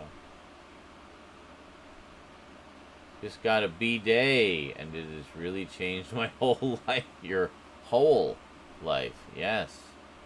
Yes, indeed. All joking aside, I hear that a lot, actually. I know a few people who, you know, experienced the wonder and splendor of B-Days and never looked back. Yes, George famously said if he could hunt down every copy and destroy it with a hammer, he would. Yes, yes indeed. Wish there was a Pepe laugh on here, or anything for that matter. Any emotes at all. True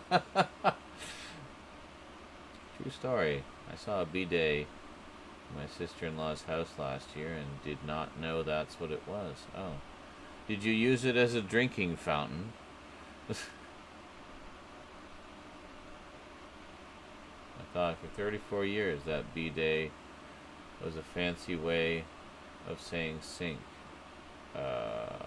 Really? You didn't realize it was a completely other device for cleaning your backside?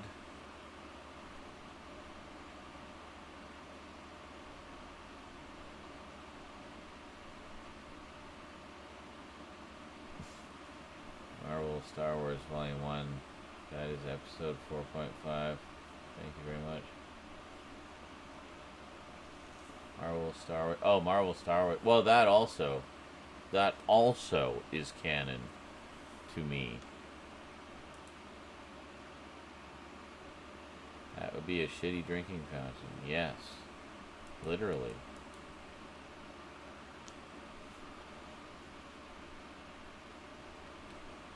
I literally looked at it and was like, the fuck is that? Oh, just for blasting your butthole with some water. Very refreshing.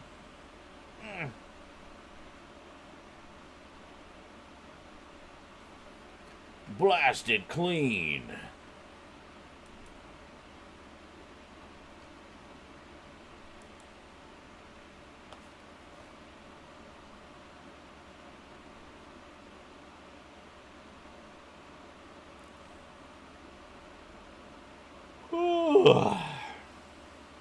Why, thank you. Good to see you, too. Mr. Insano. Need the 3 shells. God damn it, YouTube. Stop being such prudes with the comments. Just a little cussing. It's alright. At least I got the weary emote that looks more like an O-face orgasm emote. Yeah. Or the, all those sounds in Dark Souls that your character makes. It's like, why does he sound like he's having just the most intense orgasm every time he gets hit with something? It's like, thunk. Oh.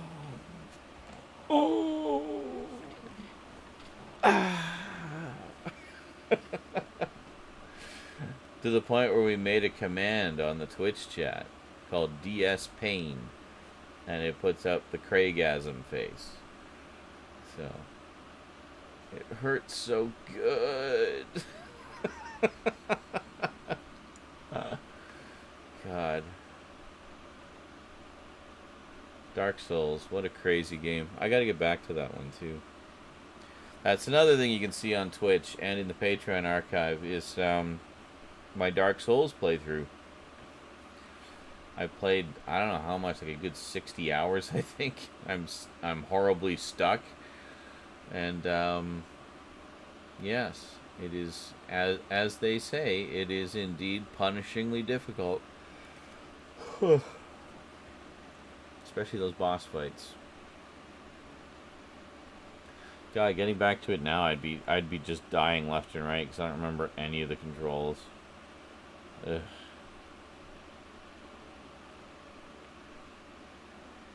Perhaps one day. Meanwhile, over on Twitch, we've started playing Halloween stuff. Just started playing Resident Evil Village, so I hope some of you will come by for that.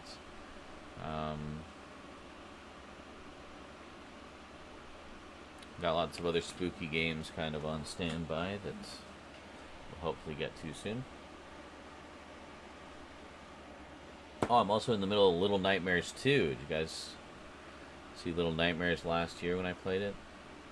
Really, really good. Oh yeah, I'm really enjoying Village. It's very good. Very scary. Yes, I saw the first time you said that, Raz.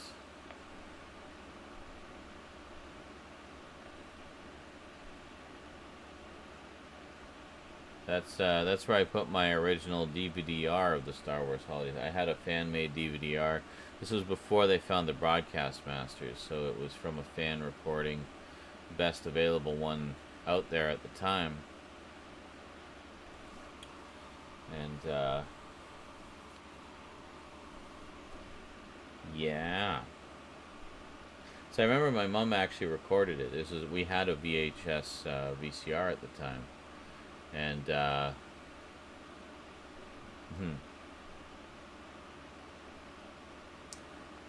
and she recorded it, but then years later she was taping over a lot of her old tapes, and I liberated whichever ones I could, which hadn't already been taped over. That was how I got. You guys might recall I got that VHS tape of it has Flash Gordon and the extended network TV cut of Superman the movie.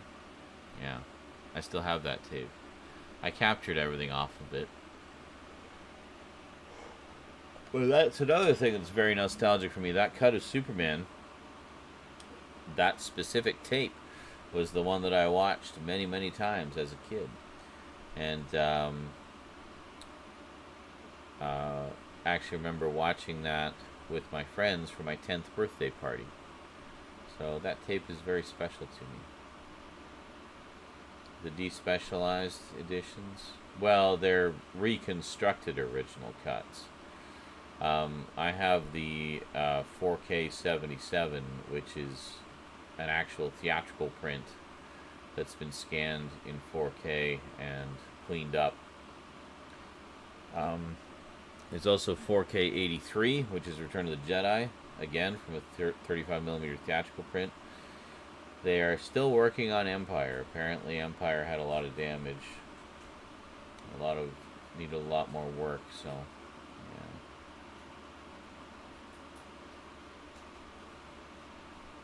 yeah, so like the 4K film scans for the purest experience. So I think I grabbed the non-DNR version of the first one. I don't have the disk space to get the second one yet. Each one is like 60 gigs, I think. So, Laserdisc player. Oh, okay. What you doing? Hey. Hey, kitties. Why are you scratching the door? No, no, no. No, no, no, no, no. There.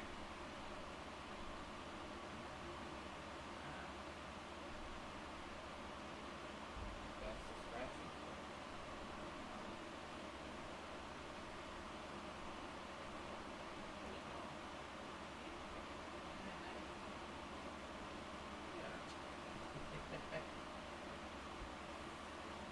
Kitties have been snoozing all day. They just got up.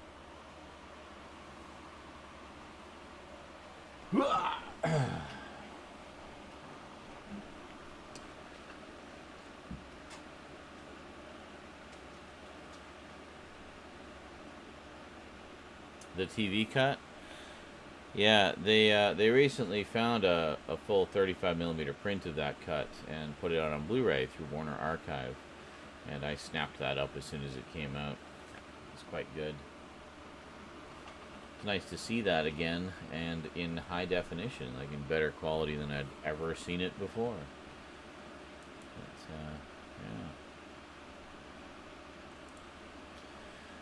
yeah. Anywho, guys, I think I shall depart. So if there's any last-minute super thanks or donos you want to drop into the pot, now's your chance.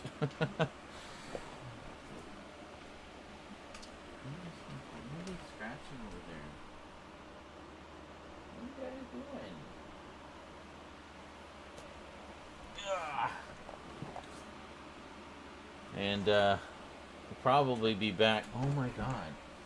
Cats. Hey! Stop that. Use this. Yes. Use that. Not the door frame. I don't know why they're so, like, fixated on scratching the door frame. It's annoying. I don't know how to get them to stop doing that. But, is it really enjoying Lois and Clark? God, I wish Henry Cavill had gotten the treat that show. What? Has, and have him play a more proper suit. Holy shit. Stop it. Stop it. Do not scratch the door frame. You have a scratching post right there. No.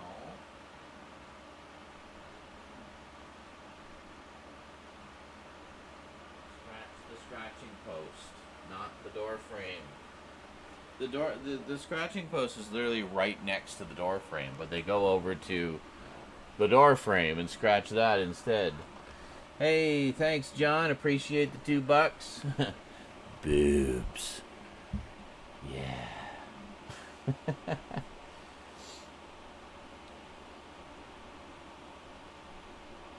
It's like they've been sleeping all day and just chilling, and then, okay, waking up, going to be as annoying as possible.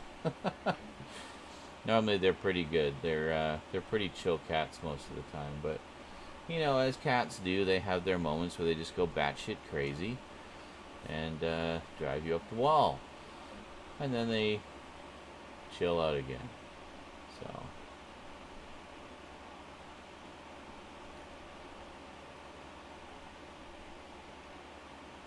I remember this time I think Predator Blu-ray ranted about DNR. Predator on Blu-ray is a DNR disaster of patent proportions. Yeah, it's a line I randomly remember, and I don't know why. I don't know. Who knows why certain things just kind of stick in our heads, eh? So sick of people saying you can't be a boy. What are you going on about, Michael? Superman. Okay, got you. He's like randomly going off about Superman. I was literally just mentioning my old VHS tapes. But, nice shame that's not on the 4K I just bought with that. I bought that upgrade not long ago. Spray bottle deters my cats from the... Oh yeah, no, I know. We have, I don't know where it is. We have one of those. Although the one cat, the boy cat, Church, is the real troublemaker. He's the one who's, you know, the most defiant. Eclipse, the girl cat, is much more chill and tends not to get into things. But she sees her brother doing stuff, and then she starts doing it too. So he's like totally a bad influence on her. But he's become a little resistant to the spray bottle. There has been times when he's been acting up particularly, so we've just been like dousing him with the frickin' spray bottle. And he'll be like just dripping, and he'll go back and start scratching at the door frame again. You know, it's like just go right back. Just a little stinker. He's in his rebellious phase, I guess. I don't know, but anyway.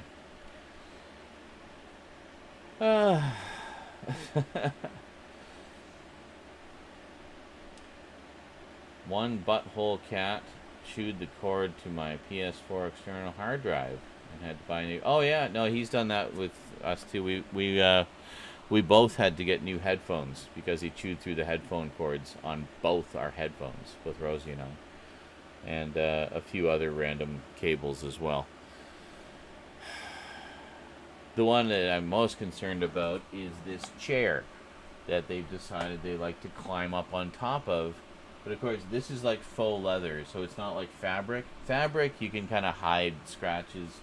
This you can't, because it's like faux leather. Once it's scratched forever, and it's just fucked. It's like a $300 chair. I really don't want it shredded, you know? There's so many other things that I don't mind them scratching. We got like some old furniture that, you know, is in pieces that they like to climb on and has some cushions that they can scratch on and stuff like that. And that's fine. They can do that all they want. I don't care. But, yeah. Anyway. They're still young. They're under a year old. So we're still kind of, you know, they're still learning what they are and aren't allowed to do. So. You take the good with the annoying when you get pets, right? Anyway, I'm gonna head off because I'm really tired and kind of hungry and stuff like that. So, anyway, thanks very much for joining me, guys. Hope you had a good time. Let's do this again sometime. Otherwise, feel free to join us over on Twitch. I stream there most often. And, yeah, had a pretty good stream today. Got jack shit done for work, but hey, we had some good conversation. Had a few donos, which is great. So slowly creeping towards rent money. Here's hoping. And whole bunch of super thanks and just a whole lot of good conversation. All right. So take care, everybody. Thanks for joining me. I'll see you next time. Until then, thanks for watching, and sayonara.